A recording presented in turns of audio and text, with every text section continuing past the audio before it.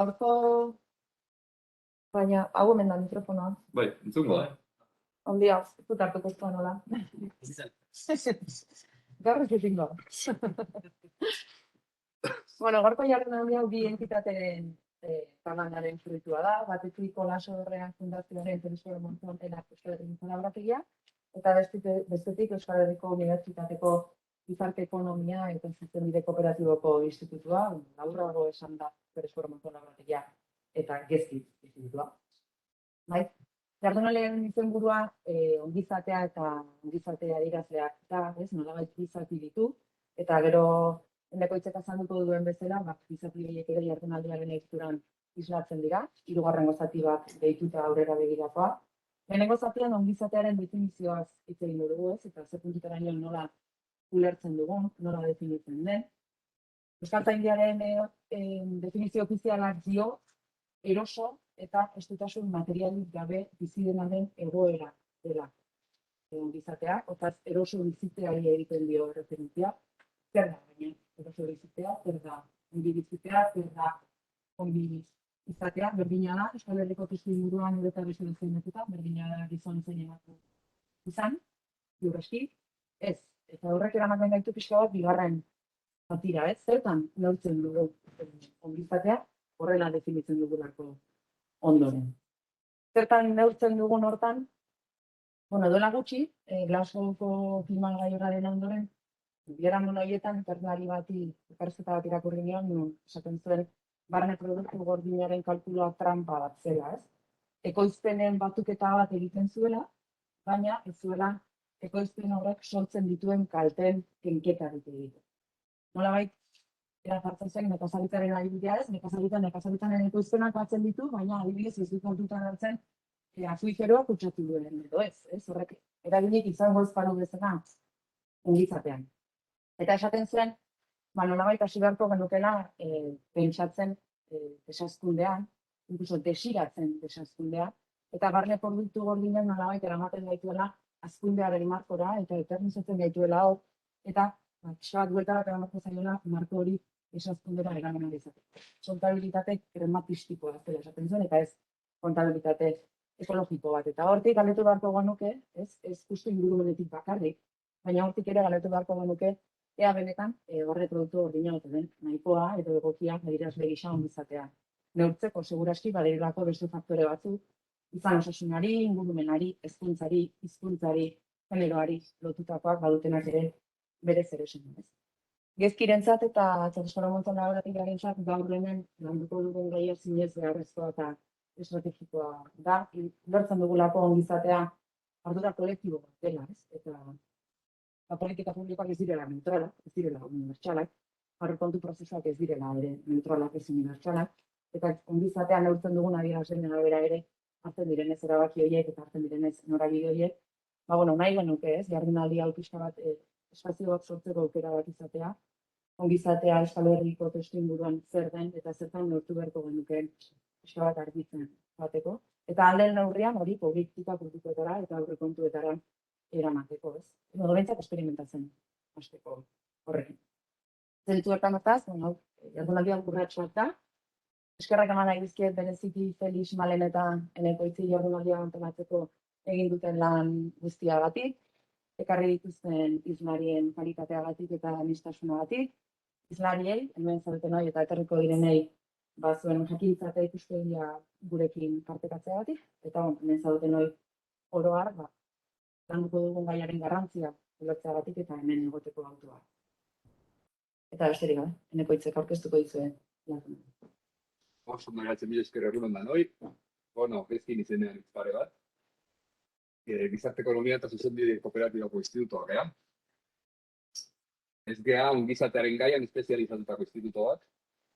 Baina, Telesforo Montonek proposatu zigunean, lankidetzan antolatzen jardunaldi hau, noski lankidetza hoiteko presta azaldu ginen, ze azkenen sinetsita gaude, gizarte ekonomia badala, ongizatea sortzeko beste herramienta bat. Esparru laboralean edo ekoizpenaren mundua beste modu batez antolatuz, ongizatea ere handitu daitekelako, ez? Pixka bat orduan, hortik gerturatzen gara jardunaldia, eta, pospozik, hemen zaretelako, eta aukera hau sortzen lagundu dagoelako, pues, herri mailako gogoeta bat egiteko ongizatea nola ulertzen den eta nola neurtu dezakegu. Iruditzen bazaizue, sartzen hasteko, egitaraua azalduko dizuen gainetik, ziurgabetasun handiko garaietan bizigea, abertzein animatzen da jardunaldi bat antolatzea, gu animatu geha, eta pues, azken orduko aldaketa batzuk egon dira, hori jakinaraziko dizkizue, eta aste honetan osasun egoera batzuk direla medio, islari batzuk erori, beste berrantolaketa bat egin behar izan dugu azkeneko momentuan. Bueno, gutxi gora bera, jarraitzen dugu hasierako egitarauarekin, orduan, bai ziren, 3 pertsonei emango diegu hitza, hasierako 3 hitzaldi egiteko, pixkat, ongizatea nola ulertzen da, nola ulertu daiteke, horren inguruan, bai, ongizatea. Malen Dominguez hementxe, nahi Bilalba aparkatzen nahiko da ointze bertan horren bai, eta Amaia hitza. Aldaketa esanguratsuna bigarren blokean dator, bigarren blokean hasiera baten 3 solasaldi geneukan kontestatuta, moderatzaile bat eta 2 elkarrizketan, bueno, oinarrizko rentari buruzkoa, azkenean bertan bera bendizu da, naiz eta saiatu bigarren plan bat planteatzen, bigarren planare erori dizaigulako, beraz, ezinezkoa izango da, beraz, rentaren inguruko solasaldi antolatzea, eta beraz, solasaldiak 2 izango dira, bai? Solasaldi horietako batean ere, atzo arratsaldeko nobedadea, islaritako batek ezin etorri jakinaz ezigun, eta orduan, hemen Felix Arretak, hezkuntza dotasunez, utxundi hori betetzeko konpromisoa hartzen du, beraz, lehenengo solasaldia Julo Goikoetxea eta Felixen arteko izango da, eta bigarren solasaldia Eba Salaberria eta Martinzen. Tartean sartuko dugu atsedena, bai? Atsedena ingo dugu aurreratu. Lehenengo 3 izartzeak eta solasaldia ingo dugu, atsedena, apetxo bat hartu, eta bueltan ingo dugu bigarren solasaldia, eta gero ja, jardunaldia izteko, azkenengo 2 izartzeak izango dira, Malen Dominguezek berriz, pixka bat, Zelanda berriko eredutik nola adiezetara gerturatu daitezken, eta Marijo Arangoenek orkestrakiak zeneko izan dira. Printzipioz horiek izango lirateke aldaketak, eta iruditzen baldin bat ditzua, hasiko. Orduan, maila igotzen baldin bazeaten Malen, Amaia, Unai, iristea erreongo da, iritsi orduko, ingo dugu tokia.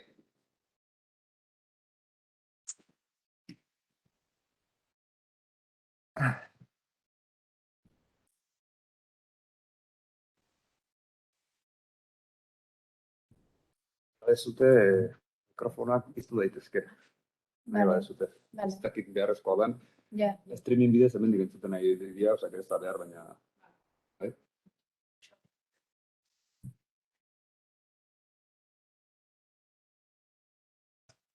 Bueno, esan da bezala, hasiera emango diogu ekitaldiari.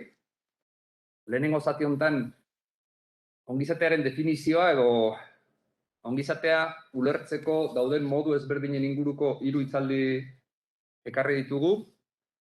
Horretarako lehenik Malen Dominguez daukagu, soziologa da bera, gaur egun Bagera elkartean langilea eta Telesporoko kideare bai.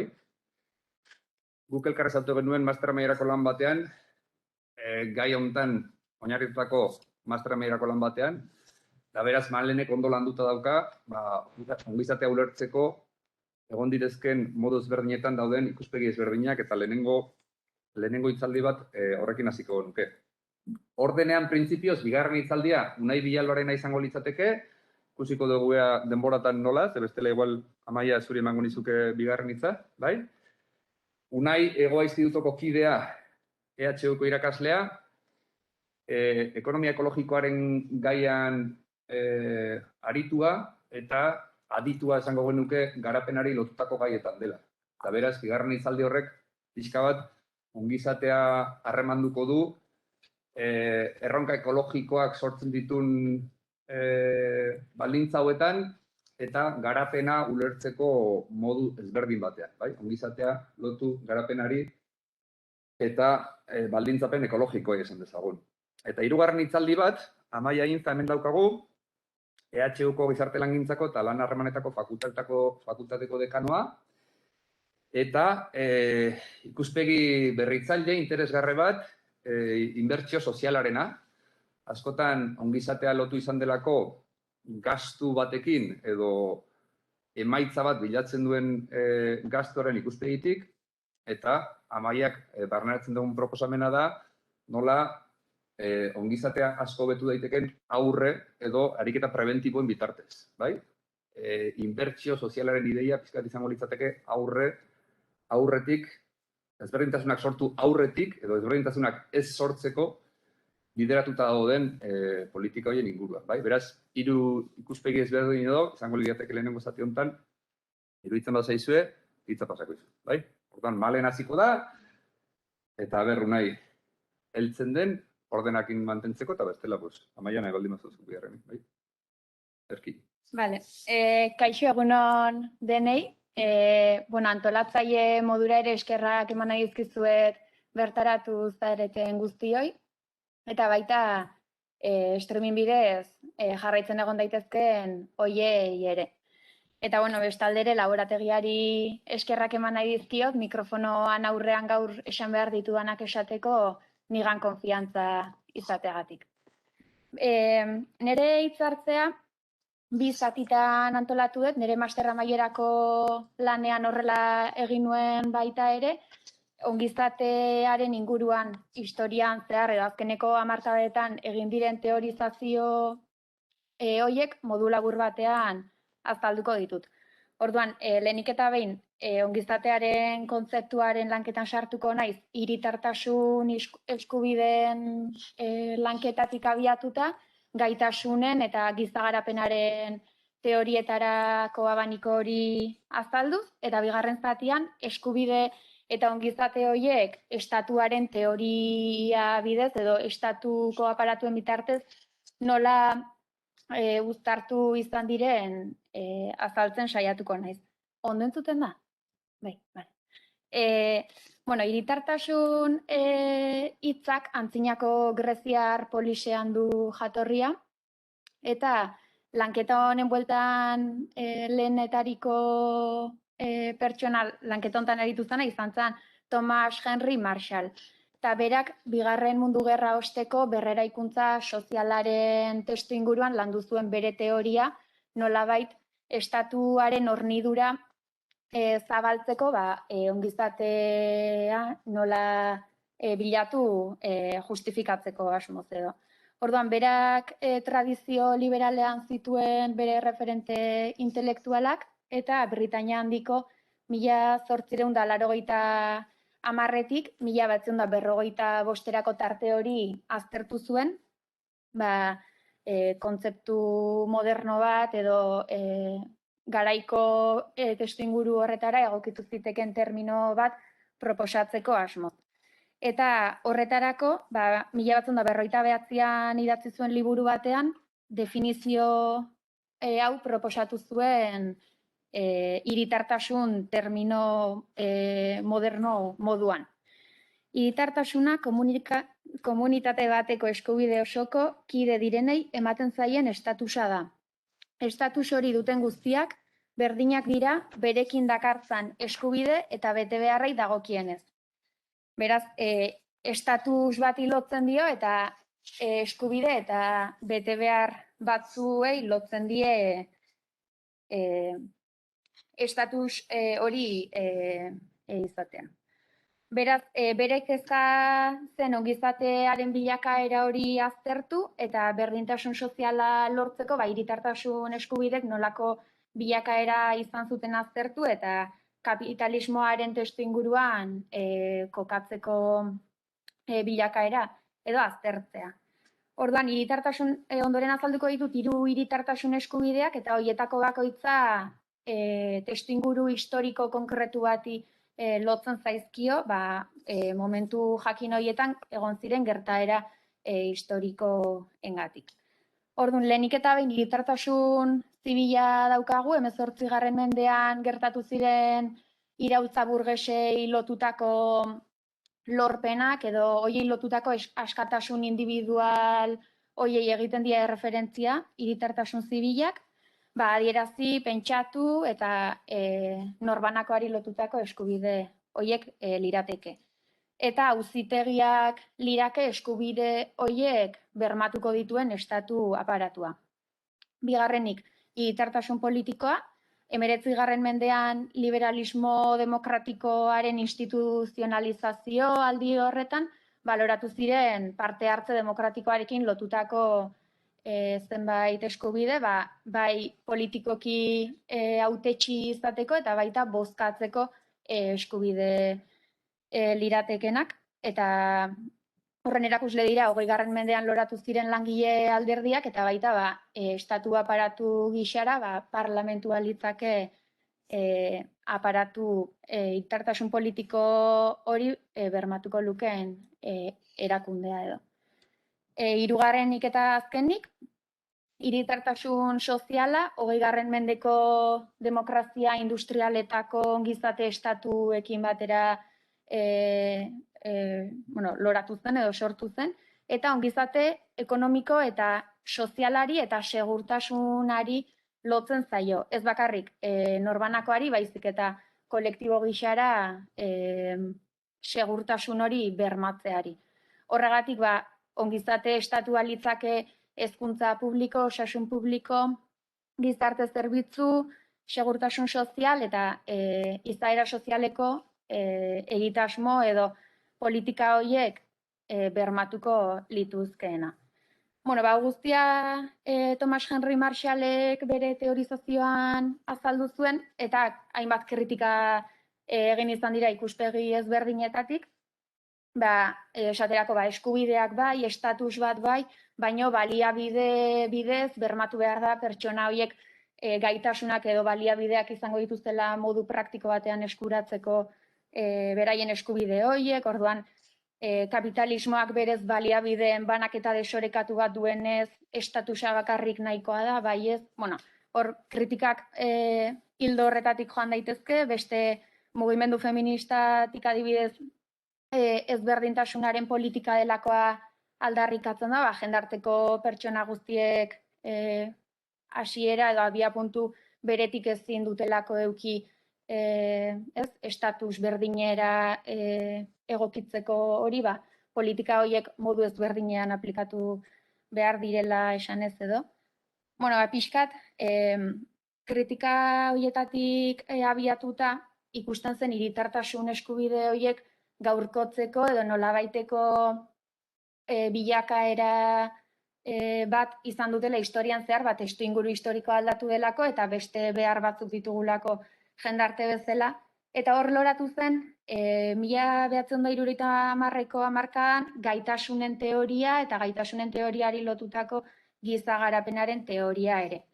Orduan, horre esatezan, gutxieneko baliabide material batzuk bai, baino estaldura horretatik haratago, pertsonek garapenaren edo beraien hazkunde pertsonalaren agentzia ere badute, beraien gorputzaren jabe dira eta gaitasuna daukate erabakitzeko beraien bizitza noraino eraman nahi duten edo gaitasuna behintzat edukitzea erabakitze prozesu horretan.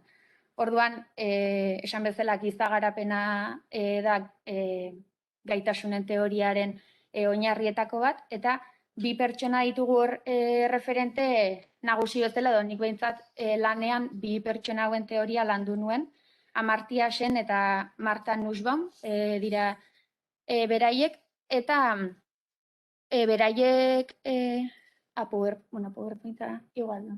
Ja, ninengo nire rolloakin ez neuen jarraiz. Ez dela xai. De repente goatu naiz. Ondo jarraitzen nahi. Vale, orduan, gaitasunen teoriak elikatzen du giza garapenaren oinarri teorikoa, eta irakurriko dizuet ongizate definizioa nola, gaitasunen teoriak ze definizio proposatzen duen ongizate terminoarentzat. Giza garapenaren ezaugarri nagusia garapenaren definizioan bertan dimentsio arau-emailea sartzea da, eta horrek berekin dakar ongizatearen kontzeptua eta haren proposamena berrikustea, garapena ebaluatzeko erreferentzia gisa. Ongizatearen kontzeptu hori da hain zuzen ere pertsonen gaitasunen espazioan oinarritzen dena, eta ez baliabide ekonomikoetan. Gizarteak oro har duen merkatuak neurtuta, eta horrek aukera ematen dio bere burua proposamen alternatibo gisa aldarrikatzeko. Beraz, helburua ez da soilik ongizatearen garapenaren erreferentzia gisa hartzea, baizik eta garapenaren definizio alternatibo bat eskaintzea. Ongizatearen edukien zehaztasuna funtsezko kontua da giza garapenerako. Hau da, zer hartzen dugu ongizate moduan garapen hori ere ongizateari lotzen zaiolako. Bueno, garapenaren teoriarekin jarraituta, esan daiteke bi termino daudela hor ikuspegi hau definitzen dutenak, alde batetik funtzionamenduak lirateke eta beste batetik gaitasunak. Funtzionamenduak dira pertsona batek lor ditzakeen edo dituen egoera edo ekintza multzoa izan daitezke jarduera aldetik irakurri eta idaztea, egoera fisikoa osasuntsu egotea ondo elikatuta eta elikadurarako sarbide hori eduki ahal izatea, osasun mentala nolakoa den, osasun mental on baterako baliabideak badituen, eta gizarte funtzionamenduak, jendarte batean integratuta dagoen edo estratifikazio sozial batean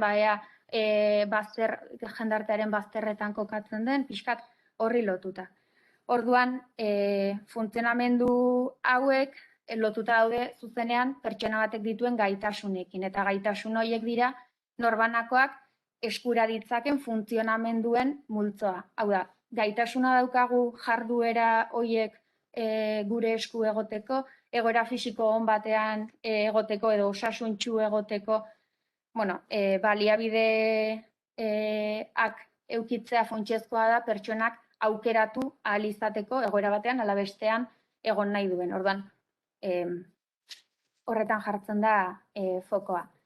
Eta pertsona baino giza garapenaren teorizazioan dimentsio kolektiboak bere biziko garrantzia dauka, pertsona batek lor ditzaken gaitasun horiek jendarte moduan ere lortzea garrantzitsua delako, eta hor bete-betean sartzen da espazioaren terminoa edo espazioaren dimentsioa sartuta giza garapenaren teoria eramaten dugu tokiko giza garapenaren eremura. Orduan, honi lotuta esperientzia ugari daude mundu mailan, eta esaterako Zelanda Berriko partaidetzazko aurrekontu publikoak gero bukaerako hitzartzean azalduko dizuet bertan nola egin duten prozesu hori.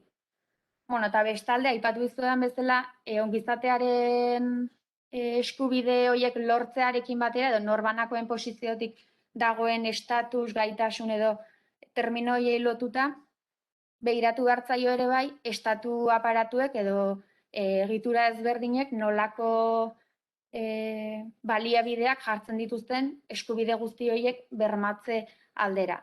Orduan, esan daiteke ongizate estatua dela hola puntilletekin hartuta, baino estatu eredu bezala gaitasun horiek bermatzen dituen estatu eredua, eta hola finean esan da, 19. mende amaieran egin zen asmakuntza bat izan zen ongizate estatua, eta elkartasun minimo batzuk zehaztu zituen jendarte bateko kideen artean, segurtasun soziala, gehien bat bateratze aldera.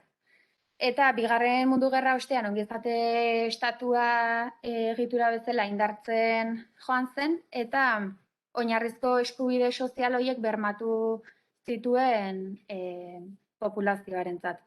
Orduan, esan daiteke estatuak zentzu horretan modu aktibo batean jarduten zuela jendartearen mesedetan edo. Orduan, ongizate estatu horrek etapa ezberdinak izan ditu, bere sorrera momentutik, eta Taylor Gubi izan zen fase horiek definitu zituenetako bat, orduan nik bere faseak botako ditut, eta seguro badagoela beste norbait fase horiek ere beste era batera azaldu zituena. Orduan, urrezko aroa 1955-etik 1975-eko aro horretan kokatzen da.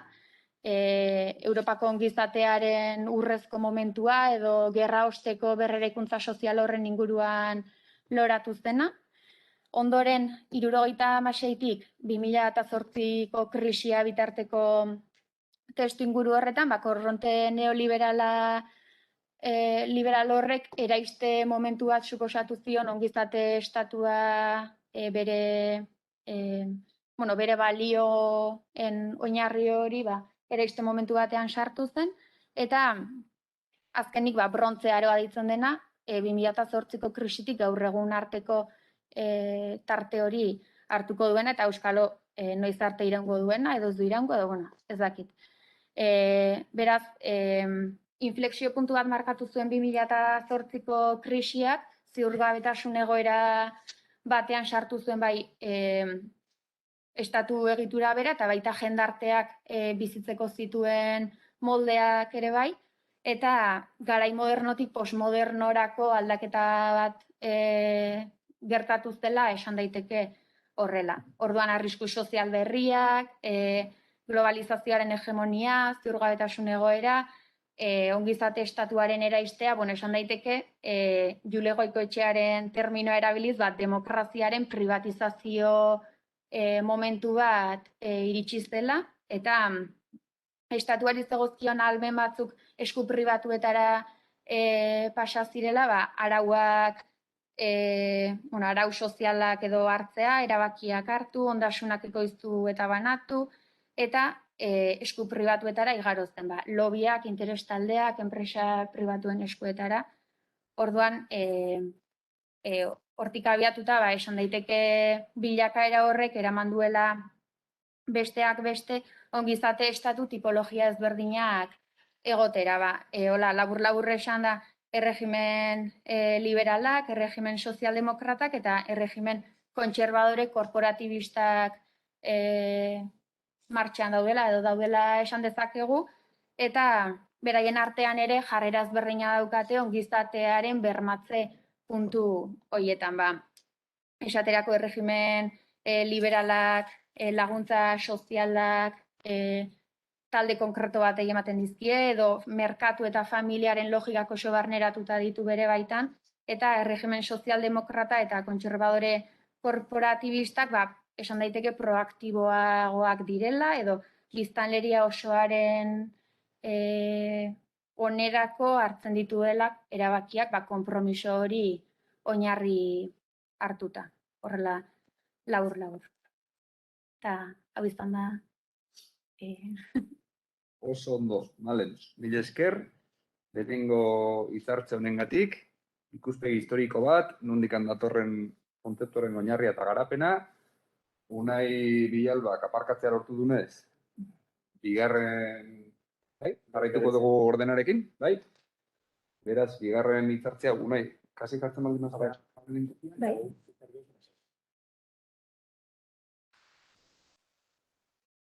Bueno, lehen da bizi, zinez, bihotzez barkamena eskatu nahi diot maikidei, eta maleni publikoari, baina zeiterdietatik nago dantzan eta denetarik okurritu zait, denetarik gertatu zait, eta, bueno, barkatu.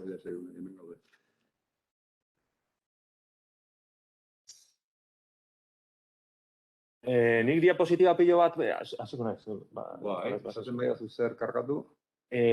Bakarra, zenban dizut da? Bakarra dago, uste dut. Izan da? Ez dakit. Ez. Nik ekarritakoan bakarra dago. Zer nabili dikitzen? Hau izan da? Hori izango zen bakarrik, hori da.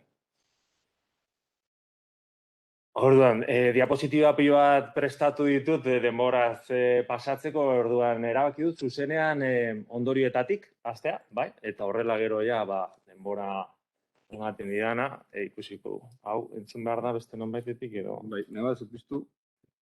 Igual, hobeto, ezta? Bai. Bale, hori ongizatea saiatuko naiz, garapen adierazle edo diskurtso batzuetan eta iraunkortasun ez bai horretan kokatzen bereziki iraunkortasunaren auzia, no? Orduan, lehendabizi hori ondorioak botako ditut zuzenean eta gero ja garapenaren ikuspegi batzuk edo teoria batzuk, naturaren murriztapenak eta adierazle batzuen dituzten edo abantaiak edo desabantaiak. Orduan, lehendabiziko ideia oso simplea guztia dakiguna, baina askotan muzin egin nahi dioguna, eta da, erlazio zuzen positiboa eta beherakorra dagoela hazkunde ekonomikoa, bai? Energia eta baliabide naturalen erabileran, eta orain arte, modu batean edo bestean montatu dugun garapen edo ongizate strukturekin. Igual kontzeptuak abstraktuan igual ez, baina horiek bermatzeko strukturekin bai. Eta orduan zer gertatzen zaigu, horrelako erlazio zuzen hori lehendabiziko aldiz historian oso garbi murriztu zaigula, orain, no? Bai energia eta baliabide naturalen erabilerari dagokionez. Orduan, ondorioa oso simplea da, ezin dugu eskema beretik ongizatea pentsatzen jarraitu, hau da. Hasierako lotura zuzen hori ez baian jartzen ez duen edozer, ez digu balioko epe ertain batetan ongizatea pentsatzen jarraitzeko. Lehen aldiz, oinarri material eta ondasun pribatuen jabegoaren murrizpanetik pentsatu behar dugu ongizatea. Nola egingo du hori? Ez dakigu, baina limiteak kudeatu beharko dira, erabakiko dugu limite horiek nola kudeatu, kolektiboki, ekitatearekin, edo oraingoz ez gara horrela egiten ari, baizik eta limiteak beste modu batetara, edo batzutan ez diegu kasu egiten. Eta limiteak dira batetik, desan dudana, natur murriztapenak planetary boundaries edo zabaldu den ikuspegi horretan, baina baita geroz eta gehiago zabaltzen ari den societal boundaries horren hildotik, no?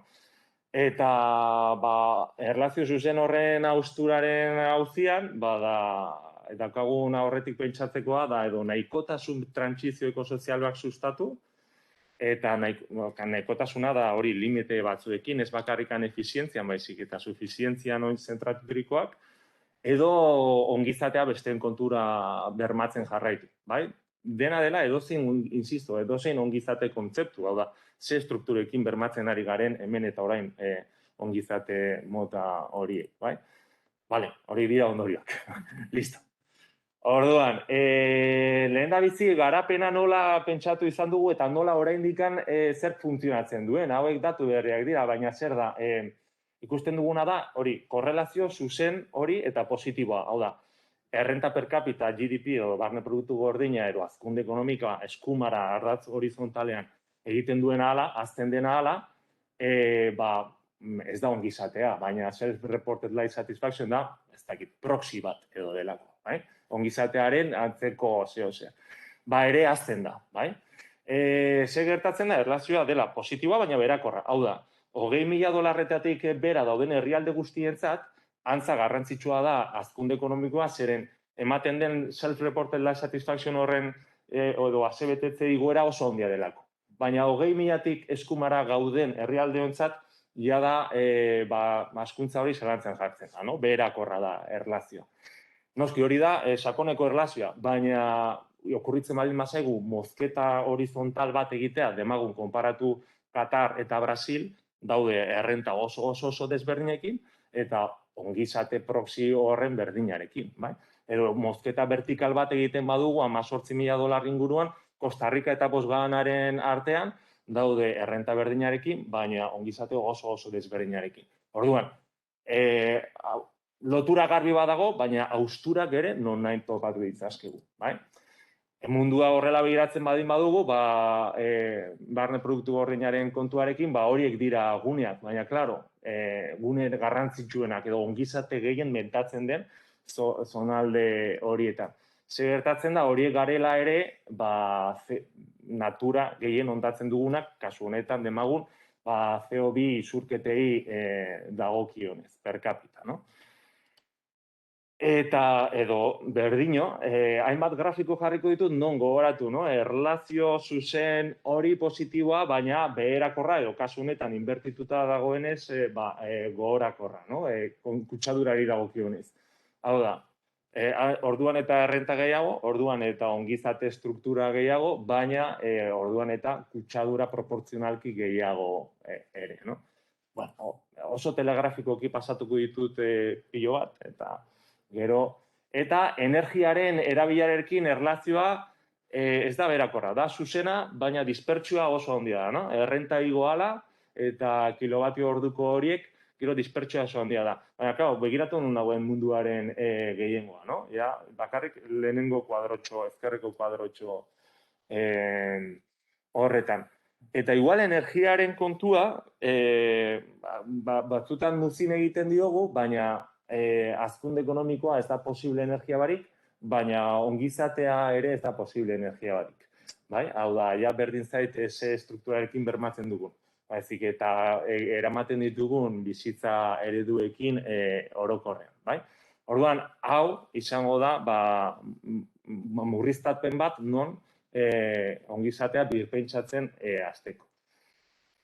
Eta, bueno, hau agian jende askok dio, baina baita ofizialistek edo akademiko esanguratsuek ere, hau da, ez dira lau hipik asmatutako gauzak, no? Orain kopen izan dugu, baina hau Nature publikatu zuten, eta ja da, aspaldianik gertatzen ari da, eta orduan utzi behar dugula, no? Edo bide bata, edo bestea hautatu nola ongizatea bermatzeko. Bien, hori zen, lehendabiziko ikuspegia, edo guztiok dakiguna. Orain, Malenek justo oraintxe azaldu diguna, no? Giza garapenaren kontua, eta orduan nola ongizatea birpentsatzen dugun, bai, gehiago gaitasun, ahalmen edo funtzionamendu horien arira, no? Ikusita aurrekoak horrelako arazoak zituela, no? Eta nik ez dut azalduko giza garapena zer den, baina zuk apatu dituzu Nussbaum eta hauek, niri gustatzen zait MaxNIF, hori niri gehiago gustatzen zait, nola azaltzen duen eta esaten du. Bueno, baditugu, hor kategoria, behar izan kategoria axiologiko batzuk, bai, 9 horiek, gero horiek ere nola gauzatzen diren zertenera fer edo stararen arabera, eta honek azpimarratzen duena da, horiek oso amankomunak direla mundu guztian, baina kultura bakoitzean, satisfaktoreak, hau da, guztiok dakagu subsistentzia beharra, baina kultura eskema bakoitzak subsistentzia hori modu desberdin batetan, hau da, satisfaktore konkretu desberdinen arabera batu dezakela, no? Eta hau niretzat oso aurrera pausu polita da, no? Eta horren arira gero egin dira gauza gehiago, hau da, kategoria horiek edo kategoria axiologiko horiek nola antolatu, zer beharren arabera, estatuaren ze sektorek edo erakundek bermatzen dituzten parte bakoitza edo delakoa, baina tira, eta gero, egin dira ere, horrelako adierazleen neurketak, no? Igual kontzeptua oso polita da, hau da, ze kategoriak, ze gaitasunak eta bar definitu nahi ditugu, baina gero praktikara berriro adierazleetara jotzen dugunean, realitatea asko murrizten zaigu, bai? Eta hau ezagutzen duzu ere, da nazioarteko penut garapen erakundeak publikatutakoa, hori, zeintzuk diren garatuenak, 3 frontuen arabera, bizitxaropena, osasuna eta hezkuntzaren arabera. Fijatu gaitezen segundo bat, eta dira, Noruega, Irlanda, Suiza, Hong Kong, Islandia, Alemania, Suecia, Australia, Países Bajos, Dinamarca, Finlandia, gogoratu horiek. Nueva Zelanda, 14garrena, no? Gero, agian gogoratzeko, Espainiaren gainetik, noski, 25garrena, baina batzuek Euskal Herria sartuta esaten dut, topa 10ean egongo ginateke.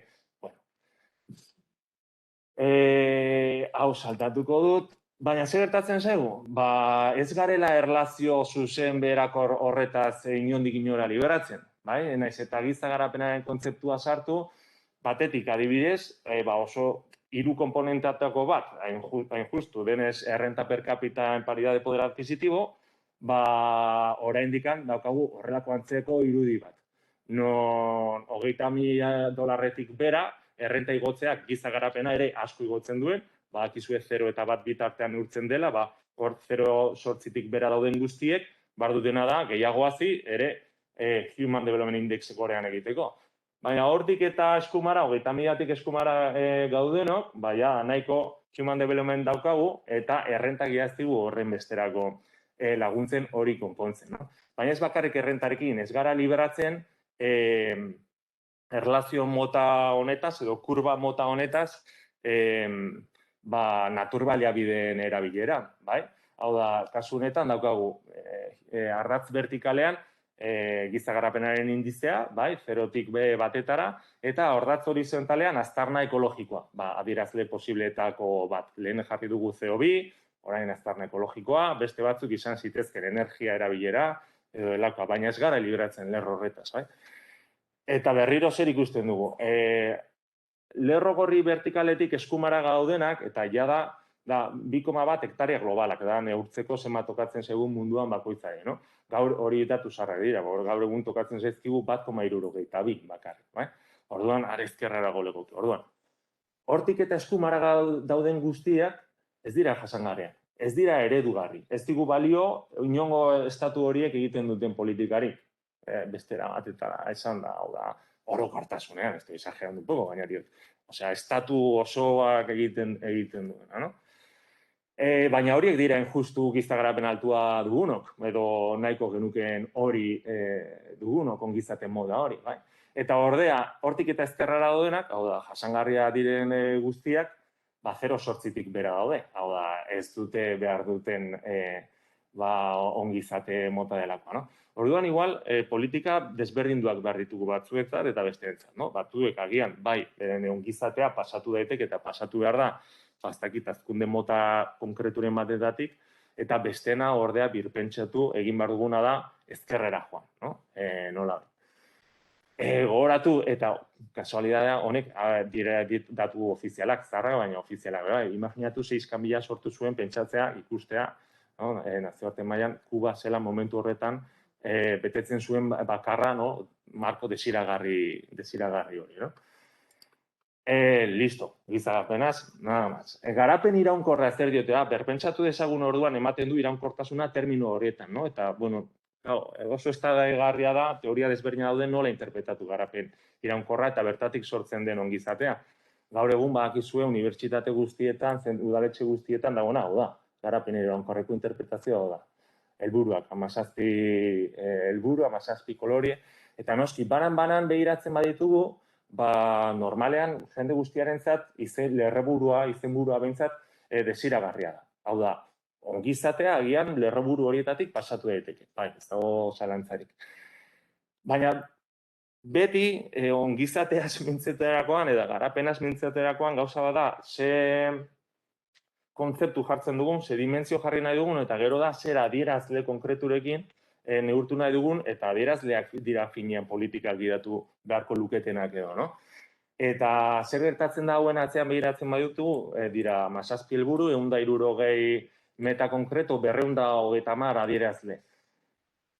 Gogoratu dezagun agian, hauek egin dute, bataz bestez nola betetzen dituzten indize guztiak, berriro ranking bat, 0-tik eta 1 puntu, Sustainable Development Goal Index, eta lehendabiziko 10 dira europearrak. Dinamarca, Suedia, Finlandia, Frantzia, Austria, Germania, lehendabiziko ez europearra da berriro Nueva Zelanda, eta, bueno, horre jarraitzen dute. Espainia berriro 25 lehen, orain da 21, baina, bueno, hor nomait. Baina desagertzen dira aurretiaz zeuden batzu, no? Oso europearra bilakatzen da indizea. Noski, bakizu zer esango duan, eta ez garela lerro horretaz liberatzen. Hau da, kasu honetan inbertituta dago, eta beraz ez da beherakorra, baizik eta da erlazio positibo eta gorakorra. Zeren orain, ardatz horizontalean jarri dugu Human Development Index, eta ardatz vertikalean jarri dugu aztarna ekologikoa. Aurreko grafiko berdina, baina datu berriagoekin.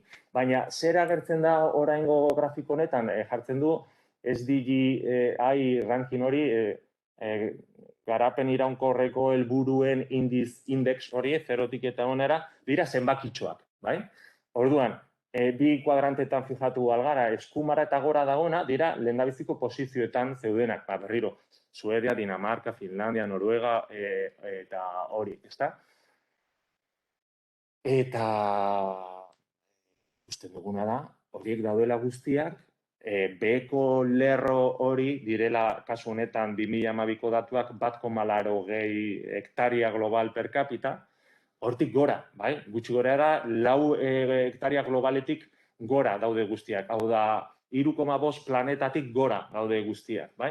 Beraz, garapen iraunkorreko helburuak hobekien betetzen dituzten herrialdeak ez dira iraunkorrak. bai? Edo paradoja badago, edo indikadoreak txartu daude, edo norbaitek markoarekin gezurrak kontatzen dizkigu, bai? Eta ordea, bai, lerro horizontaletik bera dauden herrialdeak eta ezkerraldean, numeroekin, dira Nigeria, Yemen, Mali, Txad, República Centroafricana, Niger, berdin du, no? Guztiak Afrikarrak, Afganistan eta Haiti kenduta, no? Horiek dira, garapen iraunkorreko helburuetan, indize horretan, okerren egiten dutenak, bai? Beraz, txarto betetzen dituzte 17 helburu horiek, eta ordea horiek dira iraunkorrak edo jasangarriak diren bakarrak, bai? Claro, non leudeke nahi genituzkeen ongizate edo garapen politikak gaude eskuma eta beran dagoen Global Sustainable Development Quadrant horretan. Lehen bakarrikan zegoen Kuba, gaur ez dago inor, bai? Eta gainera urruti gaude guztiak. Orduan, agian ez dugu pentsatu behar gaur egun existitzen diren eredu kompleto batetan, baizik, eta gauza desberdinak hartu, hemendik eta handik trantsizio bat egin ahal izateko beste zeozertara, bai? Ez du zait piztea denbora. Mugikorra, Bueno, oso azkar joan, naiz telegrafikoki, espero zer ulertu izana. Zeintzuk dira gero natura murriztapenak? Hau guztia pasako dut, eta gero nahi bauzu eztabaidatuko du, baina hau egunero entzuten dugu, baina guztia elkarrekin ikusteak, batzutan gauzak iruditzen ditu, no? Horrelako irudiak, badakizue, baina igual bakarrik orain esango duana da, egitan ekosistemei, naturari edo egiten diogun edozer, gauza hauek deforestazio, mikroplastikoak, airearen kutsadura, zabortegiak edo delakoa, egitan geroz eta nabariagoa dela, egitan geure buruei egiten ari garela zuzenean, bai? Hau da, eta batzuek hau aspaldianik diote, ez dakit, termino ontologiko espiritualetan, no? Herri indigenek, Pachamama gauza, eta gu gauza beradera, eta orduan naturari egiten diogun edo zer gure buruari egiten diogu, eta gaur egun, jende askok esaten du termino zientifikoetan, no? Kausa, efekto, gauza relazio batengatik, bai? Eta guztia pasako dut, baina, igual bakarrik hau, energiarena jake aipatu dugun, gaude justu orain de topean, bai? Hemendik aurrera, murriztapenak datoz, bai? Hemendik aurrera zer da gaur, justo ez dakigu, izan diren azkeneko 5 urteak edo diren urrengo 10 urteak, bai? Baina murriztapenak datoz. Eta hauek bakarrikan dira, nolabait fosil fuel edo berriztagarriak ez direnak, baina hau pasako dut, baina berriztagarriak ez bike baituzte beste problema mota batzuk, bai? Igual ez dira gortuko, baina beste problema mota batzuk dituzte. Eta azkeneko atala, denbora emango di, no? Azkeneko atala orduan zer da, beste aipatu ditugun ze norabide edo ze adierazle egin zitezken eta anitzak daude, pilo bat, bai? Hor jarri dut 6, baina beste hainbat daude. Insisto, ez dira lau hippie honetaz eskatzen direnak, no? OECD bera, no? Kezkatuta dago, noski honetaz eta esaten du. Nola irudikotuko dugu, hobeto, ongizatea eta, adibidez, duela aurreko krisiaren ostetik proposatu zuten, hau, no? Better Life Index delakoa. Eta egiten dutena, ez herrialde guztientzat, baizik eta OCDeko herrialdeentzat, aberatxoentzat, horrelako loretxoak sortu, berriroen noski, kolore pilo bat erabiltzen ez bai duzu, norez nada, bai?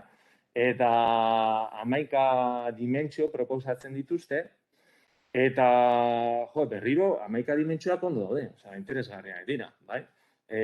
Safety, housing, life satisfaction, access to services, civic engagement, education, jobs, community, environment, income, health. Eta hori dira, Euskal Herriko ez, EAeko datuak. Eta, bueno, ikusten duzu, 0tik eta 10 puntuatzen da dimentsio bakoitza. Baina berriro arazo bat dugu, nol de la kurba, eta beste arazo persistente bat, eta da, claro, dimentsioa edo ongizatea nola imaginatu eta gero nola neurtu. Orduan, neurketan sartzen garenean, demagun, ni jarraitu dudan hildoa aurkezpen honetan da, zer neurtzen dute environment delako horretan, bai? Eta neurtzen dituzte bakarrikan bi adierazle ez direnak iraunkortasunaren erakusleio, bai? Ez dute neurtzen adibidez materia, energia, erabilera edo aztarna ekologikoa edo CO2 isurketak edo biodibertsitate galerak edo nitrogeno eta fosforo kutsadurak edo lakoak, hau da, planetari boundaries horretan dagoen zehozer. Neurtzen dituzte, hiri handietan partikulasen aire eta ea pozik gauden hiri horietan dugun uraren zerbitzuaren kalitatearekin. Ondo daude, zertako balio dute, baina ez iraunkortasuna neurtzeko. Bai? Eta hori ez da gertatzen bakarrikan ingurumenean, gertatzen da beste askotan be bai, no? Bueno, hau zen adibide bat, hau, igual aurrekoan egon zuen, baina lertzeko beste bat da hori planetary boundaries, societal boundaries, edo gero, hau zientifiko, ez dakit, zientzia naturaletako, esan dute behitu munduan ditugun 9 limite garbiak hauek dira, no? Fijatu zaitezte goian eskerrean, bakarrik da bat, aldaketa klimatikoa eta bakarrik da 9 bat. Ematen du hori dela guztia eta etengabean hitz egiten ari gara horretaz, bakarrik da bat eta ez gaude ez da okerren gauden horretan. Bai? Hau da, erdigunean dago ziurtatasun zona bat. Noski, zer kutsatu behar dugu, porque biziraun behar dugu. Bai? Orduan da, galdera da, zenbat da onargarri hauentzat. Bai? Eta da, arrisku zona horren barruan gauden bitartean, bale, onargarri. Eta aldaketa klimatikoan ikusten duzu pasatu garela, bai? Baina kanporutz ere biodibertsitate galeran are gehiago pasatu gara, lurraren erabileran are gehiago pasatu gara, eta fosforo edo nitrogenoan are gehiago pasatu gara, eta beste batzuk ez dakigu ez da neurtzen oso ondo non gauden, bai? Orduan, hauek dira kontutan hartu beharreko 9 limiteak, edo ongizatea adierazle batek, hauen parametroen barruan egin barko luke, bai? Adibidez honek, Kate Raworth proposatu zuen, ezagutzen duzuen hau ekonomia roskia delako, eta esan zuen, bale, hartu dezagun zeintzuk diren kanpoko limiteak dira horreko irudiko berdinak, bai? Cambio climático, acidificación de océanos, contaminación química, conversión de tierras, izenak apur bat aldatuta daude, baina dira 9 berdinak, planetary boundaries deitu ditugunak. Eta berak esan zuen, horiek dira gure kanpoko limiteak, horiek dira gure tetxo zapai ekologikoa, bai? Hortikan ezin gara pasa, ongizate definiziorik hortik kanpo ezin du egon, bai? Baina esan zuen, baina zoru bat ere badago, bai? Eta zoru hori da soziala, hau da, garatu nahi ditugun dimentsioak, barruan, aurkeztutak daudenak, behar dugu energia, ura, jatekoak, osasuna, hezkuntza, diru sarrerak eta enplegua, pakea eta justizia, berriro, ODS-en antzeko definizio batzuk, edo bakoitzak jartzen ditu berea. Orduan, zin izango litzakelakoa? Ezin gara, ez da kanporuntz pasa, ez da barroruntz pasa, zeren orduan ez dugu ongizate nahikorik. Eta operatu behar dugu, jartzen duena, espazio seguro y justo para la humanidad. Hor barruan definitu behar dira ongizate politikak. Bestela, ez dira zintzoak edo beste norbaiten kontura egiten dira, bai? Bueno, hori irudi bat, beste irudi bat, beste hirugarren proposamen bat, adierazleei dagokienez bat, tipo hau Hikelek eta nahiko sanguratsua bilakatu dena gaur egun, esaten du, nik ere, garapen iraunkorra neurtuko dut, baina ez Sustainable Development Goals Index horren bitartez, baizik eta giza garapenetik abiatuta, hau da, giza garapenaren 3 dimentsio berdinak hartuko ditut, bizi itxaropena, hezkuntza eta diru sarrerak edo eros ahalmen parekidetasunean, baina horiek ajustatuko ditut egitan iraunkortasunaren bi adierazleren arabera. Bat, aztarna materiala eta bestea CO2-ren igorpenak. CO2 da kutsaduraren adierazle bat, baina baita energia erabileraren proxy bat. Eta, klaro, hori egin ezkero, lehendabiziko zerrendak eta horretan jarri dizkizuedan 10 herrialdeak desagertzen dira eta bestelakoak agertzen zaizkigu. Berriro, Kuba, Costa Rica, Sri Lanka, Albania, Panama, Argelia, Georgia, Armenia, Azerbaiyán, Peru. Claro, hauek aldira guk eredugarri dituguna gure ongizate politikaretarako, horrek berriro kriston nahasmena sorten digu. Baina eske hauek dira jasangarriak direnak. Osea, guk ez badugu beste nonbaitera begiratu nahi badugu eta pentsatu nahi baldin badugu besteen kontura bizitzen jarraitu dezakegula, bale, esan dezagun, onartu dezagun, listo. Bestela, horrelako zehaz. Gero, laugarren proposamen edo adierazle bat, ego Amerikan sortu zen bizitze ona, buen bibir, suma causa y suma kamaina proposamen horiek, eta, bueno, ez naiz hartuko, zeren soluzioa da, eta beste ontologia bat eta epistemologia bat barko luke, baina gero autore batzuk saiatu dira horiek mendebaldera ekartzen, nolabait. Eta esaten dute, bueno, bizitze ona 3 harmoniatan oinarritzen da, edo harmonia pertsonala, komunitate zabalduarekin, guk ondo ulertzen ez dugun termino bat, baina, bueno, komunitate zabaldua eta naturarekin, bai? Eta gero esan dute, bueno, nola deitu diezaiokegu gurik harmonia hori, bueno, satisfacción personal. Bueltatzen gara grafiko aurkezpenaren hasiera, mean life satisfaction, bai? Gero, nola deitu diezaiokegu harmonia komunitate zabalduarekin, algo como equidad social, agian. Nola deitu diezaiokegu armonía con la naturaleza, algo como sostenibilidad biocéntrica. Eta igual hori da gakoa, diote, ongizate neurri guztiak antropozentrikoekin pentsatzen ditugu. Noski, logikoa da, baina kontuz, agian hori transformatzen barko litzateke norabide horretan. Bai? Eta gero bakoitzareko proposatzen dituzte 7 helburu zehatzago edelakoak eta bat, insisto, koloreak erabiltzen ez baituzu, no vas bien. Hori behintzat ondo egiten dute guztiek. Bukatzeko, bai, hau da azkena. Eta azken proposamena da adierazlei dagokienez, da índice de cooperación de política, a ver, ICPDS, índice de cooperación, o sea, no, perdón, índice de coherencia, ahora, índice de coherencia de políticas de desarrollo sostenible, Estatu Espainolean proposatutakoa, hainbat kolektibok, akademiko, eta horrela. Eta hau gustatzen zait, baina eske oso konplexua da. Eta proposatzen dituzte ikusten duzuenez 5 komponente, eta gero bakoitzereko ze politika batzuk neurtuko dituzten, eta zenbat aldagai politika bakoitzeko, bai?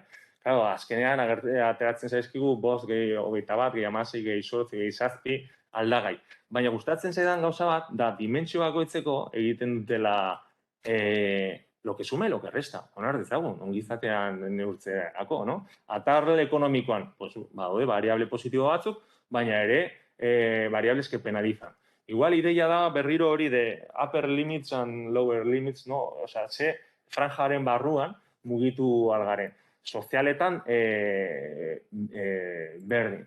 Eta, bueno, horrela, eta hau da ematen digun itxura, claro, ordea gero ez da horren beste aldatzen, munduko itxura. Eta antzenez, gaude txarto, orduan, eta Nueva Zelanda ondo hartzen da berriro. Listo. Listo, Unai. Eskerrik asko, mila esker Unai, batzalde batikan, beste ikuspegi bat. Mundu mailako ikuspegia, baldintzapen ekologikoak sortzen ditun panorama berriak, titularra izango litzateke ez gera lerro berakorraz libratzen. Zapai ekologikoa eta gero oinarri sozial zitzaiten nahi geha. Orduan igual, amaia intzari sarrera emateagatik, bueno, nola kontzebitu dezakegun ongizatearen ideia hau, inbertsio bezala, gastu bezala ulertu beharren, ez? Eta zeintzu dian horren implikazio sozialak. Luitzen maldin mazaizu, bai? Igual bertatik. Denboraz, bai inguru bat, zorazaldi bat nola erori zaigun printzipioz margen gehiago daukagu. Feliz? Zerutan adien horretu? Hamak ez horita. Orduan, zenbat, gutxu gara? Bueno, printzipioz mantenduko ditugu 25 minutu, Vale. eta horrela arazoi gabe sortuko da. Oso ondo, mi esker guzti hemen egoteagatik eta bueno, ona etortzeko gonbitea luzatu didazuen nahi.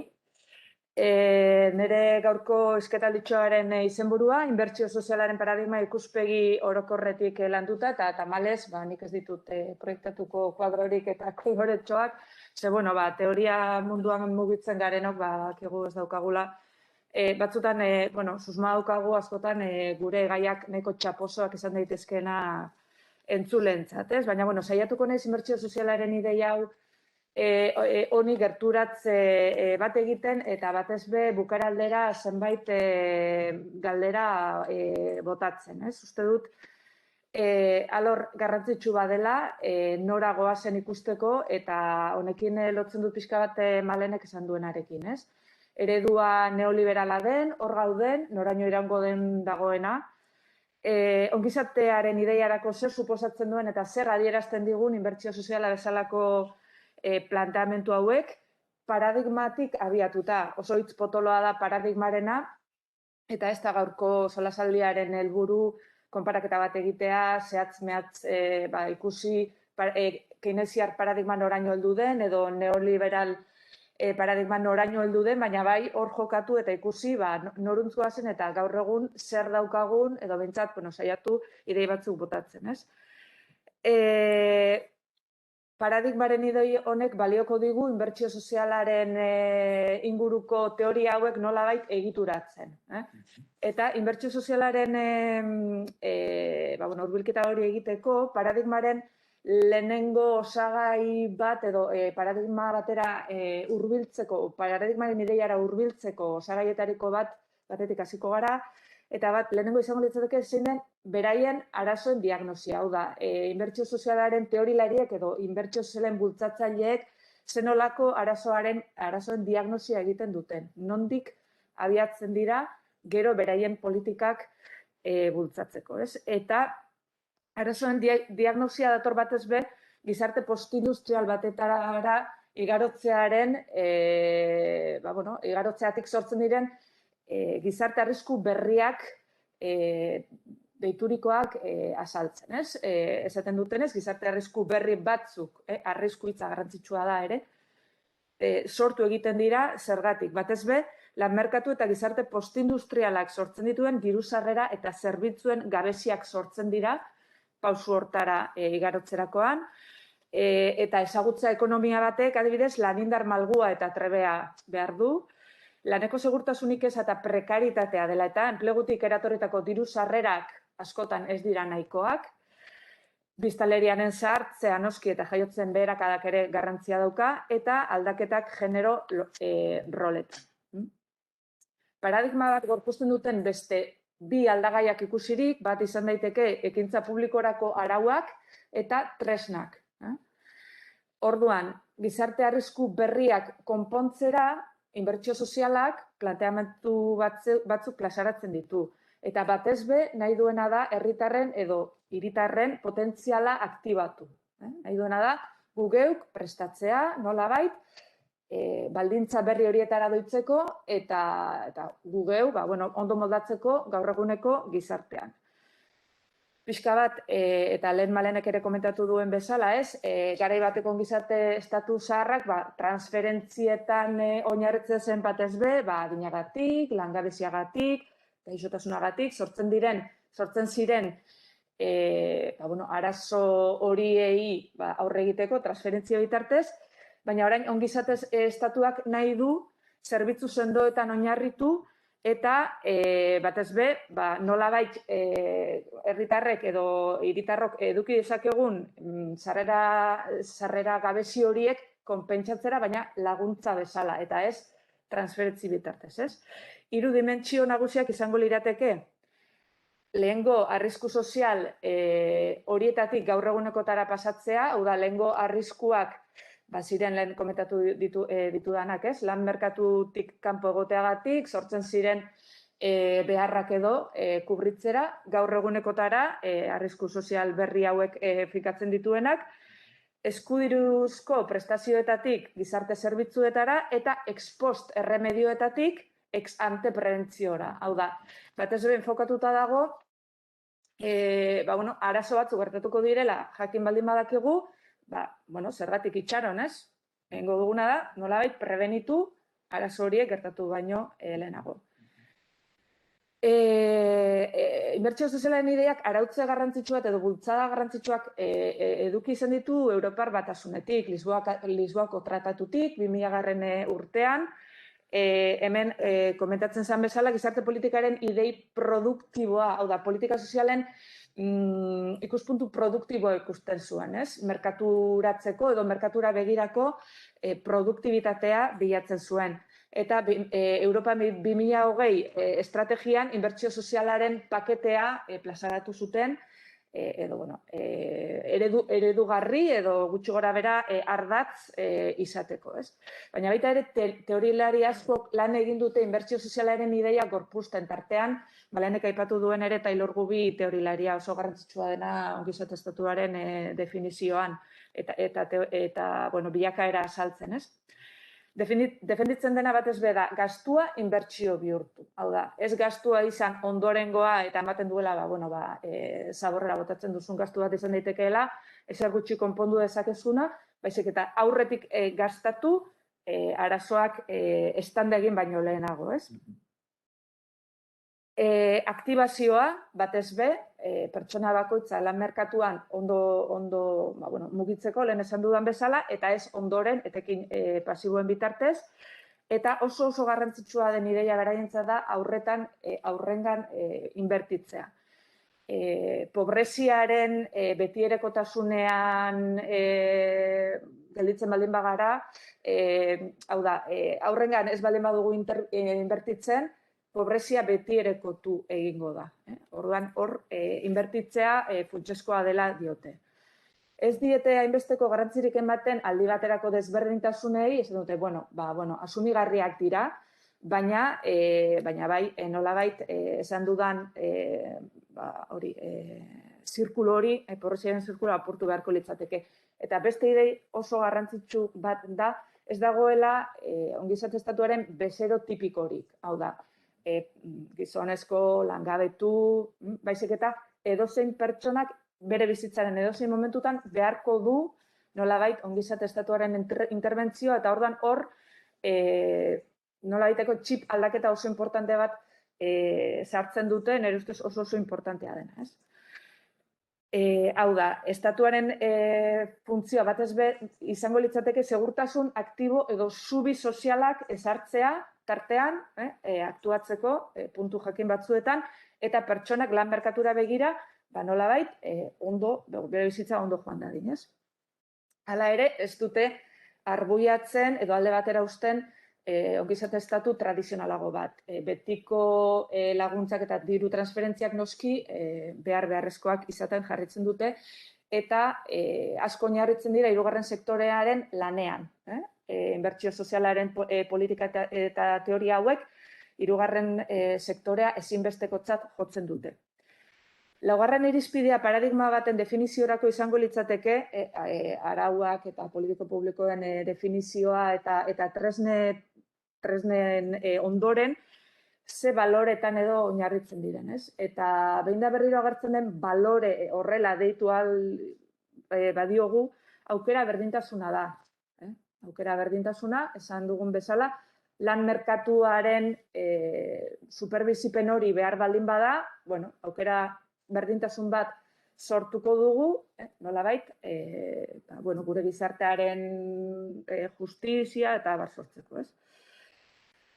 Importantea ere nabaritzea zeren gainean eraiki den inbertsio soziala bezalako paradigma hau.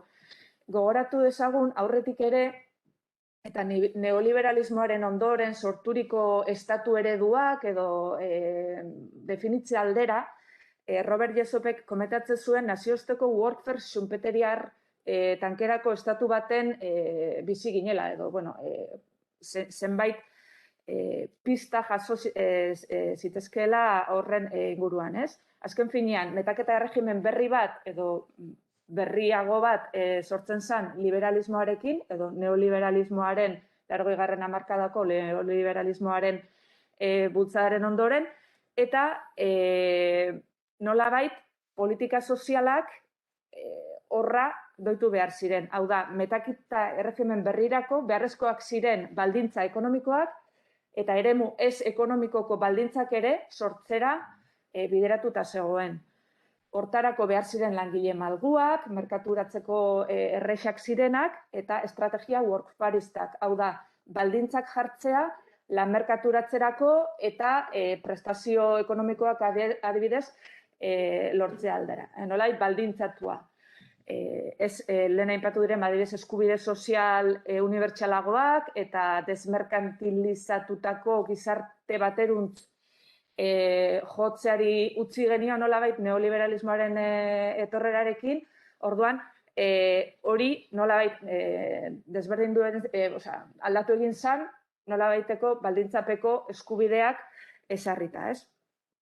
Orduan, zer gertatzen da honekin batera, baldintzak sortu behar dira metaketa sistemaren bultzadarako eta sistematikoki alde batera gelditzen dira sistemarako baliogarriak ez diren pertsonak, noski, desgaitasuna dituztenak, hau da lan merkatura moldatzeko kapaz ez direnak, ez?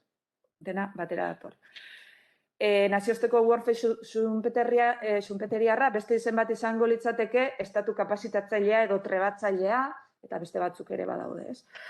Eta, lehen ere Malenek komentatu duen bezala, hiritartasun sozial bat aipatzen zen, garai batean gaur egun aipatzen dena batez be da merkatu hiritartasuna edo. Merkatuak zigilu edo jartzen duen hiritartasun idei bat. Ezerpenari dagokiola, komentatzen nuen eredu hauek zirela gutxi gora bera oinarri edo, ulertu dezakegula inbertsio soziala azkenengo bi estatu eredu hauek ikusita, eta inbertsio sozialak herri ezberdinetan, predikamentu ezberdina eduki ditu, baina ezarpenari dagokiola, esan dezakegu alde batetik inbertsio sozialeko politikak estatu askotan ikusi daitezkela, zeren aktibazio neurriak herrialde askotan daude, edo gizarte prestazioak jasotzeko baldintzen gogortzea ere leku askotan eman delako. Hala ere, esan daiteke eta teorilari batzuen edo akademikoen esanetan, tresna sorta anitza jarri dira martxan, hau da, ezin ditugu kategorizatu era finko batean, inbertsio soziala X, Y edo Z nola jarrien, bezik eta era oso anitzean jarri dira martxan, kolektibo ezberdinei zuzenduta, gradu ezberdinetan, adibidez estatu liberaletan, gehiago agian zentratu dira inbertsiotan, baina Europa hegoaldeko herrialdetan adibidez, zenbait erreforma ezarri dira, proportzionalki inbertsio sozialeruntz jo dute, baina, ezin dezakegu esan, askorik implementatu denik, zeren kontutan izan dezagun, agian herrialde ahulagoagoak direnak ongizate mailan krisi egoera bat sortzen denean, berehala gastua nahiko genuke prebenitzeko gastua sortzea edo sartzea sisteman, baina krisia datorrenean azkenean urgentzia da jotzen du gastu hori, ez? Ordan zaila da horrelako politikak martxan jartzea. Hala ere, eta inbertsio sozialaren bultzatzaileak esaten duten bezala, onurak oso epe luzera ikusiko lirateke. Naiz eta inbertsio sozialaren eredu puru bat martxan jarri, ez? Gainera, inbertsio sozialak gehiago inbertitu diren lekuetan, ez dira pobrezia tasak jaitsi adibidez, eta beste puntu garrantzitsu bat, Europan, iparraldeko estatuetan salbu, klase ertain altuak izan dira honen onuradun batez be. Osake, guztiz kontra. Gainera, kontutan izan behar dugu, etengabeko austeritate baten barruan bizi garela, ez? Eta orduan gero eta zailagoak izango dira. Orduan, emaitzi dagokiola, implementazio edo inovatzailea dirudien proiektu edo paradigma hau, komila artean, implementatuko balitz benetan, azken finean, gure bizi aukerak, eta honekin lotzen dut ongizatearen ideia, ez?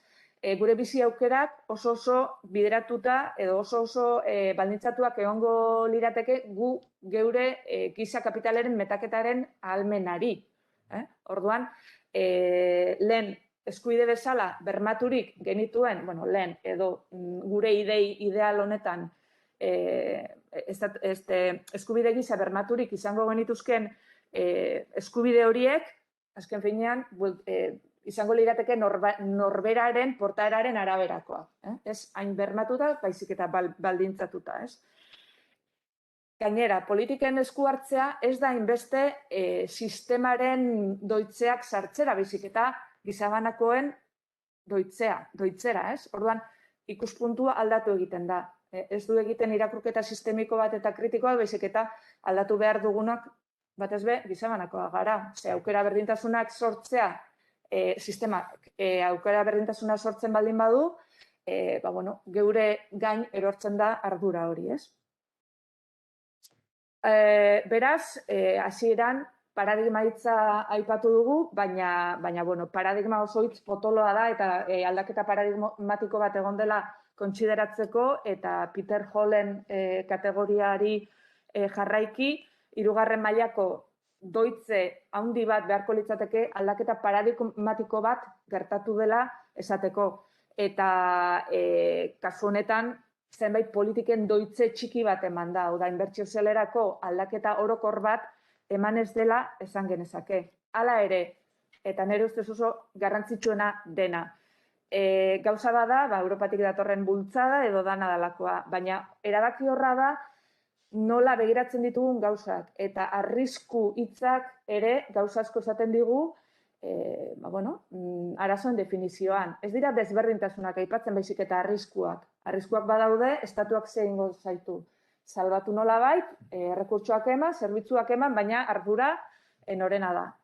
Orduan, arrisku hitza oso erabakiorra da nire ustez, eta honekin ere, kanporatze dinamikak nondik etorri daitezkeen ikusi dezakegu. Zer gertatzen da, definizioa horrelakoa da, eta kanporatze prozesuak definituko ditu. Inklusioa dalako batez be, lan merkaturatzerako ahalmena.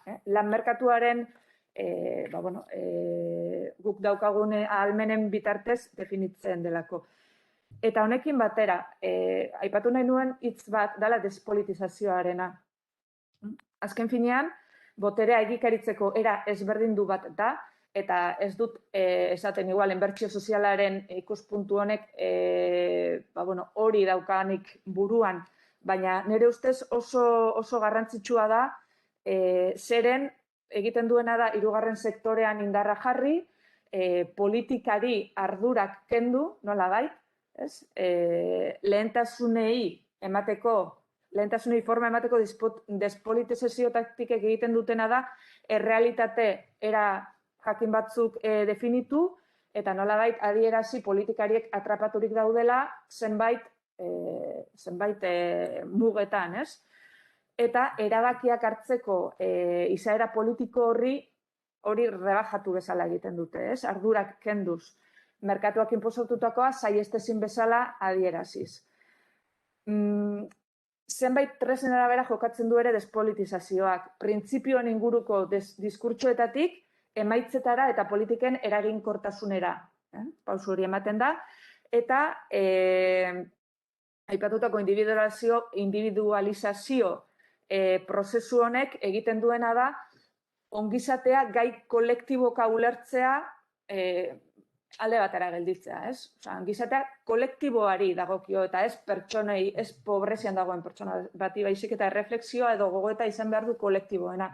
Eta horrelako planteamentuak inbertsio sozialarenak egiten duena da nolabait hori deseraiki idei horiek, ez? Eta alde batetik konkretutik eraman, ez? Egiten duena da gainera gobernantza eredu barneratzaile bat ezarri, hau da, gizarte zibila gurekin ekarri nolabait eta gatazka potentzial hori murriztu egiten da. Osea, joko hori, boterea, kontrapotere hori egiten duena da deseraiki edo apurtu eta nolabait indarge utzi, ez? Eta lehen unaiek esan duen bezala adierazleak oso garrantzitsuak dira, ez? Nola markatuko ditugu adierazleak eta horrelako despolitizaziorako pausu hauek ikusita, orduan nola neurtu zeren motatako ongizatea nahi dugun, ez? Nolabait, ez dakit, niri iruditzen zait gauza hauek nahiko sartuta ditugula, eta adierazle horiek eraikitzea etorkizuneko ongizate hori antolatzeko askoz ere zailagoa dela. Gaudelako nolabait, eta badakit neoliberalismo hitza nahiko ikututa daukagula, baina badago despliege edo neoliberalismo bat, nolabait gobernantzara heltzen dena, eta nahi duena da, aurretik aire aipatutako bezala, akumulazio sistemaren eremu ekonomiko eta ez ekonomikoak doitzea, ez?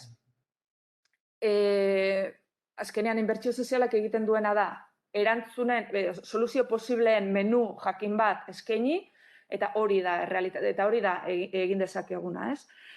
Eta azken finean, aipatu bezala, autonomiare gabeko pertsonak dira atzean geldituko direnak, eta aktibazio hortan jokatu ez dezaketenak kanpo gelditu dira. Eta beste hitz oso importante bat da, aipatu dudan bezala, ardura individualarena. Norbera, bere bizitza, bere etorkizunarekin bakarrik dago. Bueno, ez dakit, pixka bat, bakardade hori sentitu daiteke, ez? Bai, ontsi azkenengo ide bezala, bueno, azken finean, efektuen artean eta efektura noa, garai bateko dikotomia hortan da, hasieran hasi naiz paradigmei buruz hitz egiten, ez? Keynesiarrak desmerkantilizazioruntz jotzen bazuen, eta neoliberalak merkantilizazioruntz, hau da, merkaturatzean zenbat eta arlo sozialaren gero eta eremu gehiago, orain liberalismo txertatu bat dugula esan genezake, eta zaila da, ez? Gero eta zailagoa da,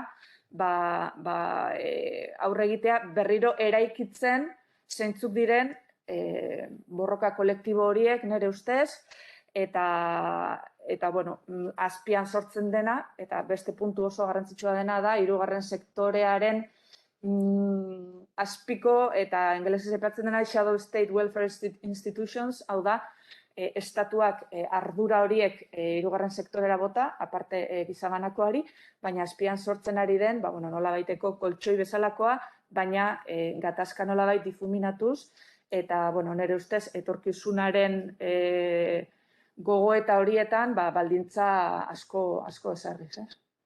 Mila esker. Mila esker, Amaia, egindako aurkezpenagatik, inbertsio sozialari buruz, eta inbertsio sozialaren ikuspegi kritikoa lantzeatik ere bai, bereziki eskertzea esportzu hori. Bueno, ongizateak parte hartzeakin ere igual zer ikusi izango du. Zuek hemen zaudete, zengo zaudete. 5 minutu hartu ditzakegu baten batek gauza ezberdin asko aipatu ditugu, ongizateak ertza asko ditu, zakit baten bateko gogoa dokan gogoetaren bat planteatzeko, plazaratzeko, galderaren bat, 5 minutu hartu ditzakegu. Venga, Mikel.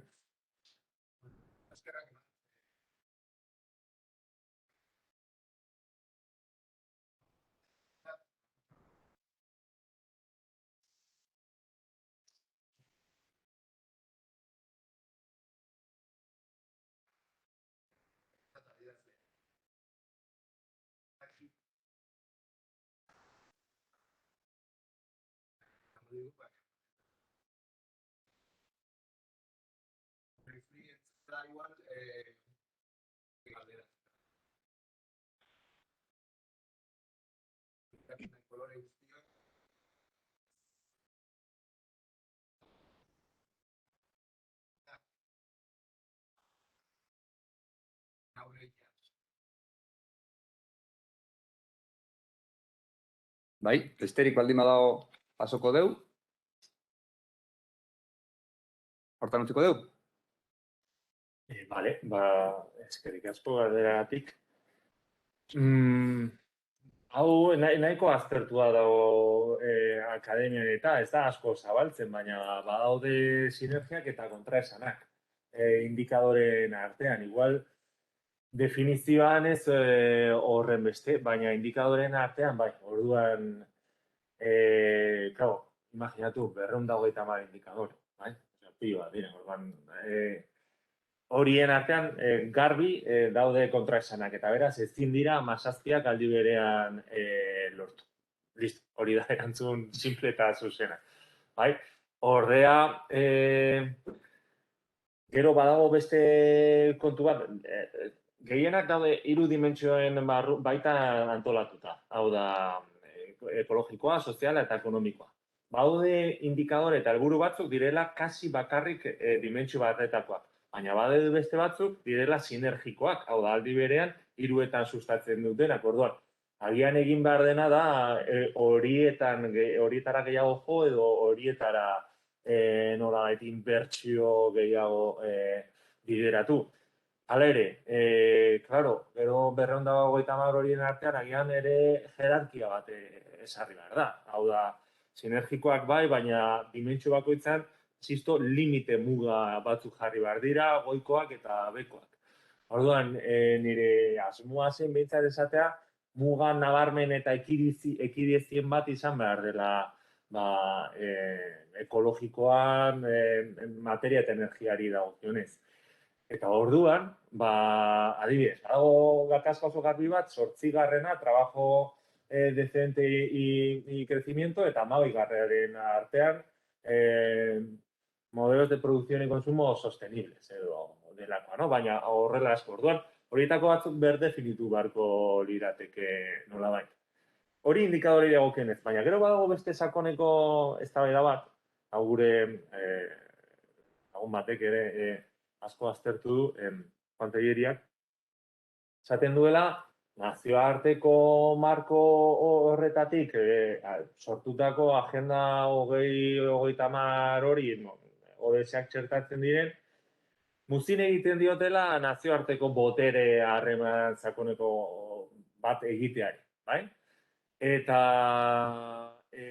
horrek kalte egiten digula ongizatea eta garapena ondasun posizional bat bezala ulertzeari edo horri aurre egiteari.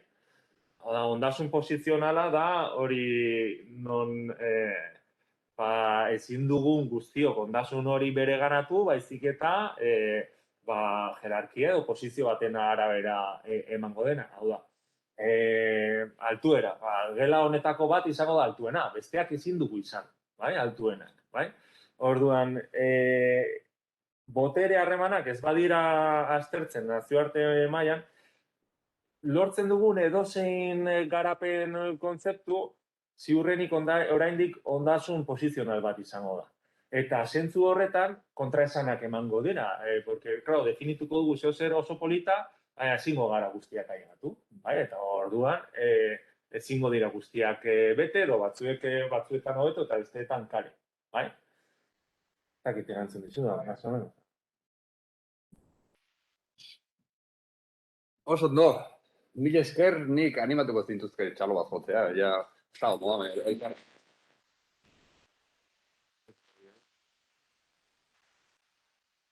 Bai, iruditzen bazaizue, maiz aldatuko deu, zuek irurak altza zaitezkete, nien mentxen batetuko lehin. Eta Jule eta Felixi ongietora emango diet. Yes, friends.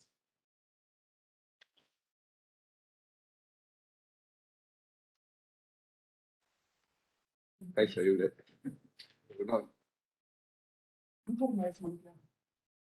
Bueno, hasierako hiruitzaldiak eta gero, sartuko ginake bigarren blokeak solasaldi bezala planteatuak geneuzkan.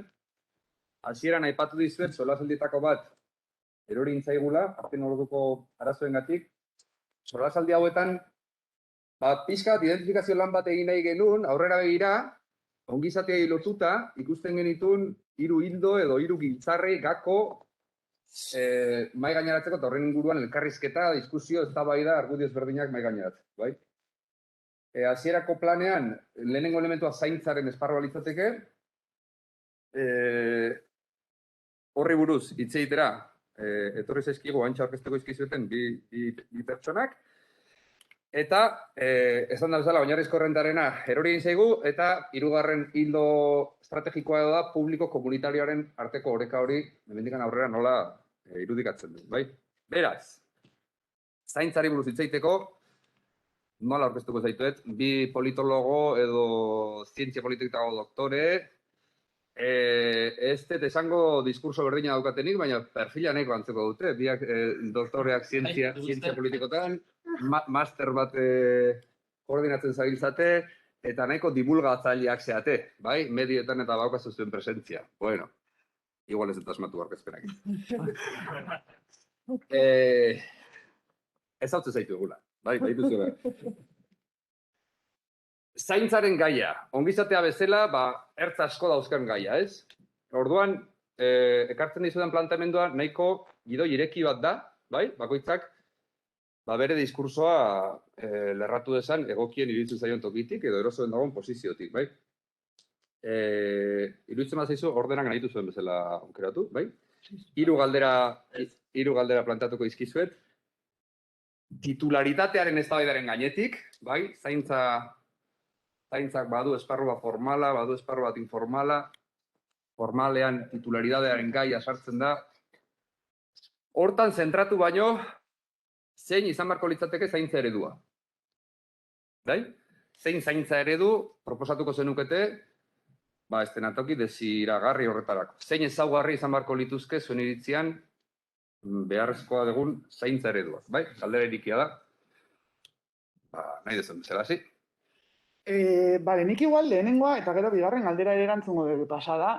Baina ordu erdi daukagu. Moztu mesedez, bai? Zenik...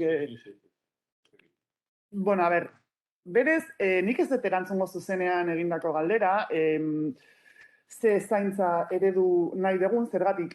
Zaintza eredua hitz egiterakoan, arazo asko dauzkagu, ze zaintza ereduak ze esan nahi du. Ze esan nahi du zaintzan. Zaintza eredu berri bat garatzeko bizitza eredu berri bat garatu behar da. Orduan, askotan iruditzen zait, hartzen direla hola oso gai estrukturalak eta atera bere estrukturatik eta hortikan planteatu eredu bat. Ezin da zaintza eredu bat planteatu, ez baldin bada gizarte eredu berri bat planteatzen, ez? Estatu eredu berri bat eta noski sistema produktibo berri bat. Hori lehenik eta behin zergatik, eta gero bueltatuko gea, baina naiz eta publifikatu gauza, naiz eta zaintza komunitarioak egin eta gero sartu gaitezke. Arazo bat dago eta da zaintza emakumeek egiten dutela. Mundu osoan, mundu maila. Osea, 80% emakumeek egiten dute zaintza. Eta gainera, 80% da ez ordaindua. Orduan, berriro, hemen egin dezakegu publifikatu nahi deguna eta erresidentziak eduki ditugu publifikatuak urte batzutan, eta berdin du, zedatuak ez dira aldatzen lankarga jaisten zaie emakumeei, noski, privatizatzerakoan berriro igoko zaie lankarga, baina emakumeek egiten dute zaintza orain, eta orain dela 30 urte, eta orain dela 50 urte. Orduan, hori ezin da simplemente egitura politiko eta ekonomiko zehatz batzuk aldatuz, ze ikusi dugu, ze efektibamente gu kapitalismo industrial patriarkal batetik gatoz, eta orain goaz, kapitalismo digital, finanziaro, neoliberal deitu duguna, eta berdin du, hau da, sistema ezberdina dira, baina ez baldin bada egiten diagnostiko zehatz bat zaintzaren inguruan, datuekin eta berriro ere kontzeptuari eta kontzeptualizazio berriei dagokienez, baita ere klasifikazio berriak behar ditugu zaintza hitz egiterakoan, ez da berdina zaintza konkretua, zaintza profesionalizatua edo ez profesionalizatua, formala, informala, osea, ez afektua behar da edo ez zaintzarako hori beste debate bada, ze afektua ere ez da askotan sartzen, ez? Eta egia esan, pertsona bat zaintzeko empatia behar da, empatiak behar du afektu. Orduan, hor daude gai asko elkar lotuak daudenak, eta berriro ere, gizarte eredu zehaz bati egiten diotenak erreferentzia. Guk deitzen dioguna patriarkatu kapitalista eta kolonialari. Orduan, hor gaietako bat, zaintza ereduetaz hitz egin baino lehenago, lehenik esan moduan, zeintzu dira datuak, bai? Hau da, zaintza informala egiten da etxeetan, oraindik ere, emakumeek egiten dute, kontratatzen denean norbait emakumeak dira ere, migratzaileak normalean, eta feminizazio sektore bat da gainea. Orduan, hor galdera da, zergatik egiten dute emakumeek musutruk lan? Zergatik egiten dute musutruk lan? Zergatik egiten dugu musutruk lan pistola bat jarri gabe? Hemen, esan nahi dut. Pistola bat jartzen nahi dute, pues vale. Pistolari gabe, orduan, hor arazoa da, zer da emakumea? Eta emakumea da gizaki bat produzitua dena, hain zuzen ere, gizartea zaintzeko, ama izateko. Orduan, identitate hori aldatzen ez baldin bada, ze gaur egun emakumeek hartzen dituzte eszedentzia iaia guztiak, zaintzetarako. Berdin du, zarrak, umeak, iaia guztiak, 80%, 80%. Orduan, galdera da, edo kontua da, emakume izatearen, identitatearen parte oinarrizkoena da oraindik ere, zaintzaile ona izatea. Berdin du umeekiko, berdin du zure seni tartekoekiko, berdin du zarrekiko, berdin du komunitatearekiko. Ez baldin bada aldatzen nola produzitzen ditugun emakumeak, ez da beste aldatuko. Hori horrela da, ez da beste aldatuko. Ze berriro ere, feminizatutako sektoreetan, ez du gutxiago kobratzen dugu, egiten duguna ez da ez duelako baliorik, baizik eta emakumeek egiten duten guztia balioa galtzen duelako. Orduan, arazoa ez da zer egiten dugun, baizik eta emakumeek egiten duten hori balioa galtzen duela. Emakumeek egiten dutelako. Horregatik emakumearen kategorizazio politiko horretan jarri behar dugu atentzioa gizonetan ere, ez gea jaiotzen egiten gera, nork egiten gaitu, zertarako egiten gera. Eski hori da arazoa. Eta nik uste askotan zaintza hitz egiterakoan, ja ez dizuet esango diputazioan eta interbentzioa dauzkagunean, honi buruz hitz egitea da, ez dakit astrofisikaz egongo bazina, hitz egiten egongo bazina bezala, ez? Orduan, eta hau da oinarrizkoena, hau da oinarri bat. Nola sortzen dira gizaki zaintzaileak. Ulertzeko zaintza zertan datzan, eta zergatik kapitalismo basati baten erdian produzitzen den gehiengoa lan ez ordaindutik datorren oraindikan ere, eta ez merkantilizaziotik, ez? Eta egia da, kontu zibilu bat gehala, kontua neoliberalismoak ez duela merkantilizazioa bakarrik zabaltzen, desmerkantilizazioa ere zabaltzen du. Alegia, bizitzak espropiatzen ditu, ez ditu esplotatzen. Esplotazioa ematen da, zuk lan egiten duzunean eta lan hori lapurtzen dizutenean, ez? Merkatuan. Espropiazioa da lan hori egiten duzunean inolako soldatari gabe eta inolako eskubideri gabe. Orduan, neoliberalismoak gorputz espropiatua behar ditu, desmerkantilizatuak. Orduan kontuz, desmerkantilizazioa zabaltzen ari da, privatizazioarekin batera. Ez la hostia, ze dira bi tendentzia batera gertatzen ari direnak, ez? Arlo batzuk merkantilizatzen dira, bizitzaren arlo batzuk, neoliberalismoarekin, baina beste hainbat arlo desmerkantilizatzen ari dira, ez? Osea, musutruk egitea lan hori. Erresidentziak privatizatzen direnean, ikusi dugu ere pandemian, erakunde guztiek privatizatzen direnean neoliberalismoaren logikan, emakumeen lankarga handitzen da. Signifikatiboki esan nahi dut, bale? Era estadistiko signifikatiboan. Ez gizonen lankarga. Emakumeen lankarga ez ordaindua. Horregatik gero kotizazio txikiagoak, ez dugulako kotizatzen, pentsioen arteko arrakalak, eta abar, eta abar. Orduan, horregatik zaintza ereduaz hitz egiterakoan hitz egin beharko genuke, zertan datza gure patriarkatu neoliberala.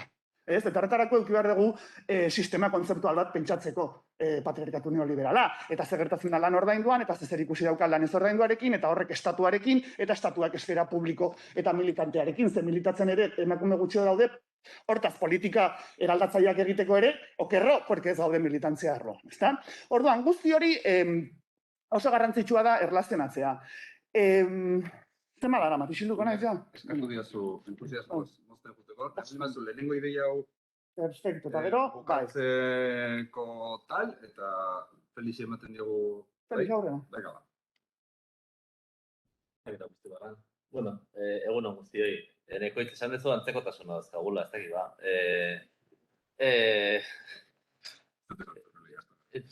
Ni beti destakatu izan naiz, nire epeltasunagatik, eta baita dirazteko moduan ere bai, orduan, encima daukago antzekotasun bat, irurok, dala ikastolako patioa partekatu degula. Horretaz, aparte, ez dakit ba, saiatuko naiz apunte batzuk egiten, vale? Ze zaintza eredu titularitatearen gainetik. Lehenengo barkamena eskatu behar dut, bale? Zeretik improvisazio moduko, bertsolarismo moduko bat egingo dut, eta saiatuko naiz apunte batzuk ematen, baina naiz Joseba Zalakain. Bale? Eta beraz, bueno, naiz Joseba Zalakain, eta ez dut euki Joseba Zalakainek izan barko luken denbora, eta beraz, bueno, hortik jungo gara. Zaintza noiz egiten dugu. Nagusik egiten dugu hauskortasun egoerak ematen direnean, gure gizartean. Eta nagusik egiten dugu hauskortasunetik mendekotasunera dijoan logika horretan, eta momentu horretan. Eta hauskortasunetik mendekotasunera dijoan momentu horretan, gure gizartean nagusitzen ari den begirada bada, etxean zainduak izan nahi degula. Etxean zainduak izan nahi degun horretan, bat egiten dut Julek esan duenarekin, nagusiki orain arte emakumeek egin duten edo egin dezuen lan baten gainean gaudela, baina klabe horretan topatu behar degula zerbitzuen eta diru laguntzen arteko zagit oreka bat, baina aukeratu behar dugu ze ereduren gainean eraiki nahi dugun gure zaintza sistema. Saiatu behar gara eta egin behar deguna da sektore ekonomiko bat eraiki baita ere, horri erantzun bat emateko. Momentu honetan ez daukaguna, edo oso ahul daukaguna, ezta? Eta hori oso lotuta dago, baita ere sektore ekonomiko horretan lan egiten dutenen eta lan egingo dutenen lan baldintzekin, eta sektore ekonomiko hori nola irudikatuko degunarekin. Eta segurazki pentsatu beharko dugu enpresak nahi ditugun, kooperatibak nahi ditugun, eta sektore horretan lan egingo duten, nagusiki lan egiten duten eta lan egingo duten pertsonaiek momentu honetan emakumeak direnak, kasu askotan lan oso prekariotan lan egiten dutenek, ze baldintza emango dizkiegun sektore ekonomiko horretan lan egiteko. Maila batean, zaintza desfamiliarizatu egin behar dugu, baina zaintza desfamiliarizatzeko baldintzak sortu behar ditugu. Eta baldintzak sortu behar ditugu, eta asmatu duzu esango nuela, ezta? Komunitatearen eta elementu komunitario baten bitartez hori sortuz, baina baita ere asmatuz, zer egin behar duen, orain arte, beste modu batetara egokitu den sistema publikoak. Eta hori hurrengo galderan esango dut, orden hori apurua mantentzeko, baina pentsatu behar dugu, orain arte, mendekotasun legeak azkeneko 15 urtetan mantendu den eredua agian berpentsatu behar degula. Eta helburu batekin sortutako eredu badala, baina diru laguntzen efektuak izan duela azkenean gehiago familiarizatzeko efektu bat. Eta jendea etxean mantentzeko efektu bat, eta maila batean, diru laguntza horiekin jendea kontratatzeko eta baldintza batzuetan kontratatzeko efektu bat. Egia da Gipuzkoan, salbuespen batzuk egon direla horri, eta Gipuzkoan PEAParen garapenak egin duela kontratuak beste modu batera egiteko aukera ere izatea. Baina diru laguntzen logika hori berpentsatu behar izango dugu. Etxez-etxeko laguntza berpentsatu behar da. 2 orduz zerbitzua ematen duen zerbitzu bat, agian berpentsatu behar da, eta orain dela gutxi egon gera unibertsitatean mintegi batzuk egiten hori pentsatzeko eta hori berpentsatzeko. Eta maila batean, berpentsatu behar dugu, benetan etxean egon nahi balin badegu, ze aukera ematen dizkiogun pertsonai etxean egoteko. Eta maila batean pentsatu beharko dugu, mendekotasuna duten pertsonek ere egoitzetara joan beharko dutela. Eta ze egoitza nahiko ditugun, eta egoitzak nola egokitu beharko ditugun. Eta guzti hori ere, gure zaintzaren eta zaintza ereduaren gainean egon beharko da.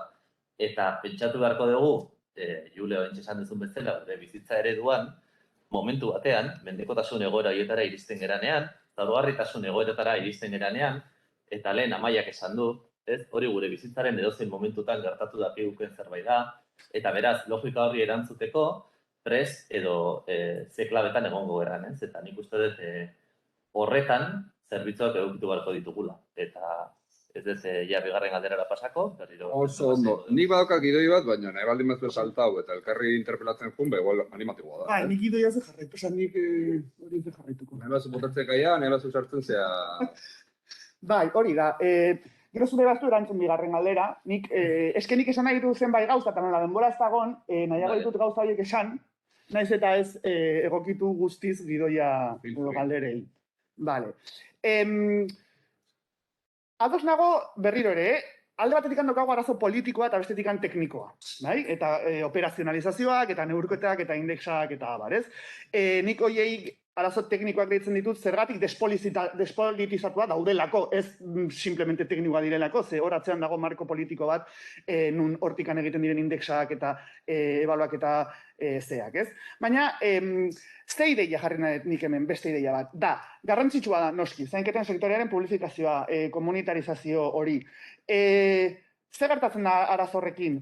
Etxez etxeko zaintzarekin adibidez. Eta da, etxeak direla hain zuzen ere nukleo hori nun bir sortzen den emakumeen esplotazioa eta espropiazioa. Orduan, etxez etxeko zaintza ez digu ezer konpondugo, ez baldin badugu etxeko egitura konpontzen. Ez? Ze berriro, bai, noski asko betu daiteke etxeko zaintza horretan dauden langileen kontratuak onak izanik, obviamente, baina ez du estruktura familiarra aldatzen. Eta orduan, berriro, ez du estruktura patriarkala aldatzen. Ezta? Horregatik ere proposatu izan dugu askotan, zaintza izan behar duela nahitaezkoa eta rotatiboa, txandakakoa. Osea, eduki behar dugu koakzio indarra, estatu feminista horretan, koakzio indarra zertarako. Zainketa izateko eskubide iturri, eta hori gainera Mexikoko hiriko konstituzioan agertzen dira, ez, 9. artikulua, zaintzarako eskubidea, zaintzeko eta zaindua izateko eskubidea. Eskubide hori egoera osasuntsu eta demokratikoan gauzatzeko erakunde publikoen esku hartzea derrigorrezkoa da. Misoginia, diskriminazioa kontsideratuko da. Hori ekiditeko tal. Orduan, esan nahi, konstituzionalizazio berri batean, zaintza eredu berri ez hitz egiterakoan eta abar, konstituzionalizazio berriak behar ditugu, hain zuzen ere konstituzionalizatzeko horrelako gauzak. Zaintzen ez duenak ez dauzka eskubidea. Por ejemplo, hau botatzen dut horrela, osea, esan nahi dut. Benetan nahitazkoa izateko egon behar dira koakzio neurriak. Ze jendeak eta oroar gizonek ez dalako beraien identitatearen parte hori, ez dute zaindu nahi. Eta dauzkagu datu guztiak, esan nahi, sartu dituzte orain minutu batzuk gehiago umeen zaintzan, baina ez zaharren zaintzan, eta zaharren zaintza hirukoizu eginda, bai? Hiru aldiz handiagoa da, triplikatu eginda. Orduan, zer gertatzen da? Emakumeek kendu dituzten minututxo horiek umeen zaintzan, jarri dituztela zaharren zaintzan eta onditu eginda berriro. Orduan, esan nahi, posizionatzen birsortzen dijoa sistema patriarkal hau, hain zuzen ere ez degulako kontuan hartzen, eta lehen esan da, eta aipatu dezu ere, kontziliazio legei ze ondorio dauzkaten, hau da, egiten diren politika publikoak ze ondorio dauzkaten. Zergatik ez da kontuan hartzen berriro ere, ez daukagulako patriarkatuaren sistema kontzeptual organiko bat buruan. Eta zuk jakin behar dezu, lege bat ateratzen baldin badezu, ondorio eukiko duela, lan ordainduan, lan ez ordainduan, estatuaren esferan, edo esfera politiko publikoan, eta abar, ez? Orduan, berriro ere, ni oso ados nago, eta hitz egin behar da, hitzarmenen berritzeaz, zainketen sektoreaz publifikatzeaz, egiturazko ratioak handitzeaz, langileentzako zaintza emozionala ere, senideen eta langileen benetako parte hartzea ziurtatzearena, pertsonengan zentratutako arreta eredu guzti hori, oso ondo dago. Baina guzti hau da, gobernantza neoliberalaren diskurtsoan sartzea, ez baldin badegu sartzen dimentsio politiko egiturazkoa, ezta? Eta horretarako lehen ere aipatu da, ez baldin badakigu sikiera zer den familiarizazioa eta gehiengoak ez daki. Gehiagoak ez daki, inkluso eremu honetan. Ez? Zergatik, ze familiarizazioa berriro ere, eta merkantilizazioa ezin dira esplikatu ez baldin badauzkazu zenbait sistema kontzeptual buruan ondo garatuan.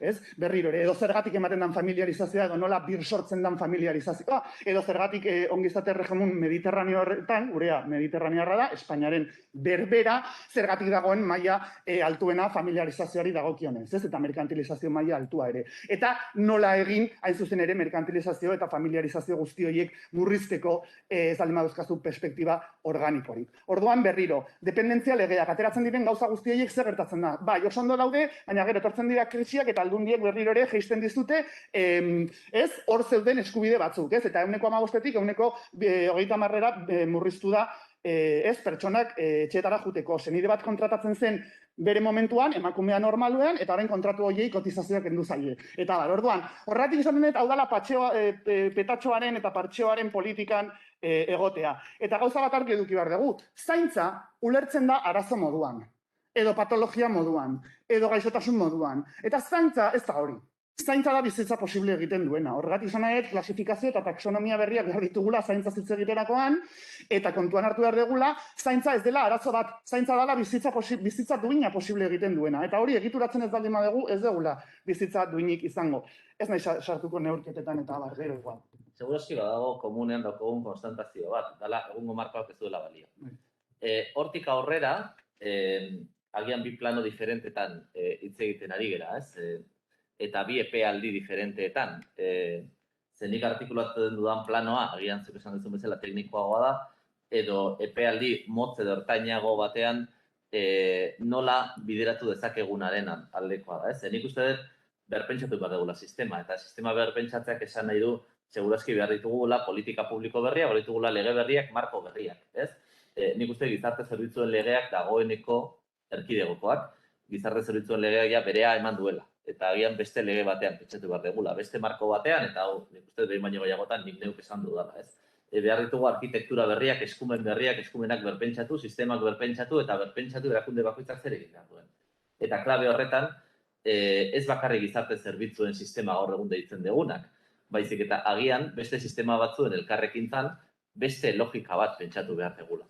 Eta nik uste hori maila hartainean, edo plano hartainean egin behar dugula.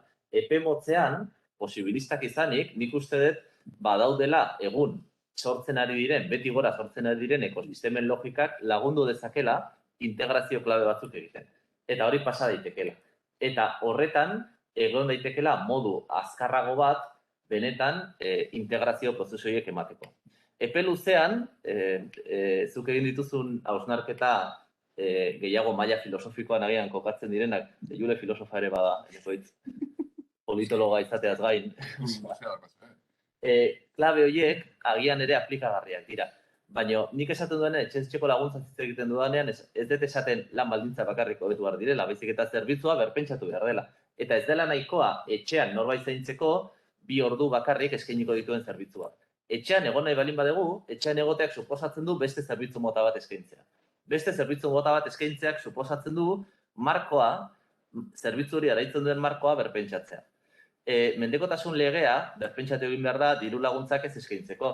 Nik ez sinisten txeke servizio motatako produktu batean. Zegero logika horiek sortzen dira. Naiz eta orain kotizazioak errekuperatu egin dira. Naiz eta Gipuzkoak egin zuen apostu bat, ez etxean zaintzaileari pagatzeko, baizik eta norbait kontratatzeko beste modu batean. Eta hori ere esan egin behar da. Baina hala ere, beste marko batetara joan behar gera. Administrazioak zerbitzuak eman beharko lituzkelako. Ze diru laguntzak ematen balin baditugu, badakigu azkenean nor bukatzen duen zaintzari egiten. Eta nik uste hori dela aldatu behar den modelo bat. Ze teknologiak ere badauka arrisku hori. Ze azkenean domotikaren bitartez guten balin bagera etxeko beste apostu batzuk egiten, hori bukatu daiteke ere norberaren karga horren gainean egiten. Eta nik uste gauza guzti horiek mai gainean jarri behar direla. Beraz, niretzako egungo markoak ez du balio, epe luzera pentsatu behar dugu, baina epe motzera baitere pentsatu behar dugu, beste marko legal batek eta zerbitzuak beste modu batera pentsatzeak eraman gaitzakela beste konfigurazio batetara. Eta nik uste dut ere hortik elementu horiek jarri behar ditugula mai gainean. Hortan nahi nintzen pentsatzen, gaia botako gero nazuen hain, badago elementu bat komuna da, esateko zaila da hori, desfamiliarizazioa. Gero interesgarria da nola planteatzen dituzuen horren alternatibak ere badituztela beraien arazoak. Desmerkantilizazioak baditu bere arazoak, eta zuk aipatu zu espropiazioarena, ez? Eta inkluso privatizazioa modu baten, soluzio bide bat izan liteke, baldin eta hor sektore ekonomiko bat sortu eta baldintzak duintzen baldin baituzu. Dena den biek, iruditzen zait, lehentasuna finkatzen nahi zeatela elementu instituzionalean, esan nahi dut. Estatu gintzaz, estatu feministaz jardun dezuzuk, gizarte zerbitzuen lege berriaz jardun dezuzuk, nire galdera, bitartean, lehentasunak gizarte eredu hau, bai? Eraldatzen juteko. Lehentasunak nun daude? Lehentasuna da instituzionalizazio maila horretan eragitea legegintzen aldetik, prestazioak kendu eta zerbitzuak gehitu. Hor ikusten dezute lehentasuna, edo beste esparro batzuk dira lehentasunezkoak, komunitateak sendotzen jutea, edo merkatu sendo bat sortzen jutean planteatzea. Bueno, ni desde luego... urgentziazkoak egia da daudela gauza bat, baina gehiago. Ni instituzionalizazioaz ari naizenean, claro, gure proposamena, hitz egiten dugunean zaintza sistema publiko komunitario bati erreferentzia egiten diogunean, ez gaude instituzionalizazioaren arloan bakarrik. Ez gera hor bakarrik mugitzen. Ze gertatzen da? Instituzionalizazioa dala erreproduziorako mekanismo eragingarriena. Vale? Instituzionalizazioa dalako egiturak sortzen dituenak eta beraz denboran eta espazioan iraunarazi egiten ditu praktikak. Segun ze praktika dauzkazun, orduan. Hor, hitz egiten dugunean adibidez, zaintza komunitarioaz instituzionalizazio prozesu bada zaintza komunitarioa. Berriro, karo, zaintza komunitarioa, osea, komunitatea aldatzeko behetik instituzionalizazioa aldatu behar dezen. Ze ez dago instituzionalizazioa leku batean eta kalea edo herria bestean. Osea, herria instituzionalizatuta dago. Orduan, ez dago, gezurra da. Marko hori erabiltzen dana askotan, la calle y las instituciones, que no. Osea, herria instituzionalizatuta dago, sindikatuetan, hezkuntza publikoaren bidez, osasungintzaren bidez, familia heteronormatiboaren bidez, dana dira instituzio mota desberdinak. Orduan, instituzionalizazioa hitz egiten ez nago parlamentua hitz egiten, eta ez nago politika publikoi bakarrik hitz egiten. Nago nola instituzionalizatu adibidez auzoak. Osea, nola egituratu auzoak zaintza komunitario publiko hori eman ahal izateko. Eta komunitaria esaten dugunean, komunitarioa da publikoaren dimentsio bat. Osea, espazio publikoaren dimentsio bi dira zentzu horretan. Komunitarioa esaten dugunean eta publikotasuna da espazio beraren dimentsio desberdinak. Horre ere uste arazoa daukagula, ze askotan uste dugu espazio publikoa dijoala edo instituzio publikoa leku batetik eta komunitarioa estetik. Ez, espazio beraren bi dimentsio dira. Publikoak egiten duena da, edo egin beharko lukeena da, bermatu komunitate orok dauzkala baliabide, egiturazko baliabideak zaintza hori egiteko. Zaintza profesionala, zaintza ez profesionala, zaintza informala, formala. Zaintza mota guzti horiek bizitza osoan zehar behar ditugun zaintza horiek. Eta hori fisikoa da alegia. Zaintza komunitarioa aukitzeko arkitektura aldatu behar duzu. Ezin dugu zaintza komunitarioa eduki dauzkagun etxe bizitzekin. Bi, jende askok ez du etxe bizitzarik edukiko, geroz eta gehiago hemendik aurrera, orduan etxez etxeko zaintza. Berdina, noski nagoela super alde zentzu horretan, ez, jende asko nahi duelako etxean zaindua izan. Kontua da, arazoa da etxea, da nukleo hori. Jende guztiak hau da, zaintza komunitario eta publikoa egiteko, lehenik eta behin, adibidez, bermatu behar da, jende guztiak daukara etxe bizitza. Hori hasteko. Bestela ez du funtzionatzen. Ni desde luego merkantilizazioaren kontrakoa naiz zeharo. Eta privatizazioaren kontrakoa zeharo zentzu guztietan. Eta gero, aurrera begira. Teknologia sartzen ari da, digitalizazioa, hemen galdera asko daude. Osea, hemen kontua da gure gobernu neoliberalak direla gobernantza algoritmikoaren bidez egiten diren gobernantza motak, geroz eta gehiago. Gobernantza algoritmikoan nor kontrolatzen du? Inork. Zer da gobernantza algoritmikoa? Jendeak ez dakizta zer dan algoritmo bat. Esan nahi dut, orduan, horren aurrean defendatzeko ere, zaintzaileak, zainduak izan behar direnak, jende guzti hori dago ere diskurtsorik gabe, ulermen kapazitaterik gabe, ez dakigulako zerran gobernantza algoritmikoa, eta orduan, esaten dugunean, etxez etxeko zea hori, ezta? Nola definitzen dute adibidez instituzioak edo hori egingo dutenak gobernantza algoritmikoaren instituzionalizazioaren eredu publikoa, alegia. Guk daukagun gobernantza algoritmikoa orain da pribatua, eta egiten da Googleen bidez, eta egiten da Agafen bidez, osea, Silicon Valley eta hauen bidez.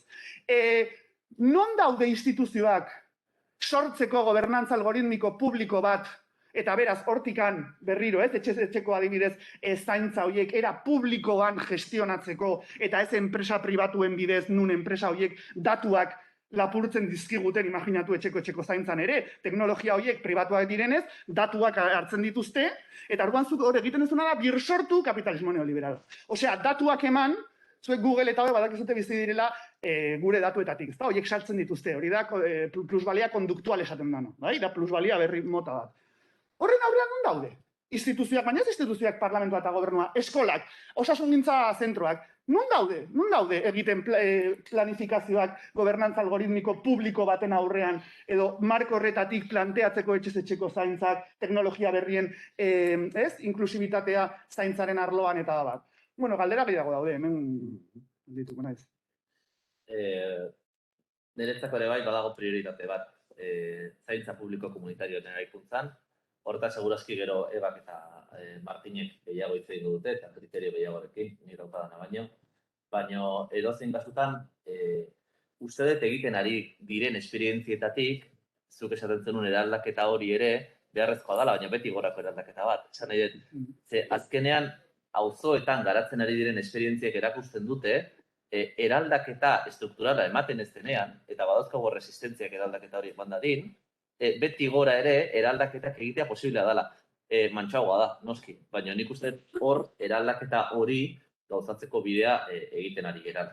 Eta nik, zurekin orain ez nahi zadoz egongo merkantilaren kasuan. Behar dugu eguturuketa bat. Eta behar da, demanda badagoelako. Eta jendeak kontratazioak egin nahi dituelako. Eta behar dugu sektore bat erantzuna emango diona horri. Eta erantzuna emango diona horri modu egokian. Eta honetaz, segurazki, eneko itxerrakin baino askoz gehiago, sektorearen kooperatibizazioaz, nola egiten ari diren hor prozesuak, edo nola sortu daiteken ere sektore egoki bat baldintzak bermatuko dituena. Baina uste dut behar dela, eta zaintzaren arloan jarri behar ditugula horretarako baldintzak ere. Momentu honetan, eta hau ez degulako konponduko epe motzean, eta gian epe ertainean ere ez, bitartean behar dalako sektore indartsu bat. Eta erantzun bat eman dezakeen sektore indartsu bat. Eta horrek ere egingo duelako bakoitzaren baldintzen eta bakoitzaren egoeraren alde. Eta nik horretan ere argi ikusten dut, bitartean egoerako bere egin ezean, okerrago jungo dalako. Eta beraz, bidea badala sektore eta sektoreari bere artikulazioan ere erantzunak ematen laguntzea. Sektori klabea dela. Guk plantatzen duguna epe motze eta epe ertainerako da. Osea, esaten dugunean gobernantza algoritmikoa zaintzan hori bihar bertan hasi dezakezu planak egiten. Osea, generalitateakoa dauzka horrelako programak, osea, esan nahi, hau da, bihar bertan martxan jarri daiteken zerbait. Ez nago epe luzera hitz egiten. Berriro, zaintza komunitario publiko horiek eta horrelako proiektuak zabaltzea bihar bertan egin daiteke. Osea, egiten ez bada da, baina oso geldo eta oso prekarioki. Claro, orduan, esan nahi, ez da ezin dela bihar egin. Da ez dela nahi bihar egin. Guk plantatzen duguna ez da utopia bat, ez da bihartik aurrera egin daitezken gauza dira. Zaintza beharrezkoa izatea, zuk hori sartu itzazkezu klausulak eta legeak. Zaintza izatea eskubide iturri ere egin dezakezu. Alegia horro de gauza asko direna ingenieritza legala eta finanzieroa eta algoritmikoa bihar bertan egin daitezkenak. Baina, ingenieritza legalaren mugak dira, zuk eskubide bat legalki onartu dezakezula. Esan nahi dut, eta gizarte zerbitzuen legean eskubide bat onartuta dago 2008-tik, baina horren egikaritzearen zailtasunak badakigu zeintzuk diran gero hori praktikara eramaten denean. Orduan, uste dut instituzionalizazio berri batetaz zaiten ari geranean, eta hori zerbitzuetara bideratzeko esaten ari geranean, benetan, eskubidearen deklaraziotik gero horren zerbitzuetara egikaritzera esaten dugunean, hor dagoela benetan saltoa. Eta hori zerbitzuetara eta jendearen gana iristea nola pasatzen dugun, benetan salto hori eta salto horren egokitzapena dela asmatu beharreko erronka. Eta erronka horretan, niretzako aldaketak egiten hasi behar gera momentuan daukagun elementuetatik. Legea aldatzea eta instituzionalizazioa aldatzea niretzako momentu honetan elementu zaila delako. Eta nik hori desiragarri daukat, eta esan dut, marko aldatu egin behar dugu. Baina marko aldatu ezean, beti gora egiten ari geran eraikuntza eta deseraikuntza prozesu horiek lagunduko digute zerbitzuak berdefinitzen, ze urgentea hori da. Urgentea da, etxean egon nahi duenari, nola eskainiko diogu alternatiba diferente bat, egon ez dadin, zuk hasieran egin dezun diagnostiko horretan erorita. Claro, kontua da, beti gora egiterakoan komunitate batzuk bakarrik egin dezaketela beti gora. Ze pobreenak ez dute zer egin. Osea, esan nahi dut, oso ondo dago eta erdi mailako klasekoak hori egin dezakegu, baina auzo pobreenak eta jende pobreenak ezin du egin. Ezin du egin komunitarioak ez, komunitate pobreek ez daukate zer hori egiteko. Orduan, horregatik esaten dut, edo egiten da beti gora eta goiti bera, edo imposible da, osea, oso prekarioa da. Porque da, etxe bizitzana bezala, zuk etxegabetzeak gelditu ezakezu bat, bi, hiru, ezin dezu etxegabetzen dinamika horrela gelditu. Horrek esan nahi du mobilizazioa etxegabeen kontra superfluale dela? Ez ezinbestekoa da. Baita ere, erresidentzia publikoetan egin dituzten grebak eta abar. Esan nahi, baina gau, salto hori, zuk esaten dezuna, argi dago, instituzioak ez ditugulako, salto hori, ez, lege bat egitetik gero mamitzera, salto hori deitzen da neoliberalismoa, eta deitzen da EAJ, eta deitzen da, osea, esan nahi, hori zen eta bizena daude. Porque ezin dana esan da, nahi dugula, hezkuntza publiko eta komunitarioa eta abar eta beti gora, eta gero privatizatu erresidentziak. Orduan, salto hori da ideologia, da politika, dauzka izen abizenak, eta da borroka politikoa. Horregatik izaten dut, arazo teknikoa zaratago, guk egin dezakeguna zaratago, ez egingo dugu, zertako gaude bestela bizitza honetan, gauza horiek egiteko. Baina, horta zaratago horrek, ez baldin badu egiturazko dimentsio bat hartzen, ez du balio eta jende asko erretzen da, eta gainera ez da iristen gehien behar duten komunitateetarako. Eta hau, gainera gertatzen da hezkuntzarekin, osasungintzarekin eta beste hainbat gauzekin. Ez hor dago proportzio bat gizartean, ez dena iristen behar gehien dauzkatenak eta ez direnak iristen horrelako prozesu komunitario publikoetara. Horregatik esaten nun beti gora eta goiti bera, osea, hor edo egiten da batera edo blokeoa dago. Ulertzen dut, erresistentzia dagoela. Baina erresistentziari nola aurre egin eta zen mailatan jun behar bideo hori egiten, nik uste hor dagoela. Erresidentziana beste bate bada, nik uste beste momentu batera gutzi. Baina epe luzerako zaintza da, Bai, claro, baina esan erresidentzien kudeaketa eredutik eta titularidadetik eta nola horren garapenetik, nik uste dut eta badaude ikerketak, Adelina Komasek eta egin dituztenak pandemiaren ondoren, nola erresidentzien, eta hor badaukagu zuk zuzendu duzun TFM bat eztabaidatzeko zuketanik, nola titularidadea, erresidentzien titularidadea, ez dan klabea izan gero pandemian zehar ikusi ditugun elementua garatzeko. Eta hori utziko dugu kafe garairako, uste bestela dekorari gabetuko garela. Honek abiadura hartu du, irupena daukat utzi ezkio beste ordu pare baten segiko nukela hemen. Ez dakit baten batek parte hartu nahi du, azkenengo gai honen inguruan, komentario bat daiteko goak ingelitu zeaten, irikiko dugu pixka bat hitza, eta bestela ja, pues, azkenengo gogoeta bat egin eta kafe hartu. Matematek zerbait esan nahi du honen inguruan?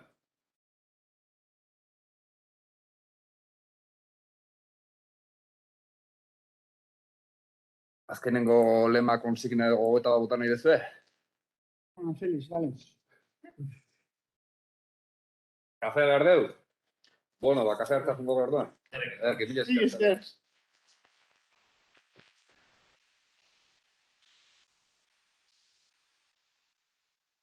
Es que me coitzen, ¿sabes?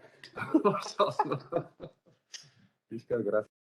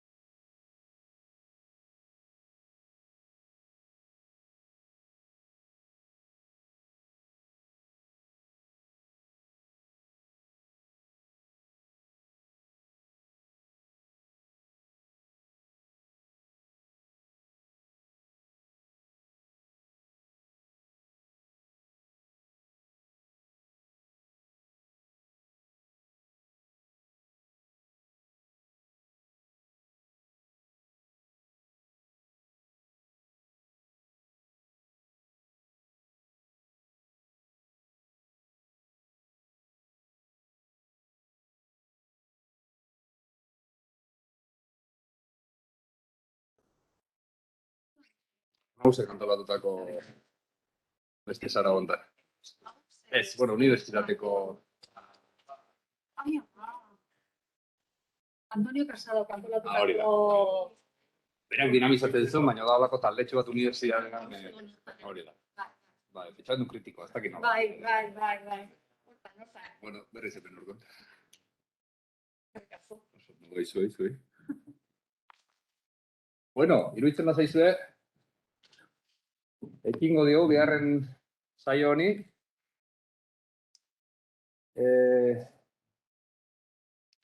Bueno, oantxe, bigarren solasaldi batekin hasiko gea.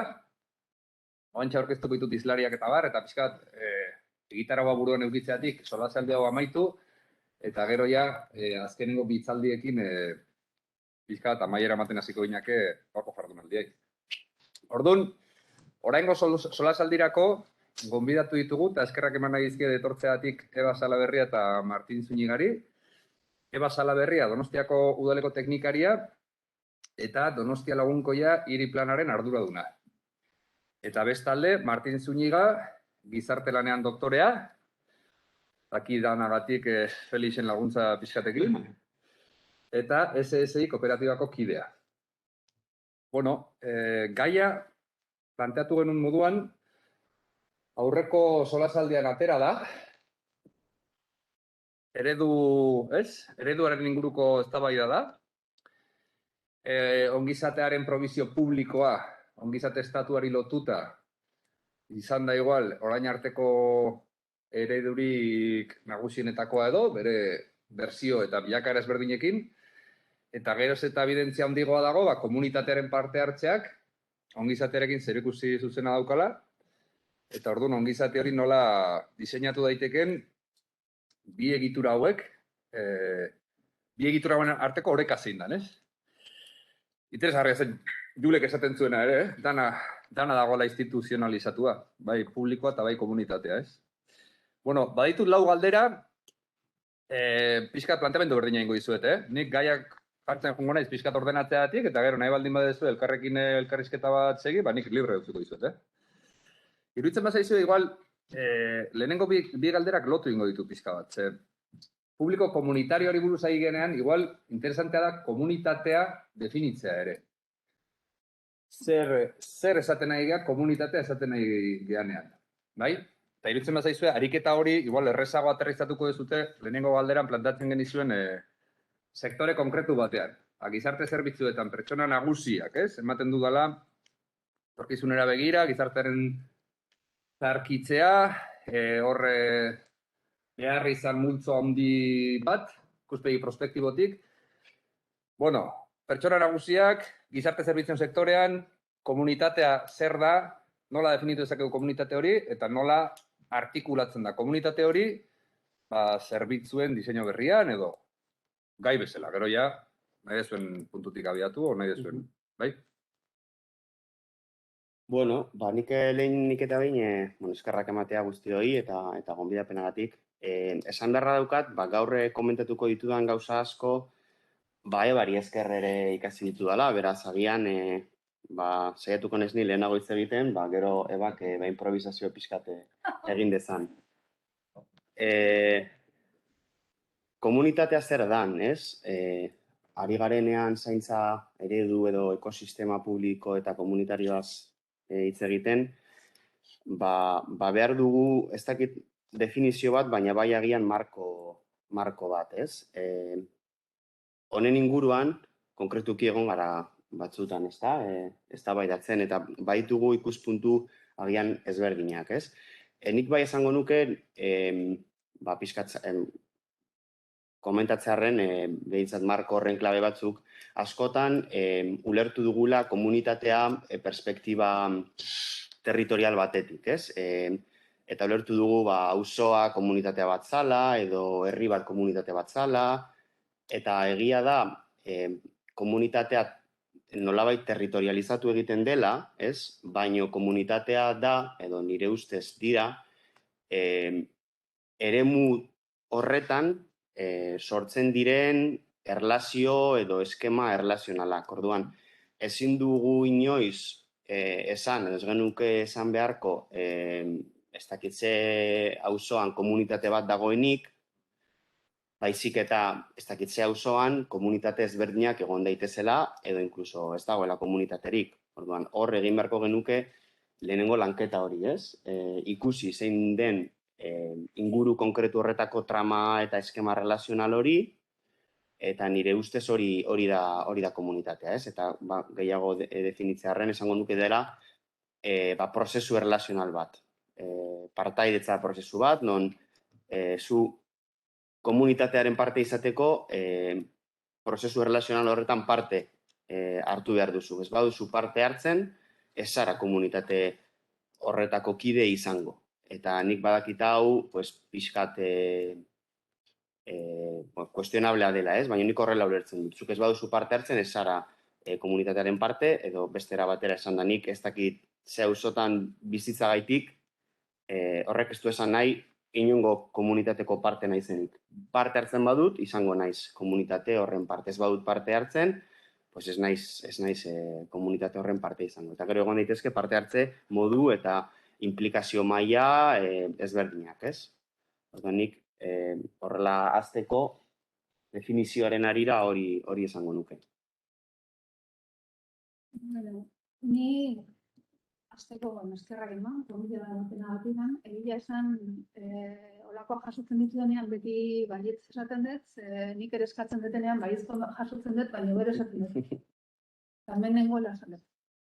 Hau, maila altuko hausnarketa dago, eta nire hausnarketa da praktikan oinarritutakoa, nik Donostiko udaletxean lana egiten dut hain dela urte asko, nire begirada, errealitatearekiko begirada, nik partaidetzako teknikaria naiz.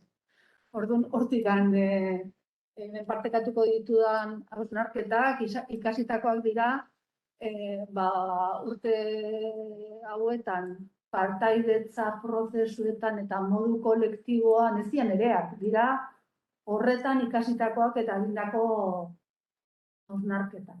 Eta publiko, nik komunitatearen definizioa edo bakoitzan nondik hitz egiten du, nik uste hori oso importantea dela.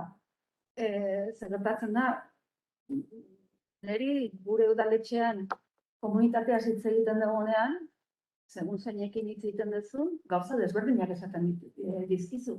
Eta departamentu berdin batean. Orduan nik uste, bakoitzan nondik hitz egiten du azaltzea, nik uste importantea dela, baina atza joango naiz. Niretzatera publiko komunitarioaz hitz egiten badugu nire ustez, nik ere sentitzen dut beharra publikoaz hitz egiten dugunean, eta nik hitz egiten dut denean publikoaz nondik hitz egiten duten, ez da? Eta nire ustez publiko komunitarioaz hitz egiten dugunean,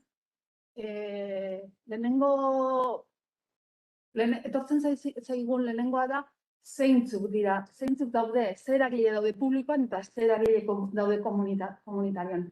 Eta niretzat nik ez dut horrela interpretatzen. Niretzat publikoa da zer, publikoa da denon ardura, kolektiboa dana, komuna duguna, eta niretzat komunitaria da nola.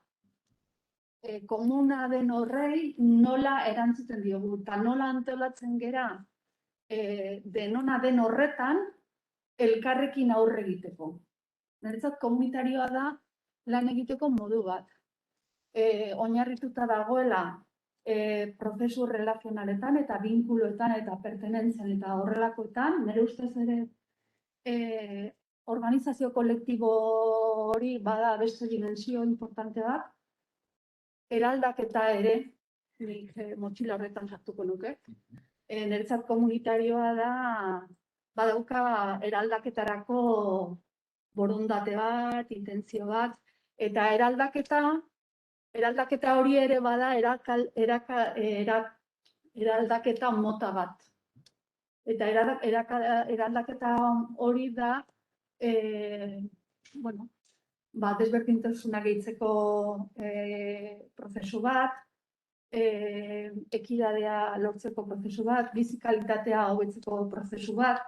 Orduan, niretzat komunitarioa hortan mugitzen da, ez? Eta publikoan eragina dute, publikoa ez da administrazio publikoen territorioa.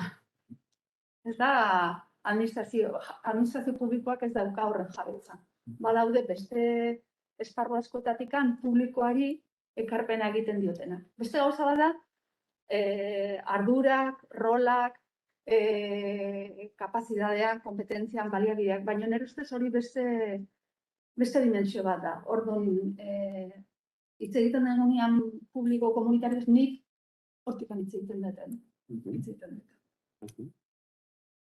Niri gustatuko litzaidak gero Ebak komentatu duen ari batetik pixkat tiraka egitea aurrerako galdera batean zegoelako, ez? Eta da, kompetentzien kontua, ez? Eta nola, ez? Komunitatea da nola, edo lan egiteko modu bat, ez? Eta igual gero sartuko gara, baina askotan hitz egiten da, deszentralizazioa dela modurik onena, ez? Edo arlo komunitarioan lan egiteko, eta nik uste dut hori ere, nolabait kuestionatu dezakegula, ez? Bakarrik udaletxe batetik egin dezakegu lan komunitarioa, nik uste dut ideia hori kontrajarri dezakegula, ez? Baina pixkat, aurreko galderara bueltatuz, ez? Nola eraiki ekosistema publiko komunitario horiek, nik uste dut gaur esan da dago, bizi gara, edo gure zaintza sistema guztiz familista da, ez? Europako beste herrialde batzuk baino agian gehiago, gutxiago, baino argi dago oso sistema familista dela eta oso sistema feminizatua dela, ez? Beraz, nahi badugu sortu sistema bat, zaintza sistema bat, non komunitateak paperre aktibo bat izan dezaken, aurre egin behar dugun lehen elementua da, zaintzaren inguruan daukagun imaginarioa eta balore sistema. Aurkitzen ditugulako resistentzia asko, familiatik kanpo laguntza onartzeko. Eta hori argi ikusi izan, pandemia edo konfinamendu garaian sortu ziren zaintza sare ezberdinen esperientzia horrekin, ez? Eta Ebak inor baino beto daki, sortu zirela batean laguntzarako prest zeuden sare izugarriak, baina ez zeuden laguntza hori jasotzeko prest zeuden pertsonarik. Beraz, fenomenoa horregon zan, baina sortu zen indar guzti horrek ez zuen izan non edo nor zaindu. Beraz, nik uste dut, hor badaukagula resistentzia oso garrantzitsu bat, eta da, zaintza dela familian eta eremu pribatuan konpondu behar den arazo bat. Orduan, nik uste dut hori, erenik eta behin, saiatu beharko ginetekela aldatzen, ez? Orduan, planteamendua da, sartu nahi ditugu agente gehiago zaintzako sistemetan, ez? Familia bat, publikoaren papera ere, gero eta gehiago onartzen dugu, ezta? Baita merkatuarena ere, daukagun sistema da, alegia, zaintzak familiak ematen du, dirua daukagunean, joan gaitez, lortu dezakegu desfamiliarizazio hori merkantilizazioaren bidez, baina hori bakarrik da baliogarria errekurtso ekonomikoak dituzten familientzako, besteontzako gainkarga familiarra eta emakumeona da erantzuna, ez? Orduan, hor planteatzen da hirugarren bide bat dela komunitatea, baina komunitate hori integratzea oso zaila egiten zaigu. Eta nik uste dut, badaukagula guztiok buruan edo ulertzen dugu hori izan daitekela oso aukera ona, baina ez dakigu nola egin, ez? Eta nola horretan, nik badakit adibidez Ebak, lan handia egiten ari direla, kasu honetan Donostiko udalean, baina beste batzuk akademiatik, beste batzuk bakoitza bere tokitik, ez? Badakigu nahi dugula, badakigu zein izan daiteken helmuga, baina ez dakigu nola. Nola heldu horretara, nola heldu komunitatea gure zaintza ekosistemetan integratzera. Lehen ez dut esan eta niretzat komunitatearen horietako beste elementu klabea niretzat bada gertukotasuna eta egunerokotasuna. Gertukotasuna eta egunerokotasun hori izan daiteke fisikoa, baina baita ere izan daiteke orain teknologiaekin eta relazionala, baina niretzat gertukotasuna eta egunerokotasuna ezinbestekoa da. Osea, ni komunitatea ez dut ulertzen hiri eskala batean. Auzoa edo batzutan auzoa ere handia da. Nire ustez dira egunerokotasun horretan ematen diren harremanak, eta niretzat hori elementu klabe bat ez dut esan. Eta niretzat ekosistema publiko komunitarioak nola eraiki, niretzat lehenengo pausoa da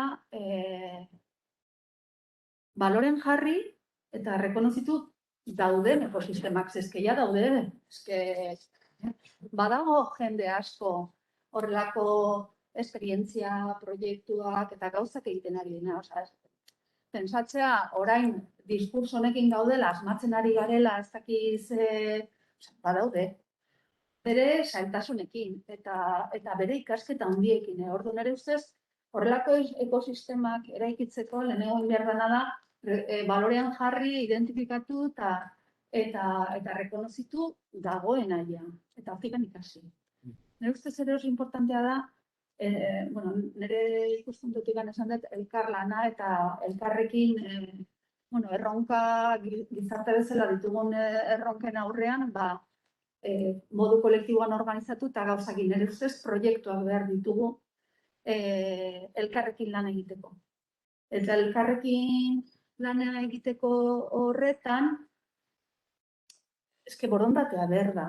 Nik ez dut beti ikusten bestearekin lan egiteko borondatea daukagun. Borondatea behar da, nahi behar da, jakin behar da, ez da inerrexara. Nahi batzutan gertatzen zaite elkarlanean zaudela, hurrengo proiektua bakarrikin, ez? Holakoak bat dituzunean batzuk, seguro daukazutera labarlak ez egitera.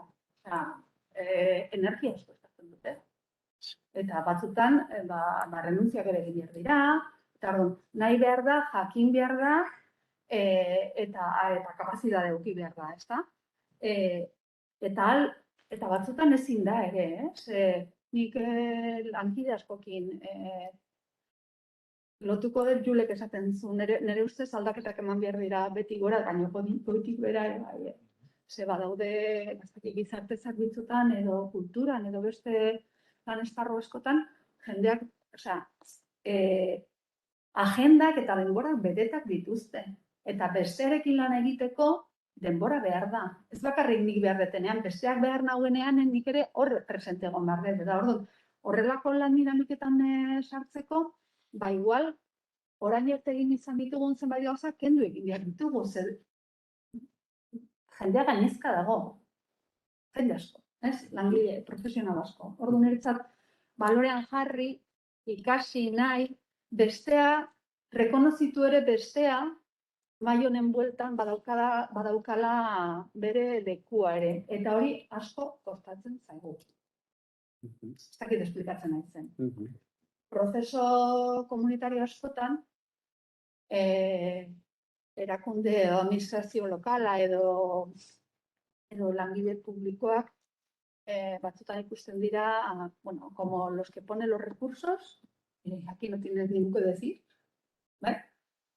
eta batzutan hor, komplikatu izaten, eta alrebez ere, publikotikan, auzo horretan dauden eragile eta jendea antolatuta, ez da, orduan niretzat elkarri rekonozimientu hori ezinbestekoa da, eta horretan inbertitu egin behar da dirua, denbora, konfiantzazko harremanak sortzeko. Bakoitza bere lekuti, bakoitza bere rolarekin, bakoitza bere iritziarekin, baina konfiantzazko harremanak ez badira, estrategiak bideratu behar dira, hori emateko, eta nire ustez ere ekosistema publiko-pribatu batean lan egiteko behar da, eta hori prozesu luze bada, bizio konpartitu bat eraiki. Nun gauden ze etorkizuna amesten dugu eta nogun joan nahi dugu. Gero, egon daitezkea ez da baida, baina bakoitza muturreko punta batean badaude oso zaila da elkarlanean aritzea. Nik horretziko nuke. nivela demostratzen aizate teorikoki, oso praktikatik lotuta, oso ekarpen polititen aizate. Komunitatea lotzen aizate lurralde batekin, territorio batekin, harreman batzukin, deszentralizazioakin, gertutasuna, egunerokotasuna.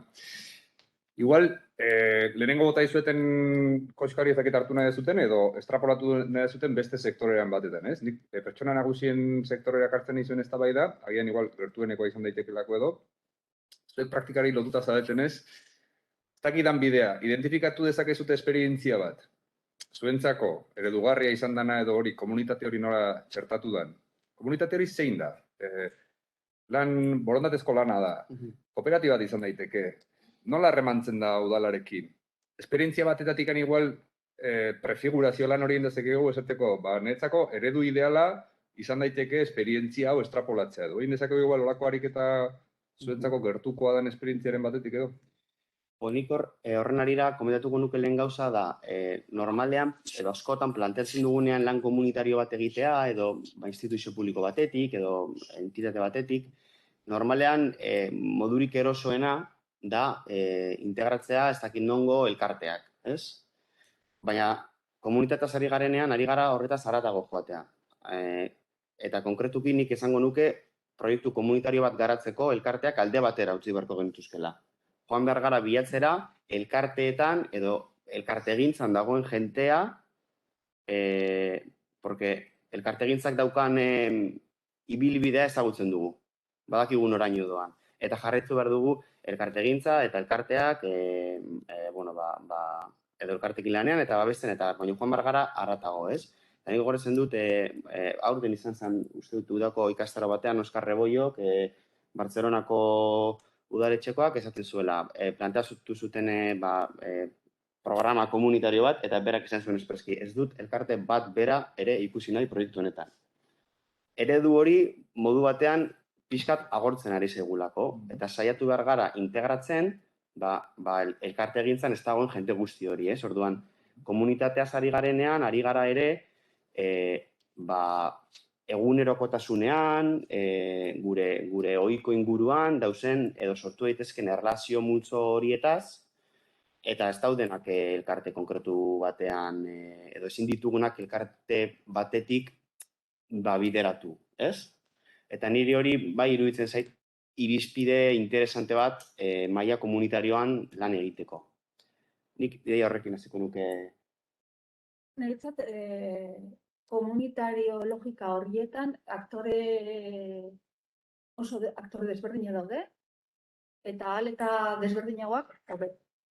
Nire ustez, hor daude, nire ustez elkarteak hor daude, baina badaude bizilagunak, badaude zerbitzu publikoak, badaude komertzianteak, eta pribatuak dira, eta etekin ekonomikoa nahi dutenak.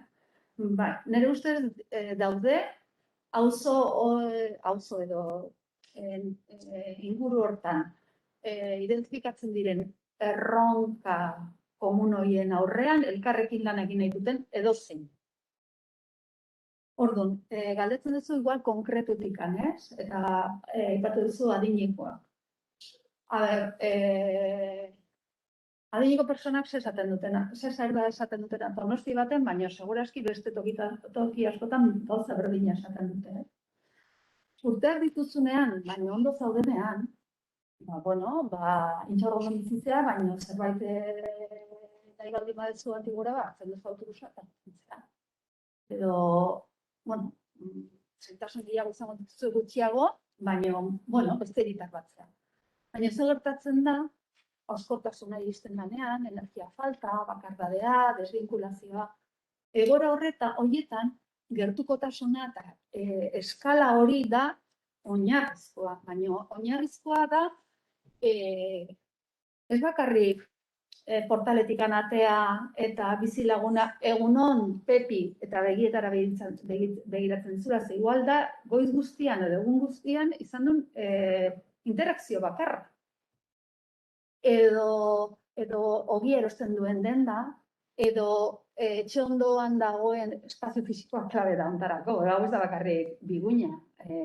Etxe ondoan daukan aulkia edo plaza eta jun eta dala aukera bizilagunekin elkarrizketatxo bat edukitzeko. Osea, gertukotasuneko eskala hori klabea da.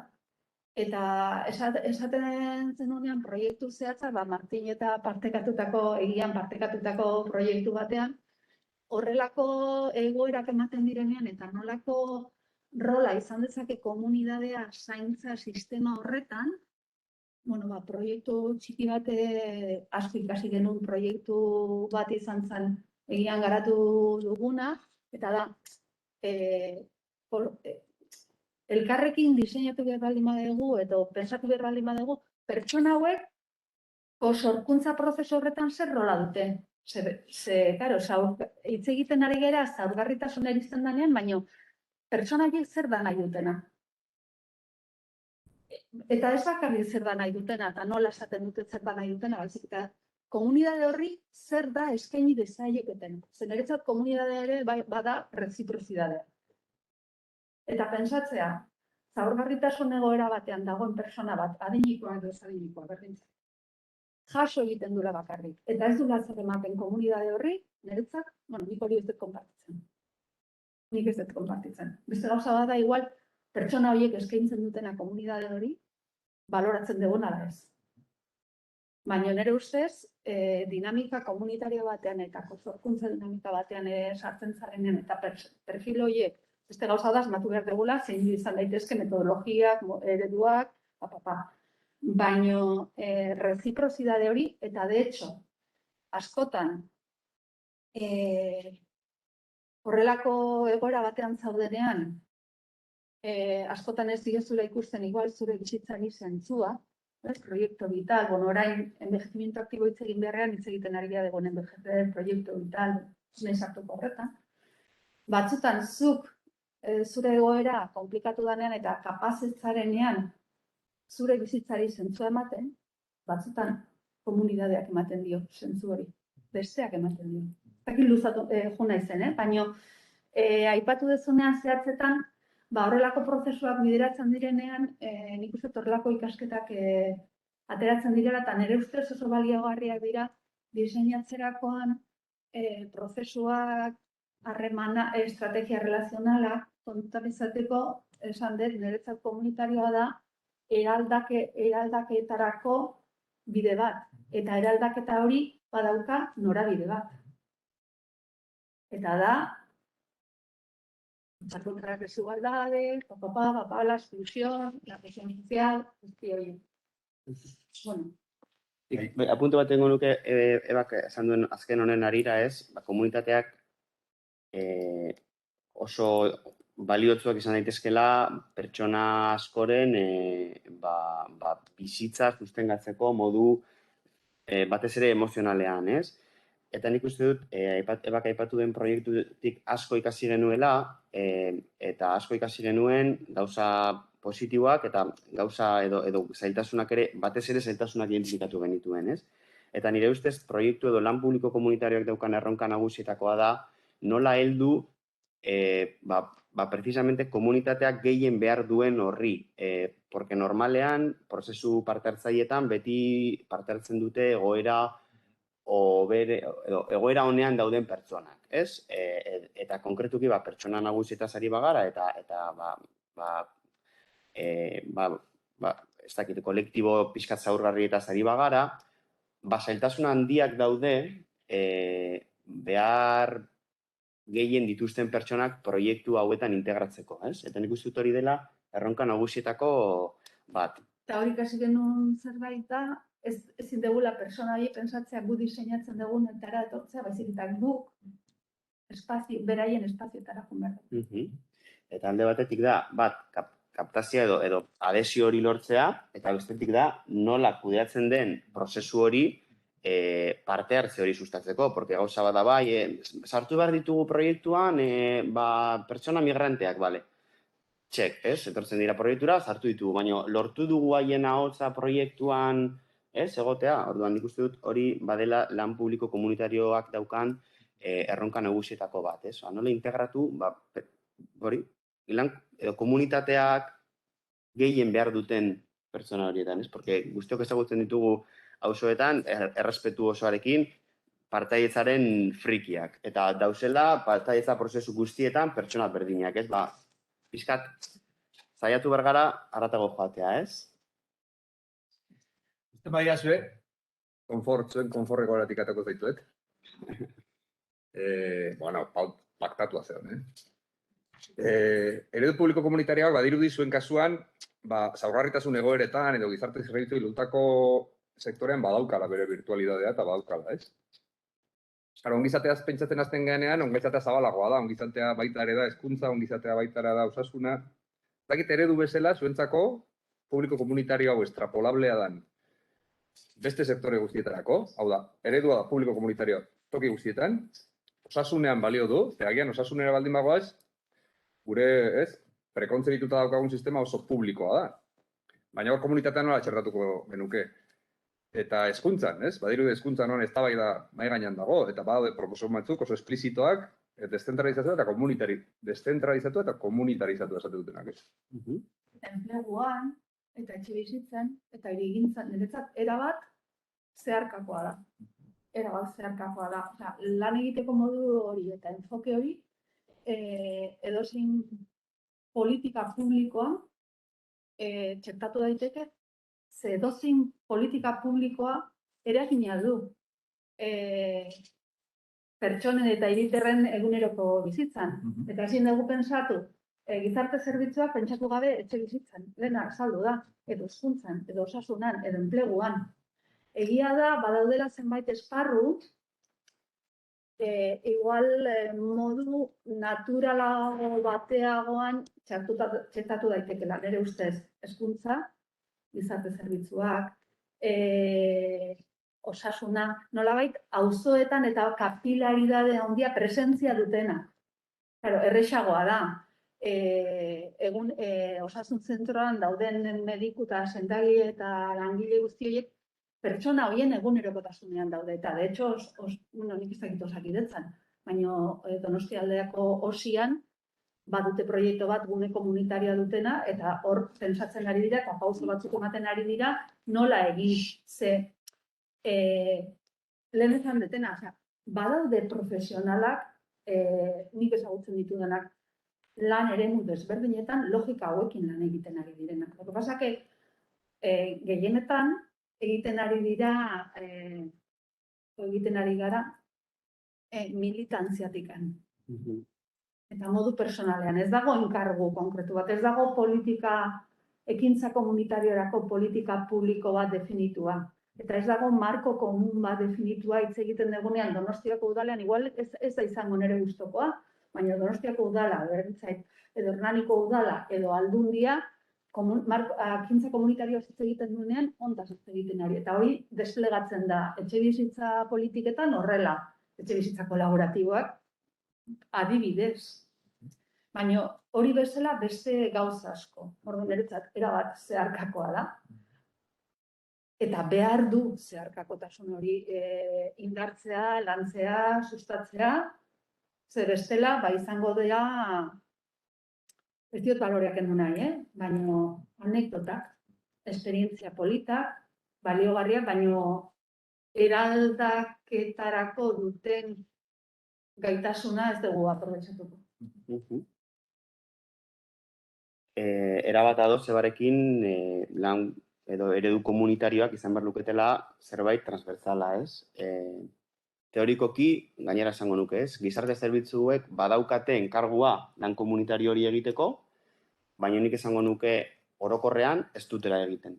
Hau da, daukate gizarte lanetik eta gizarte zerbitzuetatik, lan komunitarioa bada, nik esango nuke momentu honetan ikasgai bat, baina punto. Gero sartzen garenean gurpilean, sartzen garenean gizarte zerbitzu konkretuen funtzionamenduan, nik esango nuke ia inon ez dela egiten lan komunitario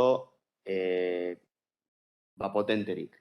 Eta hau ez da nire bada iritzia, baina esan nahi dut nahiko iritzi partekatua da eta nik uste dut badala gure gizarte zerbitzu etako sistemak daukan erronka nagusietako bat, ez? Lan komunitarioa. Gaur egun, nik uste dut inork ezin duela ukatu, gizarte zerbitzuak daudela bideratuak prestazio eta zerbitzuen kudeaketara. Hortik haratago ez da egiten lan komunitario handirik, ez? Badago interesa, badago nahi bat, baina ebak esan duen moduan ez dago horretarako denborarik. Eta lan komunitarioak exigitzen du denbora. Eta exigitzen ditu egiteko modu batzuk. Eta gainera denborak batzutan ez doazenak goizeko 8:00 hiruetara, baizik eta igual egon behar gara arratzaldetan, egon behar gara, ez dakit ez, asteburuetan edo dana dalakoa. Hala ere nik esango nuke guztiz beharrezkoa dela beste arloetara eramatea, ez da gizarte zerbitzuei dagokion kontu bat, eta esango nuke bai hezkuntzan, bai osasunean, bai beste arloetan egiten dela badaudela ere dinamikak, ezta? Eta nik hau lotuko nuke lehen komentatu dugun eskumenen kontuarekin, ez? Lan komunitarioa egin daiteke udaletxe batetik, baina egin daiteke Eusko Jaurlaritzatik ere bai. Hau da, jarri behar ditugu baliabideak eta diseinatu behar ditugu zerbitzuak logika komunitario batetik. Nork daukan eskumena ez da nire ustez determinantea, ez? Izan daiteke ambulategi batek lan komunitario oso on bat egitea, eta eskumena Eusko Jaurlaritzarena da, ez? Orduan, da nola desplegatzen ditugun gure zerbitzuak lan komunitario hori egiteko. Niretzat, lan komunitarioa egiten da, existitzen dut, egunerokotasunean eta gertukotasunean. Jaurlaritzak diseinatu dezake, baina lan komunitarioa egingo duna da osasun zentroa, edo eskola, edo gizarte zerbitzu. Jaurlaritzak, edo udalak, edo aldundiak egin dezakeguna da, eta egin beharko genukena da, pertsonekin zuzenean lan egiten duten profesionalak denbora ukitzea hortarako da ez, eta burokraziak kendu. Zuk entzuten badiozu berdintzait, Donostiko edozein osasun zentroko mediku bati, medikazio aldatu behar dionean, ez dakiz zeini, egin behar duen postil alta, la baja, no sé cuánto, denbora pilo bat dedikatzen dute, eta gizarte zerbitzutan gauza berdina, tramitazioetan eta espedientetan, eta gunetako denbora jendearekin dute. Eta hori da, goitikan, nire ustez, eraldaketa ez da goitikan etorriko, badaude, goian daudenak edo jerarkian daudenak eraldaketa bultzatzen ari dianak, hori gehiegi izatea ez da latorreko. Baina nire ustez, harremanak izan behar dira, ez da, nik hemen besatzen den nola egiten ez, eta zuk egiten duzu, baizik eta elkarrekin pensatu, eta bakoitza zer da egin behar duna. Eta nire ustez, hor badago erronka handi.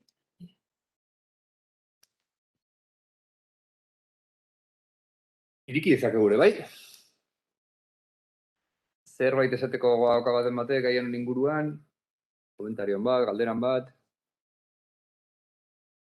Zuek ere segi dezakezu, Aukera zabaltzat izan, baina. Bost bat minutu gehiago den bate badaukagu.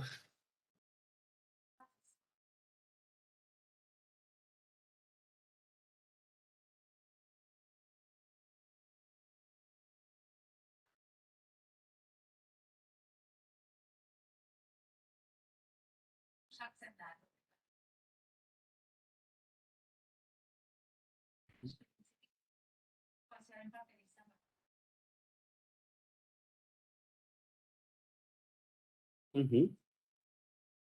Niretzat publikoa ez da zein, da zer, eta komunitaria da nola, eta zein, nire ustez da erakunde publikoak, daude elkarteak, daude sektor pribatua, dago hirugarren sektorea, dena. Nola bat egiten baldin badute testu inguru horretan erronka badago, eta horrei aurre egiteko prest nago, eta nahi dut zurekin eta besterekin elkarlanean nahitzen. Orduan, horretan pribatuare bai, eta badaude, nire ezagutzen ditut, Donostiko zenbait auzotan, enpresa pribatuak erabati enpresa, erakunde pribatuak eta etekina ekonomikoa duten helburuak erabat konprometituta bere auzoko erronka baten aurrean. pobrezia dala edo zein, orduan niretzat da nola egon nahi duzun. Eta badaude publikoak dianak ez direla implikatzen. Zerbitzu bat eskaintzen dute, irigitzen dituzte, zabaltzen dituzte ateak, baina ez dire implikatzen auzo hortako erronka konpartitu ditan, eta niretzat horiek publikoak izango, administrazio publikoa izango dira, baina ez dira komunidade horren parte, niretzat. Nik uste dut, zaintza ekosistemetaz ari garenean, dudarik gabe, arlo pribatuak edo merkatuak funtzio bat daukala. Kontua da, asignatu behar zaiola edo utzi behar zaiola argi bakoitzari zein den bere funtzioa zaintza ekosistemetan, ez? Eta nik aipatuko nuke, arlo publikoak dauka zaintza sistemak edo eskemak antolatzeko erantzukizuna, nire ikuspuntutik. Hortik abiatuta, ikusi behar da, agente bakoitzari ze funtzio usten zaion zaintza eskemetan. Eta batez ere logika ezberdinatik funtzionatzen dutelako eta bakoitzak ekarpen berezia egiten duelako gure zaintzan, ez? Arlo publikoak eta merkatuak adibidez, eduki dezakete funtzio oso nabarmena, zaintza materialei erantzun bat emoteko, ez? Baina adibidez zaintza emozionala edo beste zaintza mota batzuk ezin dira ez merkatutik, ez logika, ez administrazio publikoaren logikatik erreproduzitu, ez? Nire ustez. Beraz, hor, sartu beharko genuke adibidez komunitatea. Orduan, planteamendua da, zaintzan parte hartzen duten agente ezberdinen eskema hori antolatu behar du arlo publikoak, merkatuak edo pribatuak badauka bere funtzioa, baino argi esan behar zaio edo argi utzi beharko genuke bakoitzak zer rol jokatu behar duen. Hor ideologia eta hor politika egiten ari garelako, lehen aipatu den moduan. Usten badugu merkatuak zaintzaren edo zein arlotan sartzea, edo usten badugu, hor ideologia dago, ez? Eta nik uste dut merkatuak badaukala bere tokia, baina toki hori nolabait mugatu edo definitu beharko genukela. Eskema osoa bezala, ez? Niretzat eskema hori modu partekatu batean eraiki behar da. Egia da, uda honetan, udako ikastaretan errenderien egon zaun publiko komunitarioaren inguruko jardunaldi batean ezakorratzen ze islari izan zen, Odesen inguruan esaten zuen. Aquí todos se sienten en torno a una mesa, pero claro, a ver, ez da berdina auzo bateko bizilaguna edo eroskio etortzen zait, baina puede ser al campo cualquiera, interesa, o sea, ja dituzte beste interesatzuk. Orduan, denak xertzen gera mai baten bueltan, baina, bueno, a ver, bakoitza bere lekutik hitz egiten du, baina nire ustez modu partekatu batean eraiki behar da. Eta gero nik ez nago ados, esaten duzun horrekin, zaintza emozionala edo komunitatean. Adibide txiki bat jarriko. Bueno, eske nire, de hecho, lankide egiten diet, askotan gizarte langileak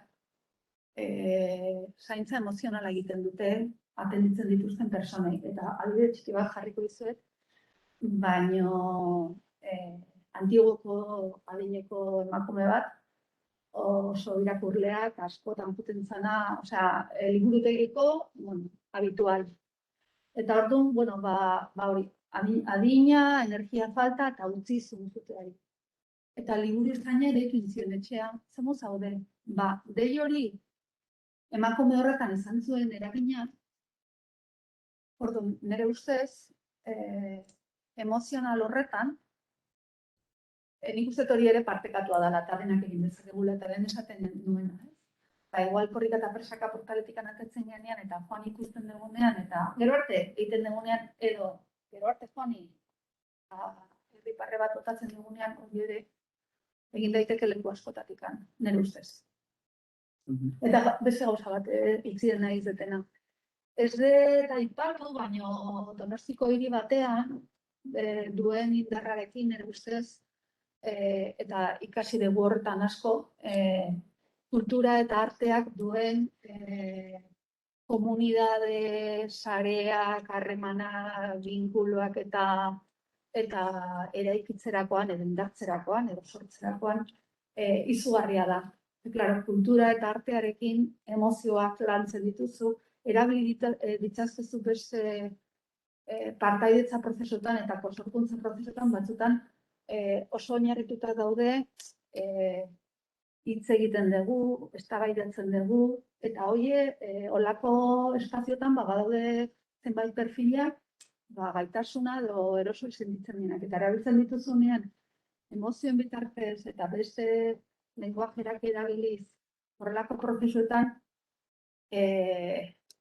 pasada bat da. Ni 32 urte daramazkitu udaletxean lanean, 25 urte partaidetza gaietan, eta elekaleak proiektu horretan egin genunean lan saio bat, egin beharrean eztabaidatuz, zaurgarritasun egoeran dauden adineko persona baino komunitarioan, persona gehiagokin, eta saioa bideratu zen gorputza erabiliz eta gorputzaren mugimendua, eta nik ez dut nire bizitza profesional guztian horrelako saio potente batean parte hartu. Nire ustez, kultura eta artea programazioa eta konsumo bezala pixkat gainditu eta erabili tresna bezala gizarte ongizatea eta bestera bateko dinamikak sortzeko eskaintzen duen aukera nik uste gehiago aprobetxatzen behar dugula. Oso, no, izten jun barko gineake, inor kontrako esaten ez badu. Bai, mila esker bioi, txalo bero bat.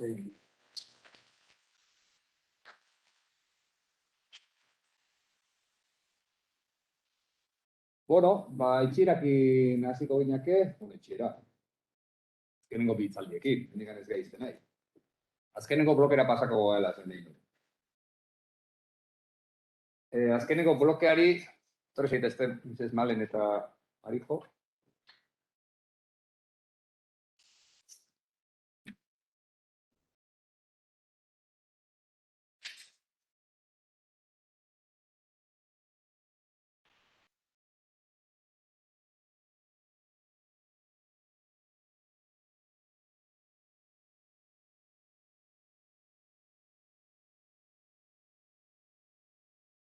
Bai, bueno, azkeneko blokeari aurrera begira, izena jartzen genion, eta aurrera begira hortan, ongizateari buruzko gogo eta hontan, aipetu izan zen, bueno, adierazletara ekartzeko interesa edo, ongizatea nola ulertzen dugun, horren arabera, horrela neurtuko dugu ere, ezta? Eta orduan, azkenengo bi hitzaldiak jasoko dute, aurrerago egin dian bi referentzia handi edo. Alde batetikan, Marijo Aranguren. Pendrei jartzen udakon borrago maztu ez eta. Pendrei janpilan. Bitartean zu orkesteko. Txiko gandinen gauza pila irutzen. Orkestu ingo zaitut, aurrera tatzea zabiltzera kontan. Orkestrako zuzendari nagusia eta ekonomia katedra duna Deustuko Unibertsitatean. Lehiakortasuna eta lurralde estrategien eta politiken analizien eta balezian aditua. Malen jalen aurkeztu zaitut osake. Ja aurkeztuta bezala. Bi referentzia sakonduko dituzte gehiago.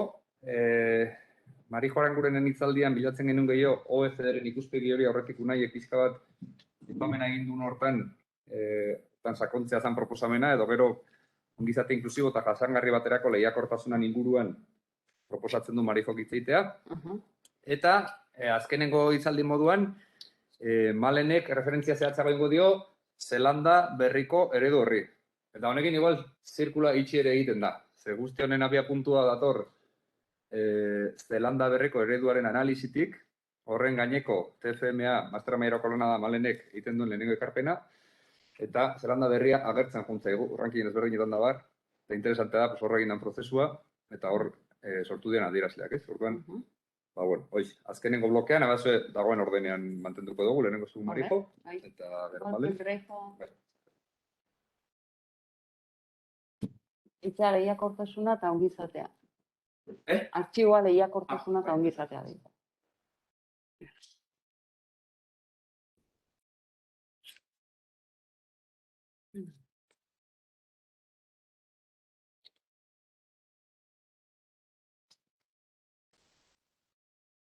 Hasi nahi batzu, Pasatzeko, ondoko... Bai, vale. Bueno, ni pixkat azalduko etena ez da, nola ari geran garatzen lehiakortasuna edo garapen ekonomikoa eta ongizatearen arteko uztartzea, ez? Eta, bueno, pixkat alor horretan garatu dugu, bai, OCDE izan da horietako iturrietako bat, baina iturri desberdinak erabiliz, pixkat marko propio bat, ez? Igual geuretzako, baita ere, Euskadin etorkizunera begira lagungarri izan litekena gure estrategiak eta eraikitzerakoan, ez? Orduan, pixkat zeatik, lehenengotik kontatuko izu pixkat nundi datorren motivazioa edo zerk eraman gaitun, ez? Hau garatzera, eta gero zen marko eraiki dugun, eta marko horren aplikazio bat, lehendabizikoa egiten duguna, baina esplorazio fase batean gaude, ez? Oraindik guretzako marko hau da zerbait bizia, aberasten jo nahi duguna, orduan edozein ekarpen guretzat oso interesgarria da, indeu lehenengo aplikazio bat Euskal Autonomia Erkidegora, aigea Bizkaian beste proiektu batekin beste aplikazio bat egiten, eta bakoitzera pixkat kontekstura egokituta. Ere bai, ez? Orduan, hori da pixkat, gaur partekatu nahi dizueguna, ez? Alde batetik, ikusten genuen, eraikitzen ditugunean markoak eta guretzat izan behar dute, niretzat dira, kaja herramienta bat bezala. Lagungarri zaizkigunak, gure lanerako. Lurralde estrategiak eta etorkizuna garatu nahi baldin badugu, horretan, pentsatzen eta lagundu diezaiguketelako, ez? Eta geneuzkan markoetan ikusten genuen alde batetik zaudela ongizatei buruzko literatura markoak eta bestalde garapen ekonomikoa buruz zaudenak. Baina ez dituzte igual hainbeste uztartzen batak bestea, ez? Eta guk ikusten genuen, Euskadin gauza batzuko behakin, besteko okerrakin, gauza asko betzekokin, behintzat garapen ekonomikoa eta gizarte kohesioa nahiko eskutik jundirela momentu askotan. Gero krisialdietan berriro gizarte kohesioan desberdintasunak handitu dira eta baina alderatzen baldin gera beste Europako referentziazko hainbat erregiokin, bai garapen ekonomikoko adierazletan eta bai pobrezian, gizarte kohesiokotan nahiko ondo kokatuta gaude, ez? Orduan, guk hauek uztartu ditugu, orduan markoak zergaiti daude baita bakoitza bere aldetik, ez? Euki behar genuke marko baita laguntzeiguna bi horiek uztartzen, ez? Orduan, lehenengo euki genuen prozesu bat izan zen urteta...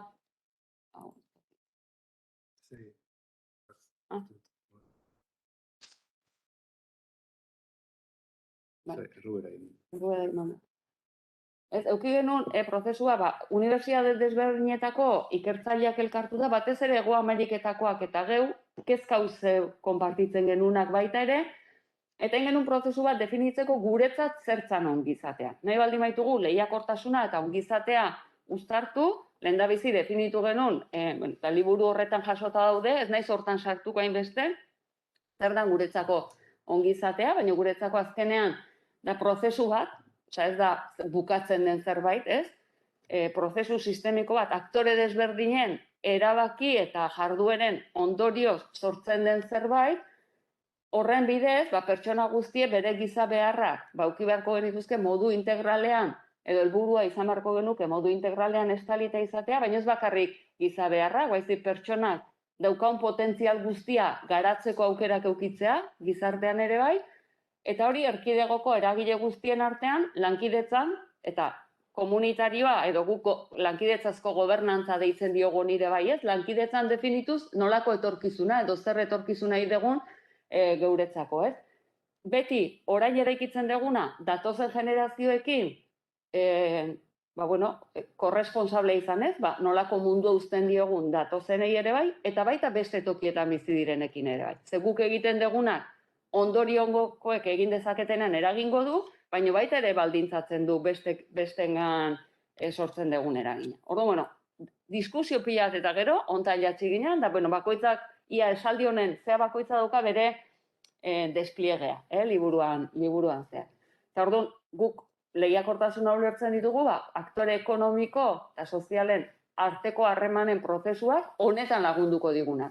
Orduan, guretzat lehiakortasuna ez da helburu bat bere hortan lehiakortasun ekonomikoa. Da bitarteko bat, ongizate honetan lagunduko diguna. Ongizate inklusibo eta jasangarri honetan lagunduko diguna. Orduan, pentsatzen ditugunean, adibidez, fiskalidadei buruz pentsatzen dugunean, fiskalidadeak ez luke begiratu behar. Bakarrik nola eragiten du enpresen lehiakortasunean, ez, ongizateko eredu honetan gero, harreman honetan nola eragiten du. Bai sinisten dugu eta ikusten ditugu eta lanak daude esaten dutena garapen ekonomikoak, segun nola egiten dezun, eragin positiboa dauka ongizatean, eta ongizateak eragin positiboa dauka garapen ekonomikoan. Orduan, bilatu behar ditugu estrategiak elkar eragin hau positiboa izateko. Orduan, fiskalidadeak saiatu beharko luke elkar eragin hau positiboa izaten. Atzerritik ekartzen dugun kapitala finantzazioak eta edo datorrenak, ez da hain importantea kantitatea, baizik finantzazio hori zertarako datorren, eta zertarako erabiltzen den. Elkar eragin honetan modu positiboan eragiten badu, gure eredutik, esango genukena, valorazio positiboa izango luke, ez? Ordu, azkenan honen markatzen du gero, hainbat erabakitan, politikotan eta eredu propio bat, eta posizionamentu bat ere bai, ez? Izango litzateke.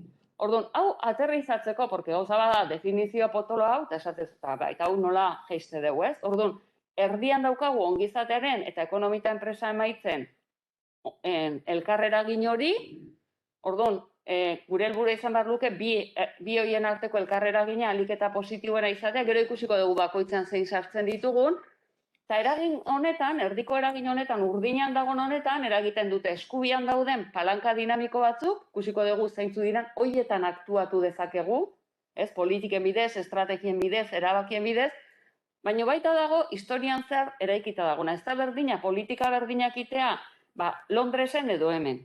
Ze kontekstu oso desberdina daukagu. Orduan dago baita egiturazko ingurune bat, baldintzatzen duena, bazuk egiten dezun horrek nola eragiten duen. Egiturazko ingurune hori aldatu daiteke denborarekin, baina oso zaila da epe motzean aldatzea. Hor daude baloreak, dago gure egitura instituzionala, ditugun jarduera ekonomiko desberdinen pixua, eta barrez, guzti horiek egongo lirateke. Orduan, egin deguna izan da, marko honekin, igual lehendabizi momentu baten, esplikatuko izuet, ongizatearen dimentsioan, zein dimentsio sartzen ditugu, azken batean hemen bilduko lirateke garapen jasangarriko helburu guztik, edo dimentsio guztik ere bai, ez? Daukagu dimentsio bat, guretzako dana holistikoa, eta da, pertsonen gogobetetze maila bere bizitzarekin, zenbateraino gustora gauden, gure bizitzarekin, da hori adierazle subjektibo bada, ez? Zer, gustora bizigean, horretan goza pila batek eragite dituen.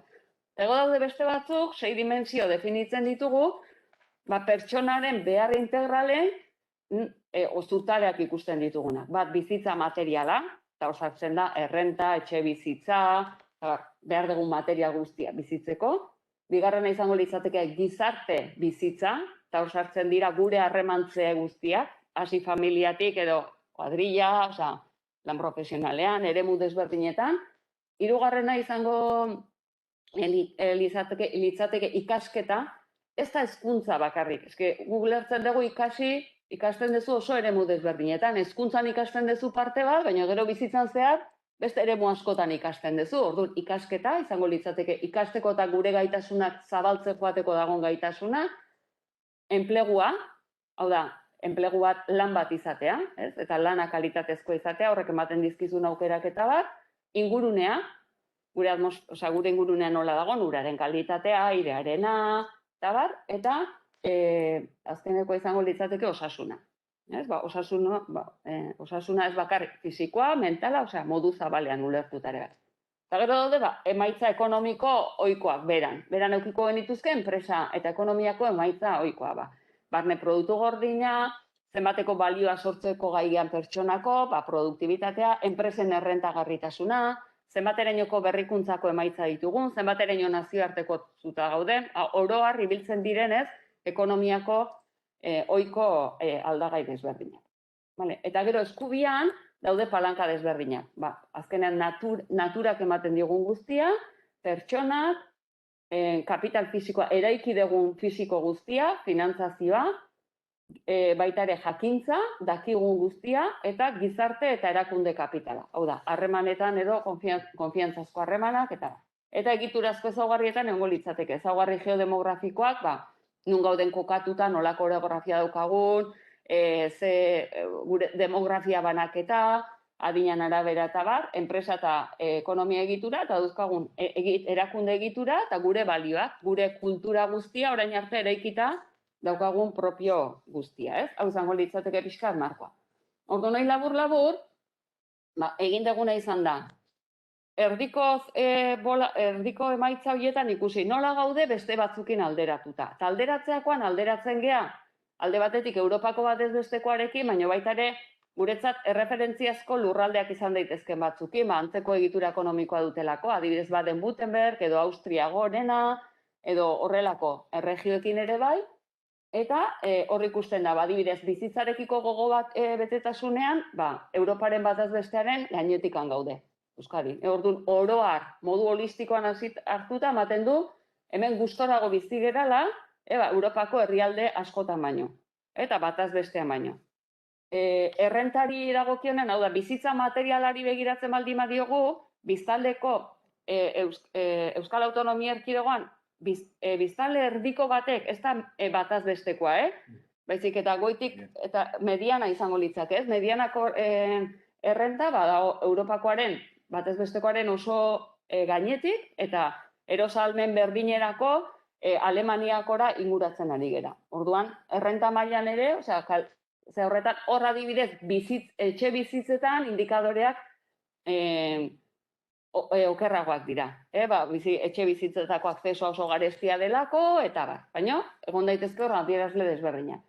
Beste badago, bizitza itxaropena, osasunari lotuta. Hor landu dugu bizitza itxaropenan ere, Alemania, Europako bataz bestea eta baino altuago ditugu. Pandemian zehar bizitza itxaropena urtebete murriztu dela ikusi dugu. Baina ez bakarrik bizitza itxaropena, baizik eta ze pertzepzio daukagu gure osasunari buruz.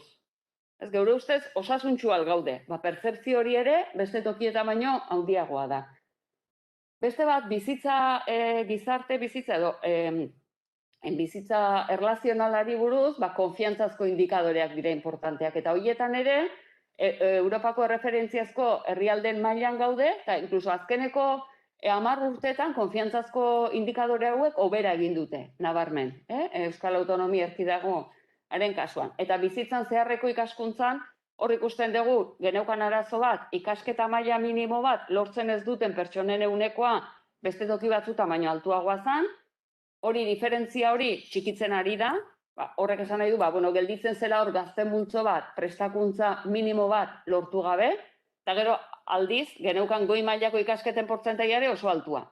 Orduan pixka geneuzkan bi muturretan, beko hori jeisten ari da, eta bizitza osoan zehar ikasteko dauden aukerak eta bar, adierazle horretan ere, bataz bestearen, Europako bataz bestearen gainetikan gaude.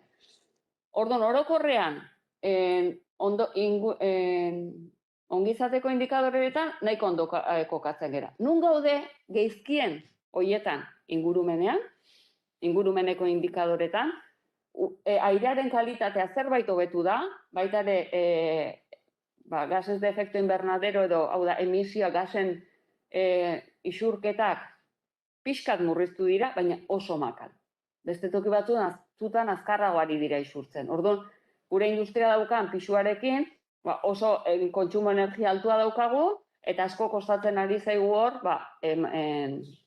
abantzatzea, edo aurrera egitea, ez? Hori izango litzateke erronka garbitakoa. Bigarrena langabezi tasa. Naiz eta azken urteetan langabezi tasak hobera egin duen, gero berriz pandemian pixkat okertu da, gure langabezi tasak 9,5 izaten jarraitzeu. Eta Europako bataz besteko oso gaineti daude. Eta batez altugo dira gaztengan. Ikaragarrizko erronka daukagu, gaztek aukera profesionalak izaten bertan. Hori izango litzateke bigarren erronka importantea. Eta gero, alden ez komentatu, baino markoan, bi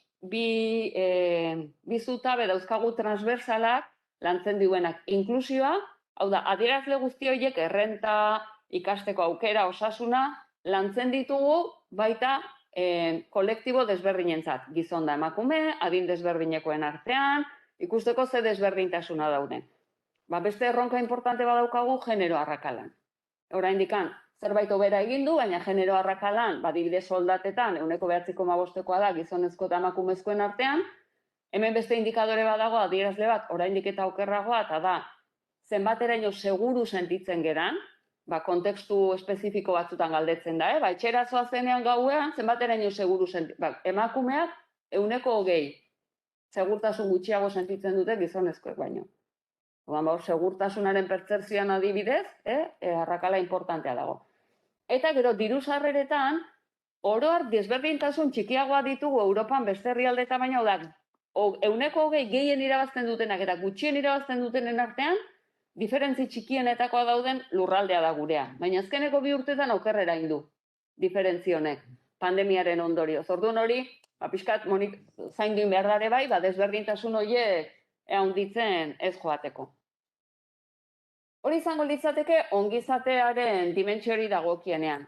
Dimentsio ekonomikoei dagokienean orokorrean komentatuko igual. Adierazle gehiago zehatza ditugu, baina biztanleko barne produktu gordina, zenbateko balioa sortzeko gai geran, herrialdean, hor Europan 100 baldima daude, gu 116. Orduan, Europaren bataz bestearen gainetik gauden nabarmen. Eta ekoizkortasunean ere bai. Nun dago pixka problema? Azkeneko urteetan, azkeneko 2 urteetan, enpresen errentagarritasunak nabarmen bera egin du, ez bakarrik krisiagatik, baizik eta material askoren prezioak ikaragarri gotzen ari dira. Orduan hor, errentagarritasuna murrizten baldin bada, margen gutxiago daukagu, eta etorkizuneko inbertsioak egiteko aukera gutxiago ere bai. Orduan hor, horrek eragin bat eduki dezake, baita ere gero ongizatean. Berrikuntzan, enpresa txikita ertainen berrikuntzan atzerago gaude beste herrialde batzu baino, eta batez ere pentsatzen dugu askotan berrikuntza egitea dela teknologia bakarrik edo ikerketa eta garapena. Eta berrikuntza egiteko beste modu asko daude, pertsonen parte hartzea enpresetan, antolatzeko modu desberdinak, zure bezeroekin nola harremantzen zeran, eta bat. Zerbait hobera egin dugu hor, baina oraindik Europako bataz bestearen atzetik gaude.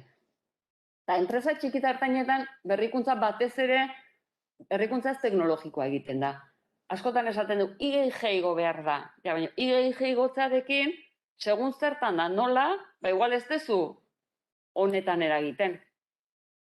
Orduan, da baita ere bestera bateko berrikuntza ez teknologikoa, sustatu behar dugu. Azken urtetan badaude hainbat ekimen honetarako, baina horiek igual gehiago intensifikatu behar ditu. Eta nazioartekotzean, pandemian denetan jaitsi da nazioartekotze, esportazio eta importazioak eta jaitsi dira, baina hemen ez dira beste tokitan baino gehiago jaitsi. Hori izan da pandemiak sortu duen eragin horrengatikan, ezta?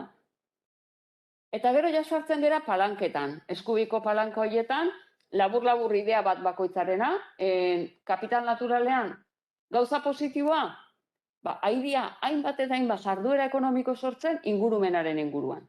Ekonomia zirkularra eta ekonomia zirkularra eta horrelako jarduerak leheno enpleguaren 1,7 suposatze bazuen 2015ean, ja 2,5. Orduan hori positiboa da. Gai gera, jarduera ekonomikoa pixkat transizioetaruntz sortzen juteko. Alde negatiboa, oraindik energia kontsumo handia daukagu, esan duguna leheno. Gazen isurketan da hobetu egin behar dugu, energia efizientzian, eta bat. Urrengoa. Izango litzateke kapital fisikoa. Kapital fisikoan positiboa da, inbertitzen da askotan makinarian, ekipamentuetan eta horrek ekoizkortasunean lagundu egiten du, gauzak hobeto egiten laguntzen digure bai, baina inbertsio orokorra 2008tik ikaragarri ez da makaltzen junda, moteldu eginda. Zergaitik, neurri handi batean, 2008an pasa genuen krisi finantzarioa eta gero beldurra sartzen da, zorpetzeari uzten zaio, eta inbertitzea gero eta gehiago kostatzen da. Beldur hori faktura pasatzen ari zaigure bai, neurri handi batean. Urrengo diapositiba izango litzateke, aldrebez emate jo, finantzazioa. Finantzazio hori dagokionean, hau dena garatzeko edo ongizate eredua garatzeko behar dituzun baliabide finantzarioetan hemen enpresa pribatuak eta bai erakunde publikoak orokorrean kontuak oso kapitalizatua daude eta finantzazio aldetik hobeto kokatua gaude beste tokita baino. Baina beste parte badago zenbat finantzazio kanpotik erakartzeko gai geran. Ba, horretan beste atzetik gaude. Ez dugu lortzen beste tokik batzuk adina finantzazio kartzea. Hau handitu behar da? Ba, segun nolako finantzazioa. Finantzazio hori baldima da, etorri, epe motzeko errentagarritasun finantzaria bilatuta. Gero berri baldegin, horrek epe luzera ongizatean eragin txikia, ez dauka eraginikia. Baldima da, finantzazio bat, konpromiso batekin lurraldearekin, ingurunean enplegua sortu, epe luzeko apustu batekin eta bat, ba, igual bai. Baldima da, ingurumena lantzen duena, gizarte kohesioan lantzen, transizioetara orientatutakoa, are hobe. Orduan ba, ez da bakarrik kantitatea da, zertarako, eredu honen arabera. Urrengoa izango litzateke jakintza, jakintzan pixkat esan dugu, berrikuntzan daukagun apostua leno. Urrengoa izango litzateke prestakuntza, eta hor ikusten dugu prestakuntzari edo gizarte kapitalari dagokionean, edo pertsonei dagokionean, batez ere jarduera tasak, oraindik hemen Europako bataz bestekoaren azpiti daudela. Eta hori askotan da, desmotibatuta zaudelako, etzea lan bilare, hasten, ez dezulako sinisten aukerak eduki ditzakezunik. Orduan, jarduera tasa horiek handitzeko erronka daukagu, garbi, eta baita ere, lehen esan dugun bezala, langabezi altua jaitsi, eta jarduera tasa horiek handitu alizateko. Eta azkenik, bukatzeko, gizarte eta erakundeen kapitalean, hor landu dugu zenbateraino egiten ditugun lankidetzazko proiektua. Zenbat lankidetza ematen den, adibidez enpresen artean eta bat. Adierazle horietan hobeto gaude baita, beste tokietan baino, naiz eta guri gustatuko litzaiguken gehiago ematea, lankidetza gehiago egotea, oroar, lankidetzazko adierazleetan ondo kokatuta gaude. Eta honek ondo posizionatze gaitu eman behar diren erronka asko dira oso konplexuak, lankidetza, eskatzen du lankidetza sektore eta jarduera desberdinetan ari diren aktoren artean, da hori zailago izatea, ze hizkuntzak bai desberdinak izatea, eta ordun hor, horretarako lagungarri zaigu orain arteko daukagun lankidetza maila. Eta azkeneko ideia, izango litzateke, eta hau guztia zertarako, honek laguntzen digu, markoak batez ere, nun gauden ikusten. Eraiki nahi baldin badegu, ongizatera bideratutako lehiakortasuneko eredu bat.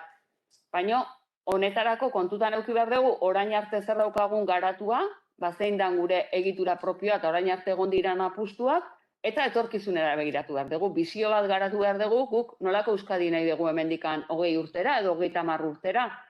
Eta horrek eskatuko duke, lankidetzazko gobernantza bat. Hori ezin dugu batek, agente bakar batek egin, baizik eta egon beharko luke, agente desberdinen arteko lankidetza, nik uste lehengo mailan, esaten zenuen bezala, hori gero maila mikrora jaisten dezunean, da komunitatetan ematen da, alor guztietan osasunean, hezkuntzan, ematen den lankidetza hori, hau izango litzateke pixka maila makroan, baita ere estrategia komun bat, eraiki beharko genuke, igual herri bezala, nolako etorkizuna nahi dugu, ze bizio dauka etorkizun horrek, ez dakit, gaztetan arazori baldin badago lan merkaturatzeko eta bar, gaztentzako erakargarriagoa den lurralde bat nahi dugu, edo ez?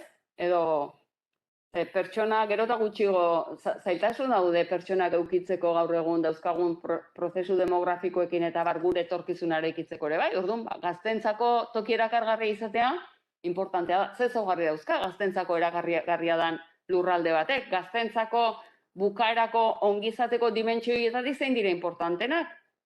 Ezketenak ez dira, gaztentzako eta adinekoentzako ez dira berdinak. Orduan eskatzen du, segun ze apustu nahi duzun, estrategi propio bat garatzea eta horrek lankidetzazko gobernantza bat eskatuko luke, ez? Aurrekoarekin oso lotuta dago, bakarrik aiga igual maila mikroagoan, ez? Esaten zana, ebak esaten zuen, egunerokotasunean ere bai eman behar dira, baina baita epe luzerako egunerokotasun hori lotuta, epe luzera onutzku nahi dugu. Ez? Pixka begirada horrekin. Eta, bueno, hauxe izango litzake nire reflexioa. Eta, Mil esker, Marijo, ez dakit. Kalderari badaon, zehaztapenik, komentari egin nahi duen baten batek.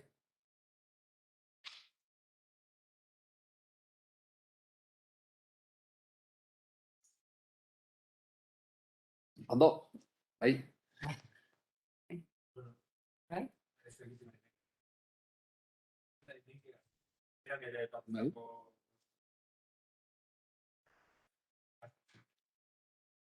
Ari zalantzak sortzen ez ditu berriro, adibidez, bukatu ondasun posizionala ere.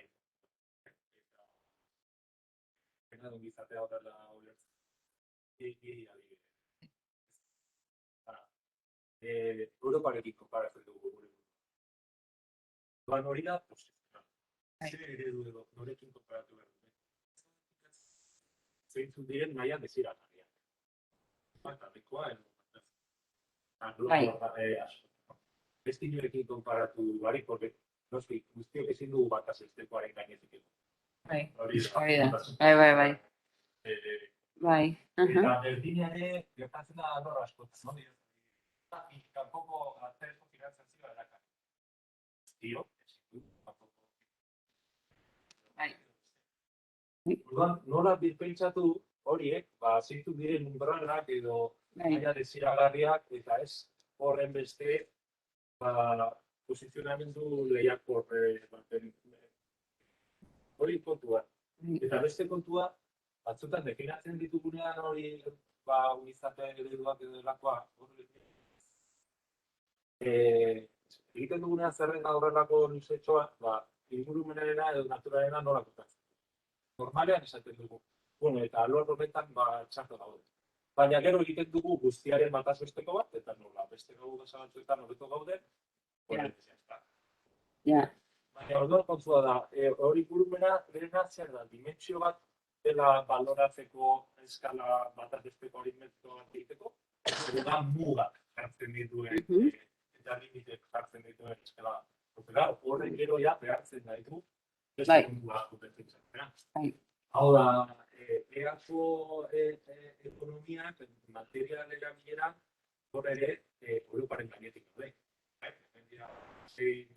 Uneko doia irurogei gainetik. Orduan, nondik ere.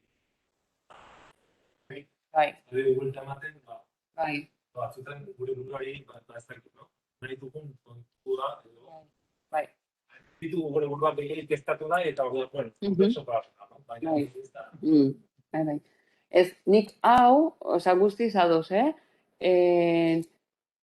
alderaketak egiten ditugunean, ez hemen da, ariketa hemen da, nun gauden kokatzeko.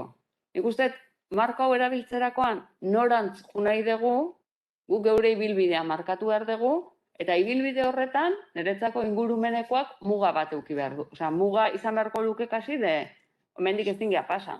Ez dakit nun da hori, muga hori. Eta berdin beste adierazleetan. Beste adierazleetan, ja helburua jarri behar ditugu guretzako, eta geure bilakaera landu. Honek eiteizu ikusteko, nun dituzu indarguneak eta ahuleziak, baiteze alderatu, besteekin da inkluso batzutan, ez gera, beste aurreko marko batzuetan eta barrez, baitite genuen bakarrek aukeratuko ditugu, Europako erregio guztientzako dauden adierazleak. Eta nik esaten, baina hemen dazkagu beste pila bat, interesgarri dianak, eta geure bilakara ez dugu aztertzen. Da igual aigea hau bera edo kerrera goaz hoietan, eta igual hoietan jumar deuta bestek, beste bide bat iteute, ez? Orduan, netza gauza bada, nuntzauden jakiteko, bai behar dituzu, beste referentzia horiek izan daitezke beste herrialde batzuk, bakarrik askotan datuen eskuragarritasunagatik, Europakoak ibiltzaitugu. Ez, baina nahi, oso esaten dut, guk nahi deun, etorkizunean nahiko genuken eredua da, ez dakit, Danimarkako Hego Ameriketan zakizein herrialde, eta edo gustatzen zaigu, Finlandian jarraitu den erregiontako hartzeituzu horiek, eta horiek zaiten dugu, pixkat datuen horretik, baina guztiz ados. Etorkizunera begirata, inbarko litzateke ariketa bat, netzako geure helburua jarri, geure bai. No leo duaperik nun gauden azaltzeko. Nun gauden, eta horren gara nola gauden.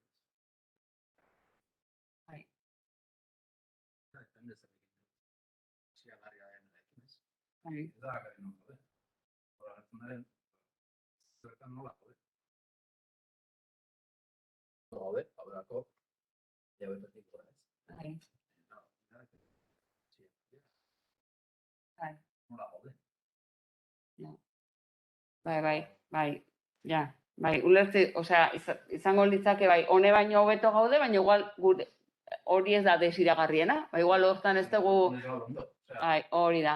Ba, adibidez, hori da. Baina guk adibidez, adierazle batzutan, altugo eukitzea ez dugu hobea konsideratzen, adibidez.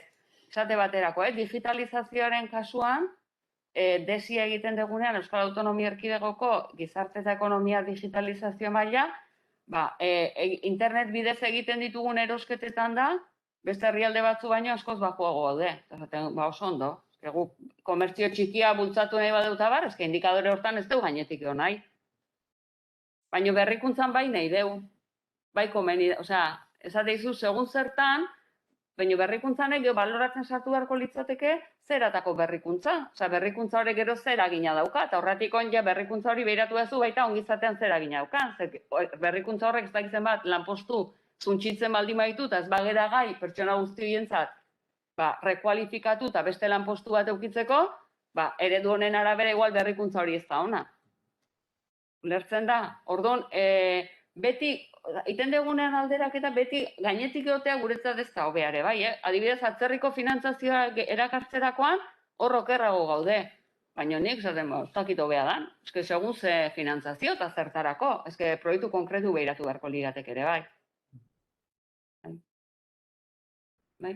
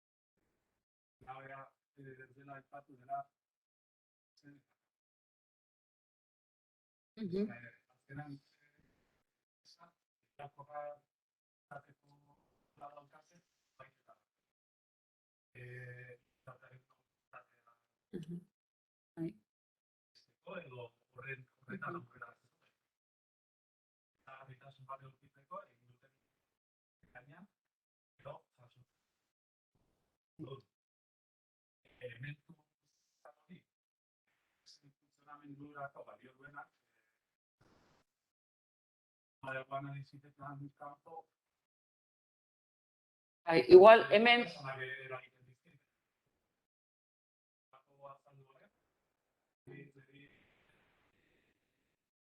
Bai.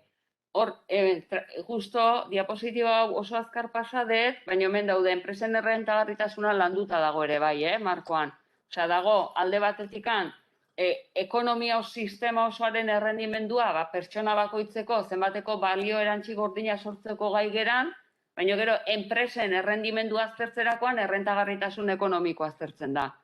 Eta hor, komentatzen nuen igual, pandemian zehar, Euskal Autonomia Erkidegoko enpresen errentagarritasuna jaitsi egin dela, baita ere, neurri batean lehen gaien kostuak egin direlako, material batzuna, baita ere, krisi batean egon geralako eta eskaria bera egin dulako, eta baina ados nago, errentagarritasun ekonomikoa zutaba importante badare, bai, alor ekonomikoan. Beko partean, lehiakortasun ekonomikoko partean, errentagarritasun ekonomikoa dago zutabe bezala. Bueno, polita, aberasgarria dijo eztabaida. Denborak ere ez gehiegi luzatzea erren, ez dakit baten bat inorrez dagoak irutzi nahi, baina Malen nire bere denbora eskaintzeatik. Bai, txiko dut? Eskerrik asko, Marijo. Eta Malen, pues zurea, zuk hasi eta zuk bukatu orduan. Kaixo berriro. Pixkat, nire mastera mailarako lanean nahiko sakon landu nun zelan berriko prozesua, beraiek aurrekontu sozial horiek modu parte hartzaile batean nola burutu zituzten, prozesuak ze fase ezberdin eduki zituen, eta emaitza bezala zein ongizate adierazle berri sortu zituzten ikuspegi beraiei interesatzen zaien ikuspegi berri hori erantzuteko asmo. Eta zentzu honetan, ekonomia lankidetza eta garapenerako agentziaren adierazleak oso antzekoak dira, bertatik hartu dituzte Zelanda Berrirako adierazleak ere, eta horrela, gehien bat zentratuko naiz prozesuan bertan, ze gero txostenetan eta adierazle multzo oso sakona denez, ez naiz hasiko hemen denak azaltzen, orduan prozesuan zentratuko naiz. Nahi dezu aurkezpena proiektatzea? Bale. Ze gero igual 10 minutura konturatzen zea. Bai, importantea. Dei borrago bat. Hasieratik jarriko. Bestia iaztu. Eski lehenengo aurkezpenen hasita 10 minutura konturatzen. Txeka batatzen da gero zen epai,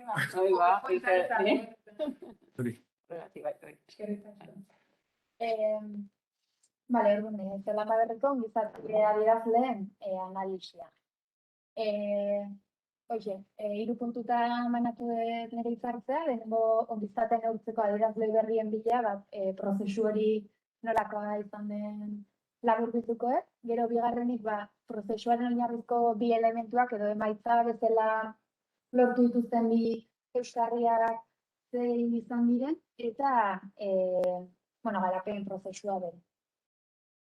Bale, ongizatea, gaur goizan asko hitzen dugu, ongizatea, ze ikuspegi ezberdinetatik pentsatu daiteken, egitaritu daiteken, nola ikusten duen bakoitzak ongizate hori bere posiziotik nolakoa izan behar den, ni zentratuko naiz konkretuki orain Zelanda Berriko kasu analisian edo, eta Zelanda Berriko ongizate sailak horretarako prozesua abiatu zuen, eta gobernuaren iniziatiba izan zen prozesu hori aurrera eramatea, nolabait garai historiko bat edo iritsi zitzaien, ongizatea birpentsatzeko momentua hori zela iritzi zutena, eta emaitza izan da, ongizatea adierazle berri batzuk lortzea. Orduan, ongizatea ulertzeko modu berri honek ekarri du politika publikoak egiteko beste modu bat bilatu nahi izatea, eta ez bakarrik hazkunde ekonomikoak ongizatea definitzea, bai herrialde bezala arrakasta izatea, ez arrakasta meritokrazia zentzu horretan, bai beraien jendea, beraien komunitatea, beraien harreman sareak zaintzeari begirako arrakasta hori lortzea, bai nazioarteara begira eta bai beraien artean ere bai. Orduan, hasieran esplikatueten gaitasunen teoria eta giza garapenaren ikuspuntu horretan oinarritzen da Zelanda Berriko esperientzia, eta beraiek, definituko lehenengo eta behin, beraiek prozesuan zehar nola ikusten duten ongizatea, zer den beraientzat ongizatea, ze hortik abiatuta garatu da gainerako prozesu osoa. Orduan, definizioak dio, ongizatea gure bizi kalitatea da. Kiwi da Zelanda Berriko biztanleen gentilizioa edo hola esatu zaio. Kiwi balioak gure ongizate pertzepzioan bihotzean daude. Zelanda Berriko bizi kalitatean eragina duten aspektuak honako hauek dira. Eskubide zibikoak eta giza eskubideak, kultura eta identitatea, etxebizitza, ezagutza eta trebetasunak, aisialdia eta jolasa, bizi maila materiala, lan egoera eta lan gogo betetzea, ingurune fisikoa eta naturala, segurtasuna eta babesa, osasun eta konektibitate soziala. Definizio honetan fiskat denetarik esaten da, orduan beraiek aspektu askori ikusten da, arlo ekonomikoaz gain, aspektu askori ematen diotela garrantzia ongizate pertzepzio edo beraien ikustegi horretan. Orduan, prozesu hau abiatu da, Zelanda Berriko altxorrak, edo nik altxor bezala itzuli dut, gobernuaren aholkulari ekonomiko eta finantzario nagusia da, eta beraiek egin dutena da, Living Standards Framework esaten dena garatu. Orduan, gero azalduko eta hori zer dan, Baina azkeneko 30 urteetan ikerketa eta galdeketa ezberdinak egin dira eta hortik sortu da beharra ongizatearen birdefinizio honetan prozesua abiatzeko. Eta horretarako nazioarteko zein Zelanda Berriko aholkulari eta eragile ezberdinen ekarpenak bildu dituzte. Esan daiteke Living Standards Framework LSF bezala esangoet hemendik aurrea, belaunaldien arteko ongizateari buruzko esparrua da. Alderagarri izateko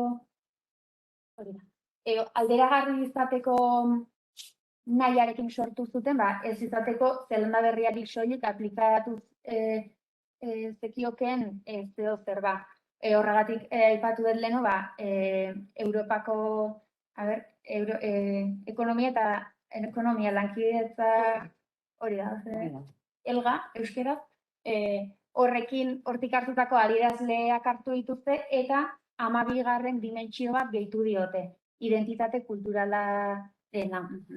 Beraiek espresio horretan arreta jarri nahi zutelako.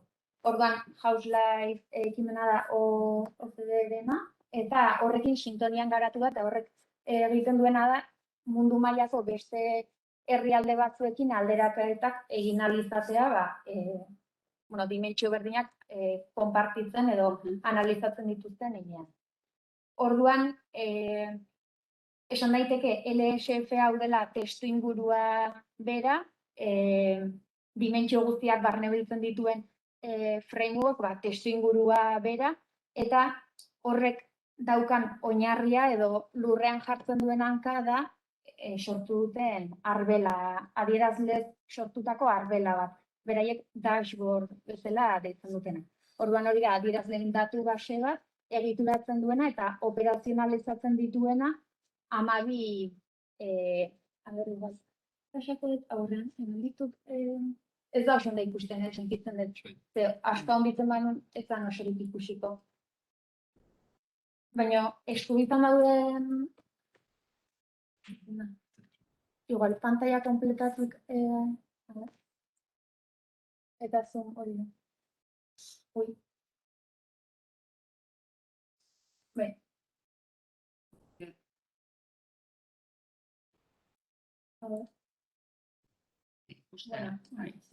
Intuitu daiteke hola gaian.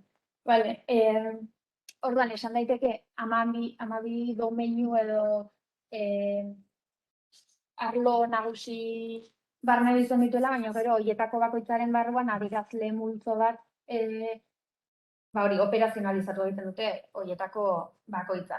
Eta hortik lortzen dena da arbela bat edo 43 edo buruz ezakit, baina 43 adierazle sartu dituzte 12 arlo horietan.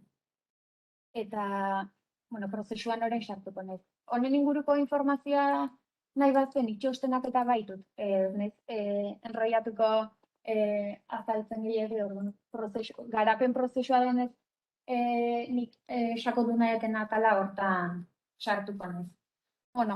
Prozesuanen helburua zen, altxorrak egiten zituen aholkularitza prozesu horietan, ongizate emaitzen ikuspegi integral bat ematea eta orekatua izango zena. Orduan, 2018an egin zuten lehenengo argitalpena eta hasieratik buruan zeukatena zen argitalpen hori ez dela definitiboa izango da. Aldian egiten diren aldaketek osatu egingo dutela dokumentu hori eta gaurkotu, gu bizi geran jendarte likidoan, dena oso gozea da, orduan aldatzen doaz eta sartzen doazen faktore ezberdinak ezinbestean aldizkako moldaketa horietan sartu beharko direla konsiente ziren eta horregatik etengabeko moldaketaren ideia asko azpimarratzen dute beraien prozesuan bertan.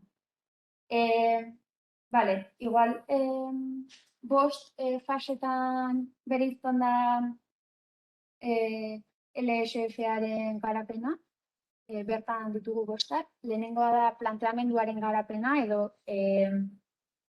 garapenak 18 hilabeteko iraupena dauka guztira, baina 5 fase hauek ez dira denboran linealki gertatzen. Batzuk beste batzuen aldi beran gertatzen dira edo ez da hasiera eta amaiera, gero hurrengo hasi, paraleloki gertatzen dira. Hori aldi berean.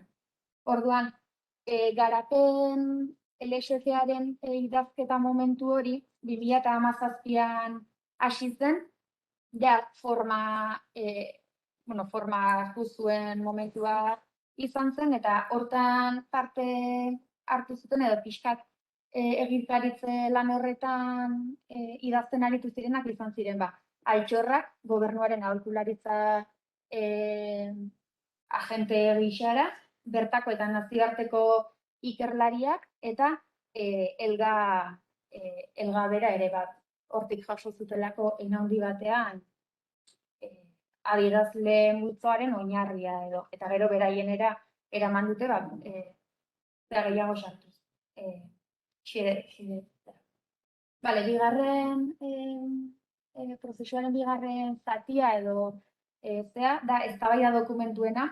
Hau da pixkat sozialki gaia plazaratzeko erabili zuten modua. Eztabaida dokumentuak ikerlari, pertsona, eragile ezberdinek ongizatearen inguruan edo pixkat gai honen inguruan idatzi zuten, artikuluak idazten hasi ziren eta publikatu eta pixkat jendarteko pertsonak eta bestelako gaian jarrita ez zeuden pertsonak horretan irakurri, formatu, eztabaida sortu, pixkat eztabaida dokumentu horiek helburu hori zuten. Jendearen gana iritsi eta gai hori mahai gainean jarri, agendan sartu eta hori plazaratu pixkat. Eta, bost puntu nagusiren inguruko eztabaida dokumentuak publikatu ziren. Zuk, Marijo, aipatu dituzun kapitalak edo kapital soziala, kapital fisikoa, pixkat kapitalen inguruko lanketaren inguruan. Bigarren eztabaida dokumentuen gaia da LSF eta Nazio Batuen garapen iraunkorrerako helburuen arteko elkarreragina nolakoa izan ziteken. Hirugarren gaia Maorien ongizatearen ikuspuntua zein zen. Laugarrena arriskua eta erresilientzia. Eta bereziki puntu honetan arriskua eta erresilientziaren atalean nitarreta berezia jarri nuen etengabeko aldaketen testu inguru horretan benetan horrek erakusten zuelako kanpotik edo aurre ikusita ez zeuden aldaketa prozesu ziurtasun gabeko momentu horien aurrean kolektibo bezala nola egingo zitzaien aurre eta ze irtenbide bilatuko zitzaien aurreikusitako egoera horiei lehen aipatzen genuen krisi egoeretan berriro jotzen da diru laguntzen edo betiko parametro horietan arazoa dago konpondu ezagun azkar eta gero jarraituko dago aurrera. Erresilientzia eta arrisku egoera hauen inguruan pentsatzeak hori prebenitzeko eta aurrez egoera horien aurrean nola jardun erabakitzeko aukera eskaintzen du. Horregatik iruditzen zait oso puntu baliagarria dela lantzea prozesu honetatik azpimarratuko nuken zea dela. Eta hori, eztabaida dokumentutako azkeneko gaia, etorkizuneko ongizatea edo desiragarria den horren inguruan idatzi zuten. Orduan, horrek pentsatzen desiratu nahi duguna edo lehen ere ebak komentatzen zuen, zer nahi dugu jendarte bezala, zerra desiragarria, horretarako erreala bai, baina goazen amestera eta gero nola egingo dugu hori uztartzeko edo alden heinean desiratu nahi dugun horretara alik eta gertuen izango den zertara iristeko. Prozesuaren hirugarren fasea izan da, izan zen, dashboard edo arbela horren kontsulta egitea. Horia, esan daiteke eztabaida dokumentuetatik eta hasierako planteamenduaren garapen horretatik bazegoela nolabaiteko hasierako bertsio bat eta hortik lortu zen arbela horren sorrera egitea. Orduan, sorrera hori Kona Lesmith delakoak egin zuen, eta bera da ongizatearen inguruan nazioarteko aditu independente bat edo beraiek pertsonatien kargatu zioten arbela horren garapena egitea, aurrez publikatuta zegoen guzti hori oinarri harturik.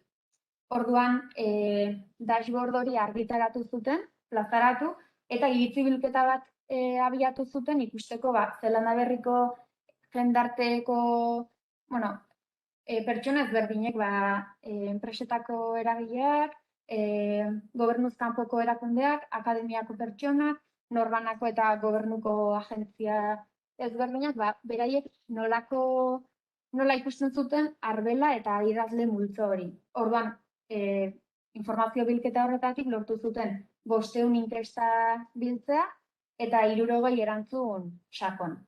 Orduan, informazio bilketa horretatik, egin zuten nolabaiteko moldaketa edo ikusi pertsona ezberdinek proposatutakoa nola egokitu zitekeen azken bertsio horretara, eta hori egin zuten. Laugarren puntua, ongizateari eta politika publikoi buruzko nazioarteko 3. konferentzia, hori Wellingtoneko unibertsitatearekin elkarlanean antolatutako jardunaldi batzuk izan ziren, 2018ko abenduan egin ziren, eta ondorio gisara atera zuten ideia izan zen modu mailan bazegoela interesa Zelanda Berriko esperientzian, edo aurrekontu horiek modu parte hartzaile batean egite hori erreferentziala zela munduan, eta ongizatea bermatzeko kontzeptu tresna edo kokatu zutela gobernu politiken agendan eta egin behar zen zehozer bezala ez. Orduan, bildutako inkesta, jardunaldi horiek eta eztabaida dokumentuetatik eratorritako guztiarekin osatu zuten, momentu horretan azken bertsioa zen LSF eta arbela eta argitaratu egin zuten 2018 bukaeran. Horregatik, jardunaldi 2018ko abenduan izan ziren, hau ere garai beretsuan argitaratu zen, eta horregatik esan dut paraleloki gertatu zirela fase guzti hauek. Eta igual, labur-labur azalduko dut, uste esan dutela, gaitasunen teorian oinarritutako proposamena da Zelanda Berrikoa, eta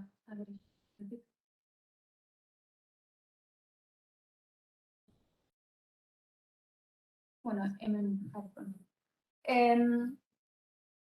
Egiturazko elementuen inguruan iraulketa bat proposatzen dute, konkretuki beraien ikuspegia erdigunean kokatuz.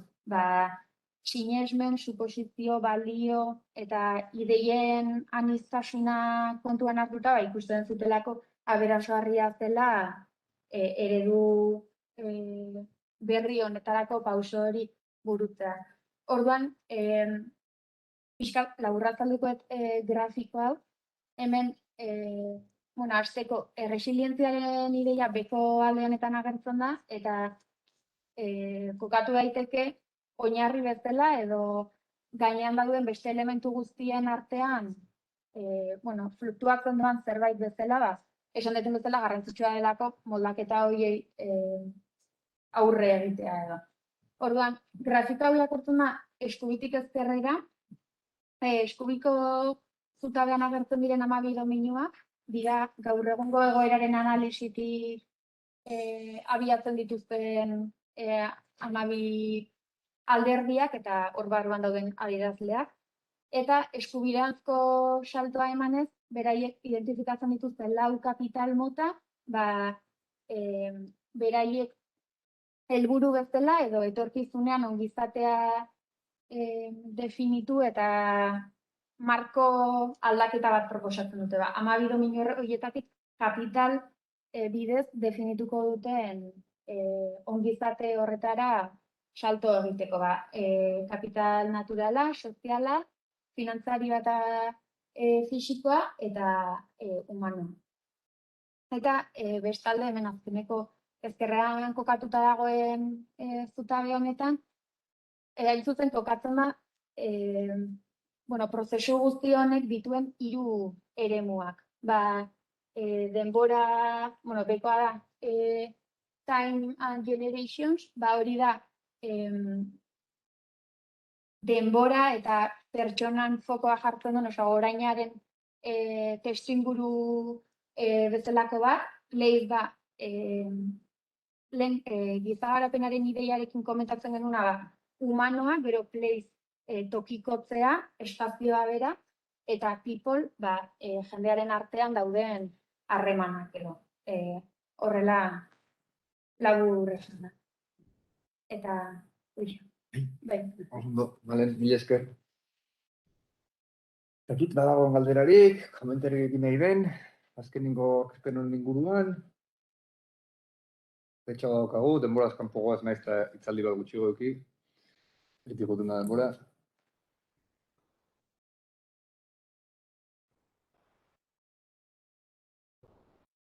Handarra egin baitan egin dituzte horrekontuen. Hori da, bai. Galdera bat daukate bai. Esan dezu dokumentu, prozesuan, ez? Juntzian igual dokumentu desberdinak sortzen, egon zen dokumentoren bat, igual parte hartzetik garatu zutena, gehiago izan zen, sortzen ditugu dokumentuak, igual ikerlarien, OCDeko eta altxorrekoen artean eta bat, eta gero kontrastatu egiten dugu. Hori izan zen gehiago. Dokumentua sortzen dira, eta gero kontrastela egiten da gehiago aktorekin. Nik aurkitu duten zeharaino, gero agian egongo da beste, zehoze eskapatzen zailana. Hori izan bigarren galdera. Gero jarraitu dezun, nola ari diren honekin, edo nola ari diren erabiltzen, edo... Ez asko ez dut jarraitu ez. Badakidana da, garapen prozesu ez dutela horreten jarraitu dutela lanean, baina nolako bilakaera izan duen esaten nuen, bote pronto. Gerrik asko. Oso, no. Besteik badao, inork badauka, zer esan nahia, itxiera paso mango dugu? Bai.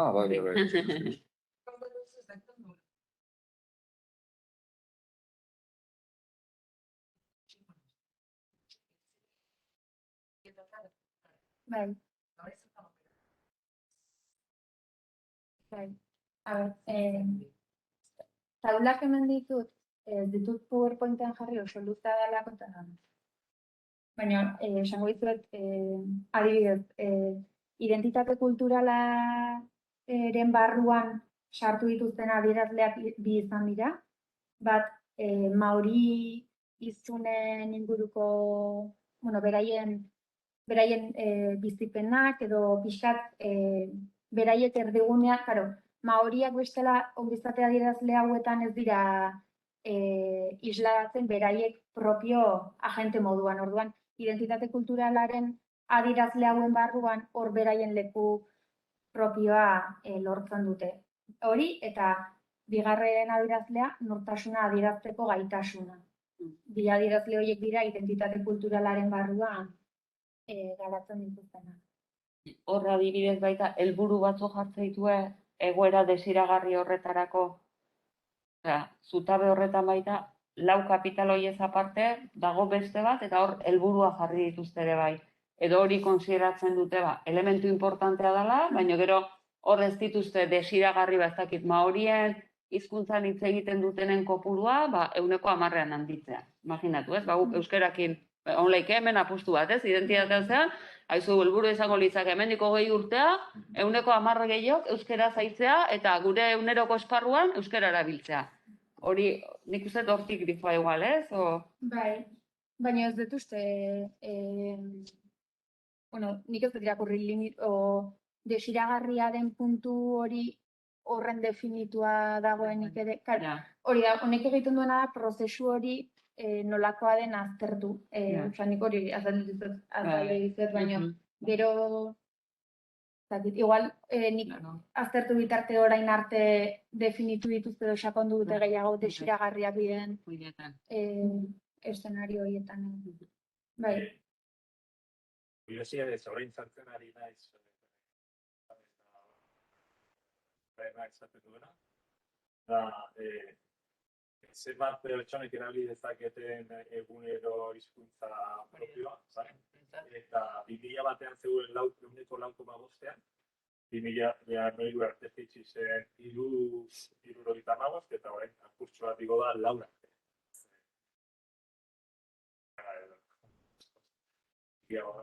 Eta bestea esan duzuna da kulturaletik zenbat pertsona nagusik espresatu dezakete beraien identitatea egunerokoan, niko largo.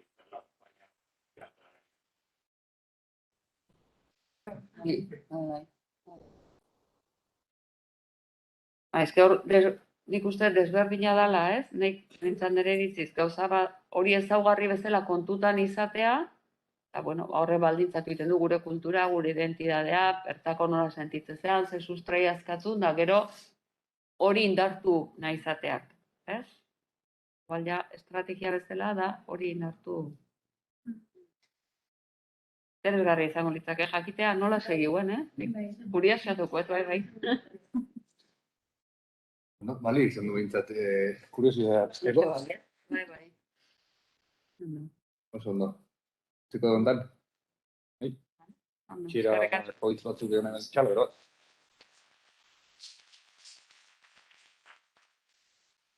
Nahi badezue aurkeztu duguna txosten baten eskuragarri dago. Daukazue weben sartu eta linka euskeraz eta ingeleraz eta gazteleraz. Besterik gabe, zean goiz izan dut, ez? Zatean nola definitzen den eta nola sobetua dago gero. Eta horren guztiarekin, uste dut oso argi gelditu dela, eta bizat guri agarritu zengo izatea hemen zer den, 2021 batean zer den, nola ongertu nahi dugu, eta hortaz nola neurtu dugu. Behar duela hausnarketa bat, eta zergatik ez adoskuntzen bat, experimentazio batzuk ditan. Ikusi ditugu eredu ezberdinak, ikusi ditugu baita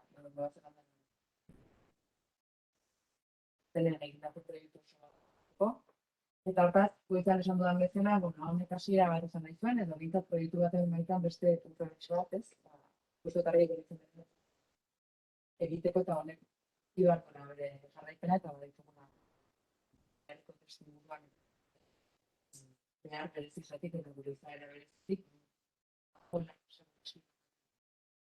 Honetan, zera ezagun bidean batuko gara.